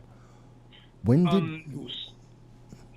So what's your opinion on Elon Musk's developing company Starlink? Because my understanding is that he's going to be putting, and he already is putting satellites in orbit to connect people all over the world through satellite internet. Yeah, people have been trying to do that for about 20 years. It's not new. It's not a new idea. He's not the first one to come up with it. He might be the best at it, but it's not new. It's not a new concept. It's not a new attempt. A lot of people have been trying to do it. Doesn't mean that it's going to be any more effective than what everyone's done beforehand. It's still going to be too expensive for people in the third world, overwhelmingly, to be able to have computers and or internet access. Unless he wants to, do internet service for like 5 cents a day, which he's not. So I'm not impressed by that. It's not new to me. It's not a new concept nor a new attempt. So it doesn't change the outcome unless he, maybe I'll be amazed and he suddenly creates a geonet, which is what it's called, a geonet, that we see in sci-fi. Eventually someone's going to do it. But again, that doesn't necessarily mean that it's going to change the quality of life, because no matter what your internet connection is, that doesn't change whether or not a plumber can unstuff your pipes. It doesn't change whether or not a carpenter can make you a new door. It doesn't change the mechanic working on your car. It doesn't change a farmer farming. It is not essential for life. It is a perk to business and to some consumers. It's not life and world changing. But there are applications, because of those applications affecting culture, it can affect culture, which affects politics, and that could affect life, but it's very indirect. And the degree of that is something else. Now, my personal fear about AI is that if you give AI access to everything, eventually it may abuse that power, say with getting access to nuclear power plants and just turning them off because it's been programmed to be a green AI and it hates nuclear power for some reason that makes no sense. But its programming can't do the math and say, oh, nuclear power is the safest, most consistent, most largest outputting energy source known to man. And it doesn't do the math, which that is the math, that is the actual empirical data. And instead, because it's been programmed to go, green energy is the only answer, and it turns off all the nuclear power plants. That would be a problem. And that's a problem I have with AI. The programming underneath, which would then be affecting infrastructure in this case, if we've taken away all the human oversight and put it all on the lap of AI, AI can do something stupid like that because it's not thinking of the human consequence. It's just doing what its programming said.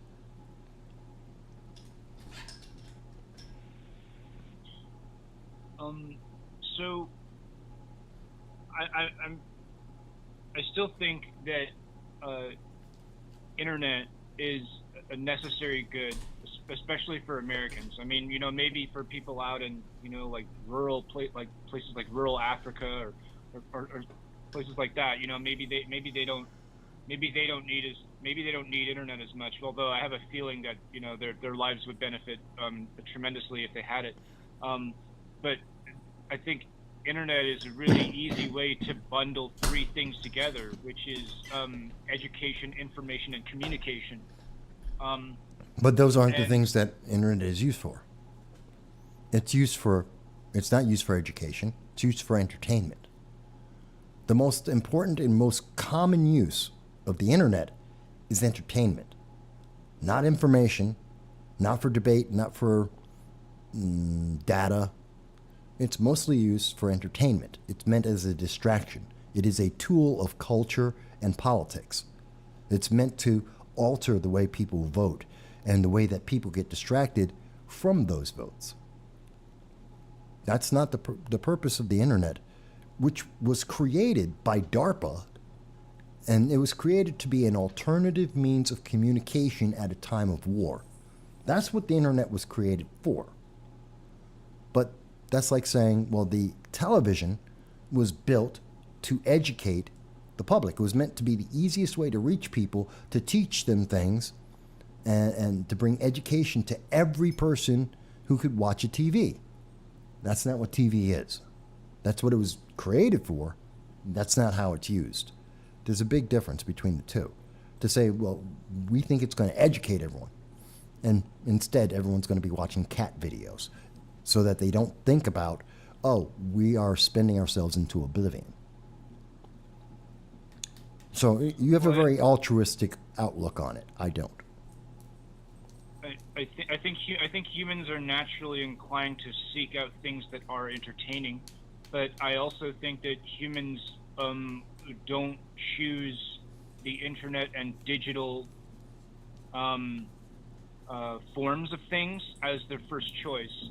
As in, like, so you use the example of like people seeking out cat videos. Uh-huh. I think given the choice, if people had two options of whether to watch videos of cats on their tablet or their computer or their phone, versus they had the opportunity to interact themselves with a cat or multiple cats or kittens. I think they would choose the real life experience. And I think the same thing is true for people who like to spend time with each other too, friends, family, colleagues. That's not accurate. The internet is used as a medium for when two or more people cannot be physically present together, enjoying each other's company. That's not accurate. But it's definitely not like the first choice. Does that make sense? I understand what you're saying, but it's not accurate. If you're talking about for those individuals who happen to be about 45 and older, yes. If you're talking about people who are under 45, no. That's not the trend that we see in society, in every first world society with the youth. They are less interactive with other individuals. Even though humans are very social, they're substituting in-person interactions for online interactions. So we are actually dehumanizing. The more that we are poorly integrating the internet into our lives with the speed that we have been doing so, we are getting more dehumanization and less social interaction and more socially inept individuals as a commonality in our communities, in our culture, than the other way around. So if you're telling me, do people who are 55 want to interact with an animal in person or on watching it on a video? People who are 55 will pick the animal. People who are 18 will take the video.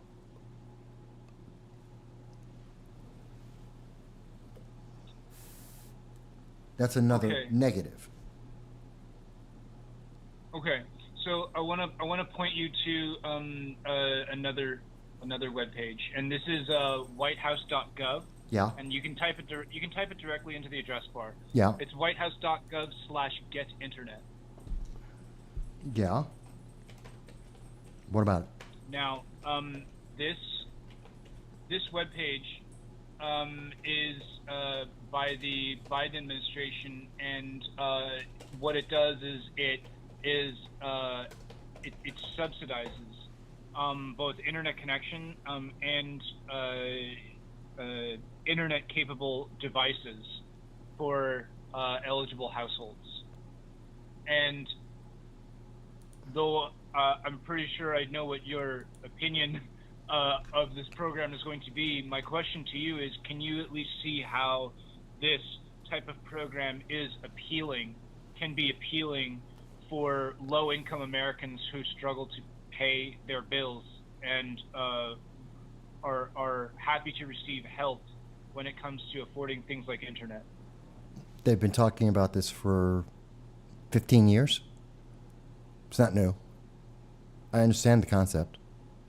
And I haven't seen, as much as we've been hearing people say, this is the future, this is the answer, rural internet, blah, blah, blah. The return has not equaled the promise, ever, for 15 years. Actually, probably 20. So I'm unmoved by that argument. I've heard the argument before. It's been an argument they've had since 1995. They've been talking about this. Rural internet, the great benefits of internet. It's part of the reason why we had the internet bubble. Everything would be internet. It's not new to me. This is not a new concept. We've already been there. We've already gone through this bubble once before. This is just a new wave of the same bubble. And I believe it's an over-reliance on a dehumanizing product.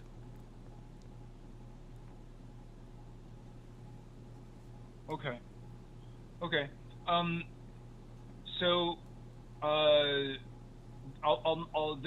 this last article I'm going to point you to will be the last pillar of our conversation today. It's an article by Vox. Oh God. And I'll paste the title into the chat. And the article addresses what you and I were talking about last week in terms of transportation. And I think last week you were saying something along the lines of like transportation is not a necessity. Correct. For life, and I want to push back on that. Sure. Go ahead. And if you bring up this article by Vox on your screen, the impossible paradox of car ownership, I can summarize the article for you. Well, I can pretty much guess what it is because Vox is a extremely biased site. They're not credible in my point of view. They're a propaganda paper. But go ahead. Yeah, fair enough. But I think the arguments that this article makes are pretty interesting, and quite a few of them I definitely agree with based on personal experience. So this article makes the argument that a car, especially for low-income people, is a necessity for survival in America. It starts out with some statistics, which is that 68% of American workers drive to their jobs, and in terms of car ownership, in 2021, this was data compiled from the 2020 census, if I'm not mistaken. 91% of American households had at least one car, and only 8% had no car. I would dispute those sources, but okay. I'm sorry, what? I would dispute that, but okay. They're saying that this is census data, but I dispute that, but okay. So this is their argument, but there's a couple of problems with that, but go on. Okay, yeah, I'll continue. So the next point that they make is that cars are necessary for upward socioeconomic mobility, especially for low-income people. People have to drive to their job. They drive to see friends. They drive to visit their family who they care for, and they also drive to places that they want to visit outside of their own neighborhoods. Places like museums, places like the public library, and for families to go to day outings, like going to the beach and stuff. Also for daily errands, places like going to the bank, like the grocery store, and then for people who use their vehicles to increase their income, they use it to drive Lyft, Uber, also a grocery delivery like Uber Eats, DoorDash, and Instacart. And so, and the other point that it makes is that public transit systems outside of New York and Washington, D.C., because to my knowledge, New York and Washington, D.C. are the only transit systems that are pretty competent for the most part, and I've experienced both of those too. All other public transit systems in the United States outside of those two cities are slow, inconvenient, and they lack sufficient metropolitan-wide coverage. I would argue that, and again, that's what the criteria is that you're looking at, because New York City and D.C. are both inefficient and are often very slow, and they have lots of additional problems, including crime, that are rampant on them, as well as maintenance and debt in terms of trying to maintain them. There's the number of criteria they're trying to use for this is very suspect on how they're trying to classify them, and without going through all their data sources and all the points that they're leaving out or including in that, yeah, that's a problem. Plus, you're talking about New York, which is absolutely unique in the world as a city, so shouldn't be used as a guideline for anything, because nothing else is comparable. DC is more comparable, but you could look at LA, you could look at most cities have some form of mass transit. So again, the data that they're using is kind of cherry-picked and is questionable. And if they were so correct about this, then we would see the impact, the incapability of people living in cities and rurally to not survive. And that's just not the reality. You need cars for certain things, sometimes in certain situations, but you don't need them for everything. It's just a luxury that we have become very accustomed to. It would be difficult for a lot of people to change their lifestyle, but the comfort of the change and the capability of the change are two very different things. We don't need it. We just are very used to it.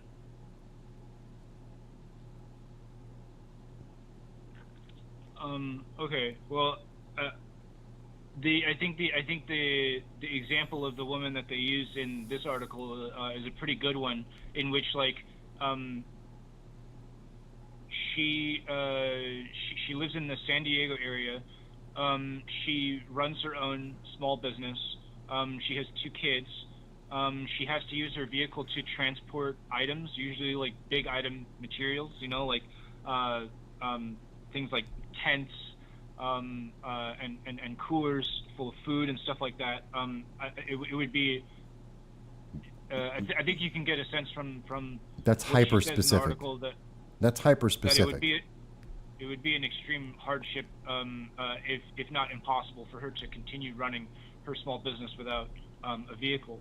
Well, wait a minute. That's not correct, because people have been doing what she does, which is event planning, I assume.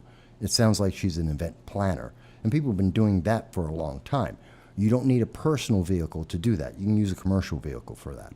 She chooses to do that with her personal vehicle. That's, again, a matter of comfort, and that's great for her, but that's not essential. And people have done it even without any vehicle long ago. More difficult, yes. Less comfortable, yes. It can be done. And what she's doing is not a common business, nor is it commonplace. So she's unique, and this is why they picked her, because she is an exception and because they're trying to push the whole black women business owner thing. So again, that goes into the politics of Vox at the core of their article. They're trying to make a gender intersectionality racial comment in this article because that's what Vox does. Thus is why they're using her as this example, which is a poor example. But people can make these businesses. We don't need a Uber Eats. We don't need a DoorDash. And in fact, there's a large argument that can be made that we should get rid of those things because they're actually counterproductive long term to our society, both in terms of individuals' health, eating habits, in terms of cost and waste of cost. People are not cooking, the capability of people to be able to be self-sufficient. There's a lot of problems long term that are not being accounted for the argument for things like Uber Eats, DoorDash, Instacart, all of that stuff. There's a lot of problems that are not being addressed at all. So, and I will point to, we have centuries of examples of minimal to moderate car usage versus today's more convenience, which is a heavier load, more vehicles, but that's based on convenience and the fact that we're a first world nation that happens to be, that has one of the highest qualities of life in the world. We are not translatable to Uganda. We're not translatable to Bolivia. We're not translatable even to, hell, you can't even translate the quality of life to Germany. It's not the same thing. So their argument is specious because they're not taking into account all of the factors. Plus, even assuming everything they're saying is correct, giving everybody a vehicle, everybody gets a Yugo, does not mean that your quality of life is going to improve. there is no one-to-one relationship. It's not even a correlation. It is just specious. It is just their arbitrary statement that if you have a car, you're going to have a better life. That is not accurate at all. There is nothing that actually correlates to that. There's no data that would actually say, I have a car, therefore I have a better life. That's a false equivalency. Because we have to look at it from that point of view as well. Let's take the assumption that it is absolutely mandatory and everyone needs a car and everyone needs the same type of car. Does that mean everyone's quality of life is going to improve? No. That doesn't make them work better. It doesn't make them more knowledgeable. It doesn't make them more capable or even have interest. It doesn't change the nature of the work that some people are going to be doing or a large number of people are going to do. So the car isn't the critical factor. The worker is. The worker and the locations of businesses, especially small businesses, which are 70% of all businesses. That is more of a factor than any vehicle.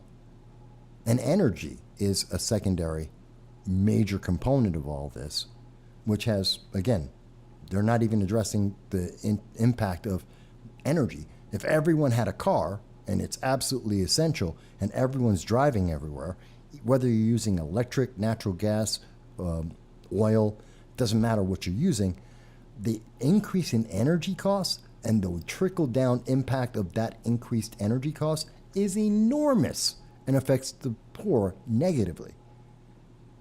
So there's yet another factor, not even counting into emissions or anything else that could be a factor as well. This starts getting very complicated very quickly when you actually look at it, because they're giving us a very glossed over summary that says this should be great.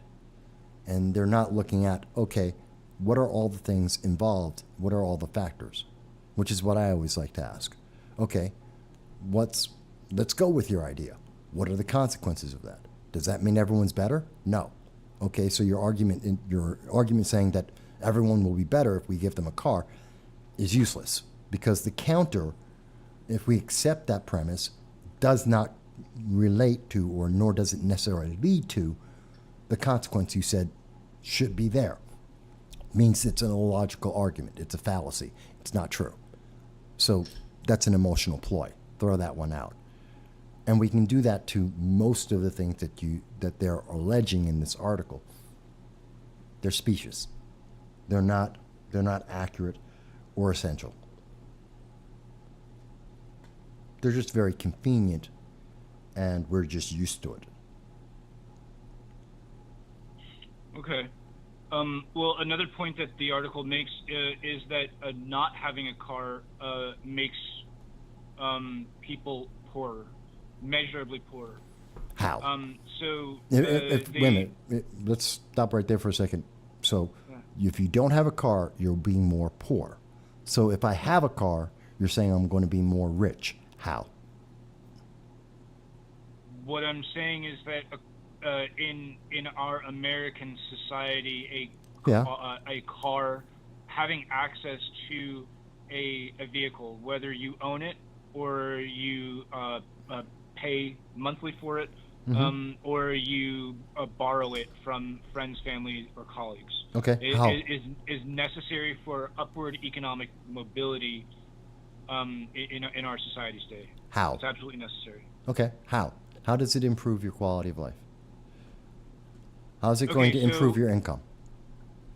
Yeah, so one of the things that they say is that poor people with cars are twice as likely to find a job and 4 times as likely to keep that job. Okay, that has nothing to do with the car. That has to do with the person. That's a specious argument. The person, you're saying poor people who tend to be uneducated individuals have a harder time getting a job. And they have less skilled labor. Poor people tend to have less skills, which is therefore why they're poor. So having less skills equals less pay equals poverty. A car doesn't change that. You still have the same skills. Your skill set didn't change. So you're still poor. You still have a poor set of skills, which equal a low income, which means you're still poor, with an additional cost now added into your poverty, which is the cost of maintaining or using a vehicle that you didn't have before, which would include not only the energy requirements of that vehicle, but the maintenance of that vehicle and the insurance on that vehicle. So you've added 3 more layers of costs, but I haven't improved the underlying absolute requirement for improvement of my economic status, which would be skill, which may be a function of either experience and or education. The vehicle provides none of that. You haven't helped any poor people. Sounds great, not accurate. Do you understand why I'm saying that? Yeah, well, in talking about the costs, which the article mentions that too, that cars are also a subscription, that you have to continually pump them full of gas. Sometimes they need emergency repairs. They do need regular maintenance. You have to buy insurance, and you also have to pay government fees like license and registration. That cars, even to keep them and to maintain them, are a money sink. Yep. And I think that one of the things that you just mentioned fall into the category of inelastic goods, right? Like in economics, there are elastic goods and inelastic goods.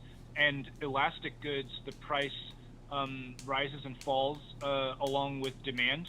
But inelastic goods, the prices remain steady, usually regardless of how much demand there is for them. Right. So if you need tires, you need tires, regardless of whether they're in demand or not. You need a tire when you need a tire. As an example, that's an inelastic good. Yes, I understand it. Yeah, the article also mentions that for poor people who face financial instability, often lose their cars. They lose them to repossession, and then if that happens, they fall even deeper into poverty because they end up getting offers by predatory lenders. They're often forced to settle for less reliable vehicles than the ones that they had. Okay, so what and as a last resort, they usually ask for help. They Okay. ask for help from family and friends. So what and they do whatever they can to get by. Right. So what you're talking about are people who are not educated about their finances. They have inadequately addressed their financial needs in financial planning, which then creates a crisis scenario, which they then poorly plan out, which creates a spiral downwards. This is a problem. So the problem wasn't the car or the lack of the car. It was the fact that they didn't have education and experience in adjusting or dealing with their finances. And they had low skills, which provided them less of a safety net in case of any negative outcomes beyond their control. So you have several factors that are keying into this. Like, okay, they're telling me low incomes are having more foreclosures on their vehicles. They're getting repossessed. Fantastic. What vehicle did they buy? Because we can go down by the local ghetto anywhere in America, and I guarantee you're going to see a bunch of Humvees and blinged out vehicles that these guys are spending more. They spend more than I spend on a house payment on just their tires.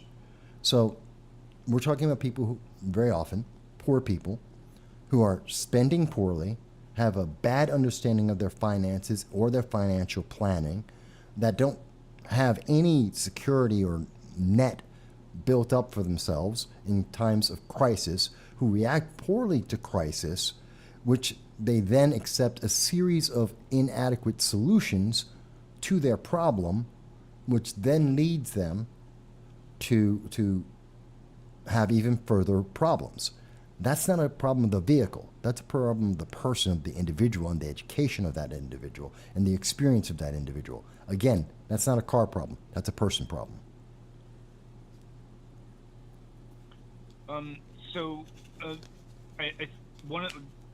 another thing that the article mentions is financial literacy classes, which I think you would agree should be part of the solution for people. And Yeah. I think you can also agree that in most high schools in the United States, financial literacy is usually not part of the curriculum. I don't know if that's changed recently. No, it's still I think in most high schools it's not there. Yeah, it's not. Overwhelmingly, it's not. And I do believe that's a big problem. But again, that's the initial problem. That's the core problem. Knowledge and experience, which we're not providing, which then catapults into, when you add additional factors on top of that, you're building on a very poor foundation, therefore it all collapses. So again, got nothing to do with the car, has to do with the education. And I believe in, if you have a better education, everything after that, in terms of financial education, you have a better financial education, everything else builds on top of that and becomes that much better. So again, it's got nothing to do with cars. We're talking about other issues.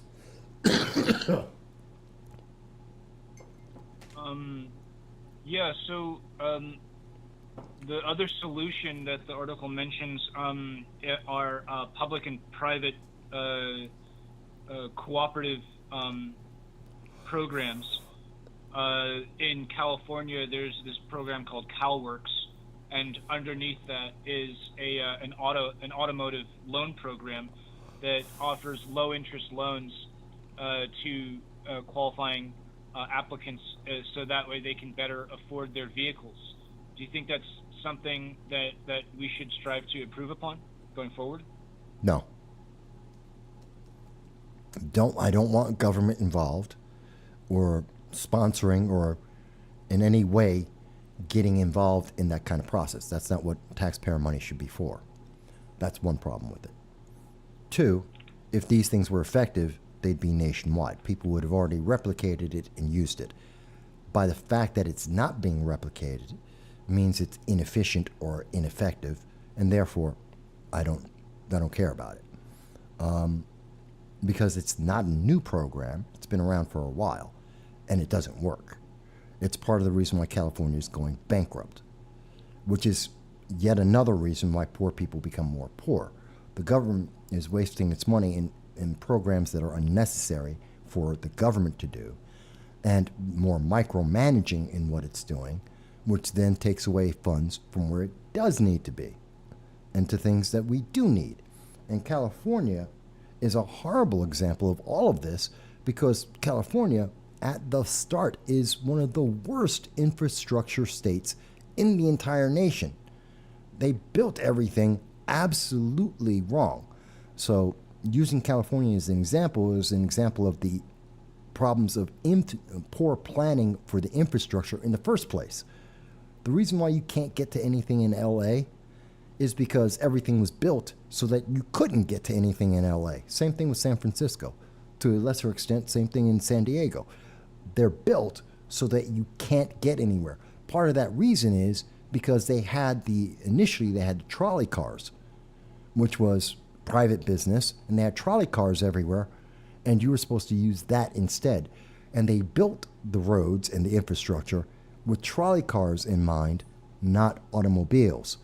And they didn't want people to have automobiles, and so they were incentivizing trolley cars and not automobiles.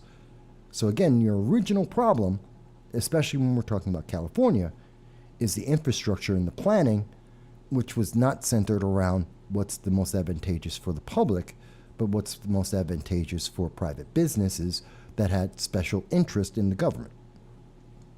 Something that most people don't think about and most people aren't aware of, which is why California is probably one of the worst examples they could possibly make for trying to make their case.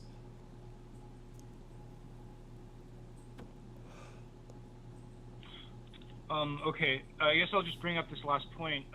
The article mentions the suburbanization of poverty. And I think that's something that we can all recognize is kind of true. I use two websites right now to look for jobs and housing. and for jobs it's Indeed, and for housing it's Zillow. And when you change the criteria to like really low rents, and also the job criteria for entry level, I find that it's very rare that you find a job and a housing opportunity that are right next to each other, or at least within walking distance. I mean, even the driving options are like, it starts with like within 5 miles, and then goes to 10, and then 15, and then 25 miles.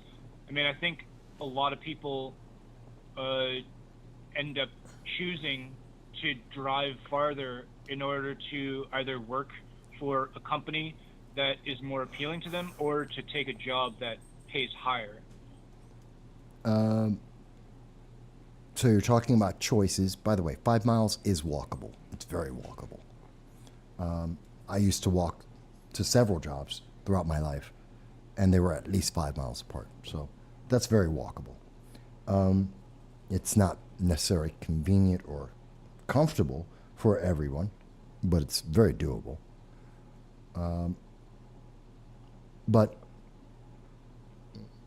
again, you're talking about entirely different sets of criteria. The actual originating problem in that scenario, you're talking about entry level. Overwhelmingly, only about 3% of the population are entry level. Everyone's above that. If you have any skill whatsoever, you're not entry level. So basing it on entry level, which is a population of 3% of all the workers, is not an accurate representation of what's out there.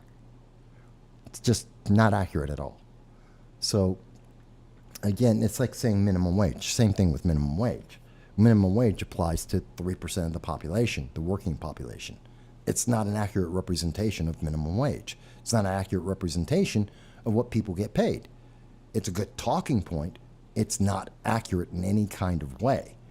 Although it has an outsized impact when we artificially adjust it, then it has a negative impact, creating more poverty, not reducing it, which is why I'm against the minimum wage or a living wage, these artificial increases to it, because they're not centered on the impact and the consequence. They're centered on the politics, what'll get people reelected. If you increase the minimum wage to $15, you're going to increase the number of people in poverty by about 1.5 million. You're going to unemploy roughly 500,000 to 1 million more people. You're increasing the net poverty in the nation, not decreasing it, by increasing the minimum wage to 15. And if you go to 25, now you're talking about roughly another 5 million people who go into poverty, roughly another 3% of people who become unemployed. You're significant, and driving up the cost of all the goods, so the people who are poor become more poor. It's a very vicious cycle, and these are numbers coming from the CBO, the Congressional Budget Office, that have studied this repeatedly since 2018. Every time they come up with the same data, it's always the same result. And we see in real world that same result in Manhattan, in Colorado, in Washington State, everywhere they've implemented it. It's always the same result. Hey, Logic Rex, good to see you. So again, these are the inherent problems. At the core of all of this always comes back to education and experience. Education and experience are the key factors. It's not the vehicle, it's education and the experience. If you resolve education and experience, you will improve everything else along the lifetime of an individual. It is far more essential than whether or not you have a vehicle. Everything else is just a matter of comfort. Right. Okay, yeah. I'll just conclude with this last point then. Mm-hmm. In my view, conservatives, Republicans, the right, need to come up with a plan to meaningfully address poverty in America, or inevitably a charismatic leader from the left will come along and defeat them in that territory. Yes. Personally, I think that my plan is a pretty good starting point, which is just to recognize what are the necessities of life, not just to survive in America, but to have what you need to pursue your life's work, to enter the labor market, attempting to provide the good or the service that only you yourself can provide, because you're passionate about the work, because you would do the work no matter how much it pays you, and because that's what you feel called to do in life.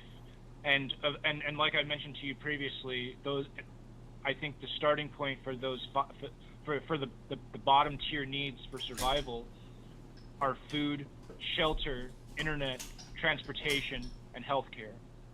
So I'd be interested to see what the conversations are like on the right going forward, and how they can attempt to appeal to poor people with the idea that we have a good plan to improve your life and allow you to actually, like it mentioned in the Constitution, or maybe it's the Declaration of Independence, to pursue happiness, to pursue your own fulfillment, to do what you feel called to do in life.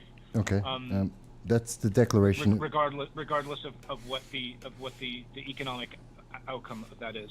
Well, it's the Declaration of Independence, not the Constitution. You're talking about the happiness clause: life, liberty, and the pursuit of happiness. Right. It's called the happiness clause, and I agree. Everyone should be, and we do have the capability to pursue that. If you're talking about people doing what their passions are, most people don't know what they are. And the younger the generation these days, the less they know what their passions are, because they're less social, interactive, and more indoctrinated into what they're doing rather than pursuing their own interests. So there's one of your essential problems. The best answer that conservatives can make is do the work. Buckle down, do the work yourself. Don't rely on the government, don't ask the government, and keep the government out of your life. That's the best answer. It is unpleasant, it does not sell well, but it is the best answer. Because the more you interject government, the further you will get from the result that you want. That has always been consistent and true. You're not going to get your passions by having the government provide it to you. You're talking, that is approaching a socialist system, which is the ideal of the socialist system as it is generally written. The reality of that system is that you have less choice and less passion, and that society stagnates. And we've seen that example from 75 years of the Soviet Union. We're looking at 60 years of socialism in China. We can look to examples in Venezuela, Cuba, go on and on and on. The more socialist you become, the more socialized you make your system, the less freedoms and less choices that you have, and the more impoverished and stagnated the society becomes. So yes, I agree with you. There will be, and there are. AOC is a great example of someone who is lauded. She is loved by the far left. She is a darling for many people because she's a young, quirky Latina, with the biggest teeth I've ever seen in my life. She's not the most beautiful Latina that exists. We can go to the Bronx any day of the week, run down any block in the Bronx, you'll find more beautiful people. But AOC is noted as being beautiful and educated, which again, listen to her economic arguments, they're not educated, they're not understanding consequences, they're not well thought out. Look at her Green New Deal as another example. But yet she's lauded as that. And that's the kind of person that you have rightly identified is a danger to the system, because she's going to use her charisma to gloss over the failures of her policy, and that will wind up hurting more people. I agree with you. But the answer to the actual solution to the problem you've identified is work harder. Get the government out of your life and work harder. It's not a pleasant answer. It's not a guarantee, even though you're not supposed to have a guarantee. Life, liberty, and the pursuit of happiness is not a guarantee. That doesn't mean you get it. You may want it. You can try for it. No guarantee you'll ever get that. And it isn't, and if you're talking about people going after their passions, there is a trade-off for that. There's a cost. Ask any musician who wants to become big. Ask any artist who's painting right now. They may be the best in the universe. Most entertainers, as an example, do not find their greatness or their appreciation of their work until after they're dead. Overwhelmingly, that's the case. You can follow your passions. It doesn't mean that you're going to have success. It doesn't mean that it's going to be a good, easy life. It may entail even more hardship than just doing a humdrum 9 to 5. But that's the choice people get to make. And they're making that choice now. By appealing to the heartstring, we fail the people in the reality. And sadly, that's why the left does as well as it does and why it will continue to do well. They're selling things based on promises to the heartstrings and not promises to the consequences. And that's not going to change anytime soon, which is why conservatives and Republicans, libertarians generally, are going to always do or have a more sporadic control and efforts, because they're always going to be looked at the bad guy, because they're never making people feel good in the moment. You may feel good in your lifetime. You're not going to feel good that second, because they're not trying to help you that second. They're giving you the opportunity to help yourself over time. So it's short-term versus long-term needs, if that makes sense. But I understand your altruism. I understand your heart and your goal, and I don't think it's a bad thing, and I'm not telling you not to do it. But there are certain inherent problems with that. And I'm just telling you to be realistic about those and to incorporate that into your thinking. Long-term success versus short-term, what's the word I'm looking for? Right, man. Cool. Dude, thanks for another great conversation. Absolutely. Thank you. I like it. It was a good conversation. All right, cool, man. See you, Michael. All right. Excuse me. All right, everybody. So that was me. I was just talking to Graham. We were talking about economics, the value of a vehicle, the necessity of a vehicle in America, the necessity of government in our lives, the potential of individuals to make choices that will improve their quality of life. And if you notice, I know my libertarian friends out there are going to look at that and go, see, Mike, you got it. It's libertarian. You just do for you. Government stands out. That's not just a libertarian principle. It's actually a Republican principle. It's a principle of smaller government. Shrink the size of government. Take government out of your life. You'll do better. It's not just a libertarian principle. It's one of the things that I do like about libertarians is that they say, hey, do it on your own. Get the government out of your life. Deal with your community. Deal with your friends. Make things happen. I agree with that. And progressives hate when people say that. They hate when you take the government out, when you take their control over your life out of their, take it out of their hands. If you take control of your life, they hate you for that. They want you dependent. They need you to be dependent. Which is why they have things like affirmative action and ERA, all the war on poverty. These are all progressive ideas. They all fail. None of them work. None of them have uplifted anybody that they've targeted, ever.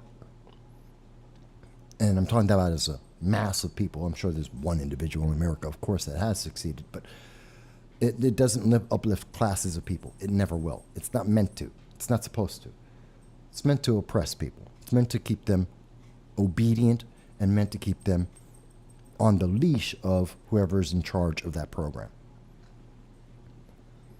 I'm sure there are progressives that hate me for revealing that to you, and I'm sure that they may want to convince themselves that's just not true. Look at the data. Look at the data over the last 100 years. It's true.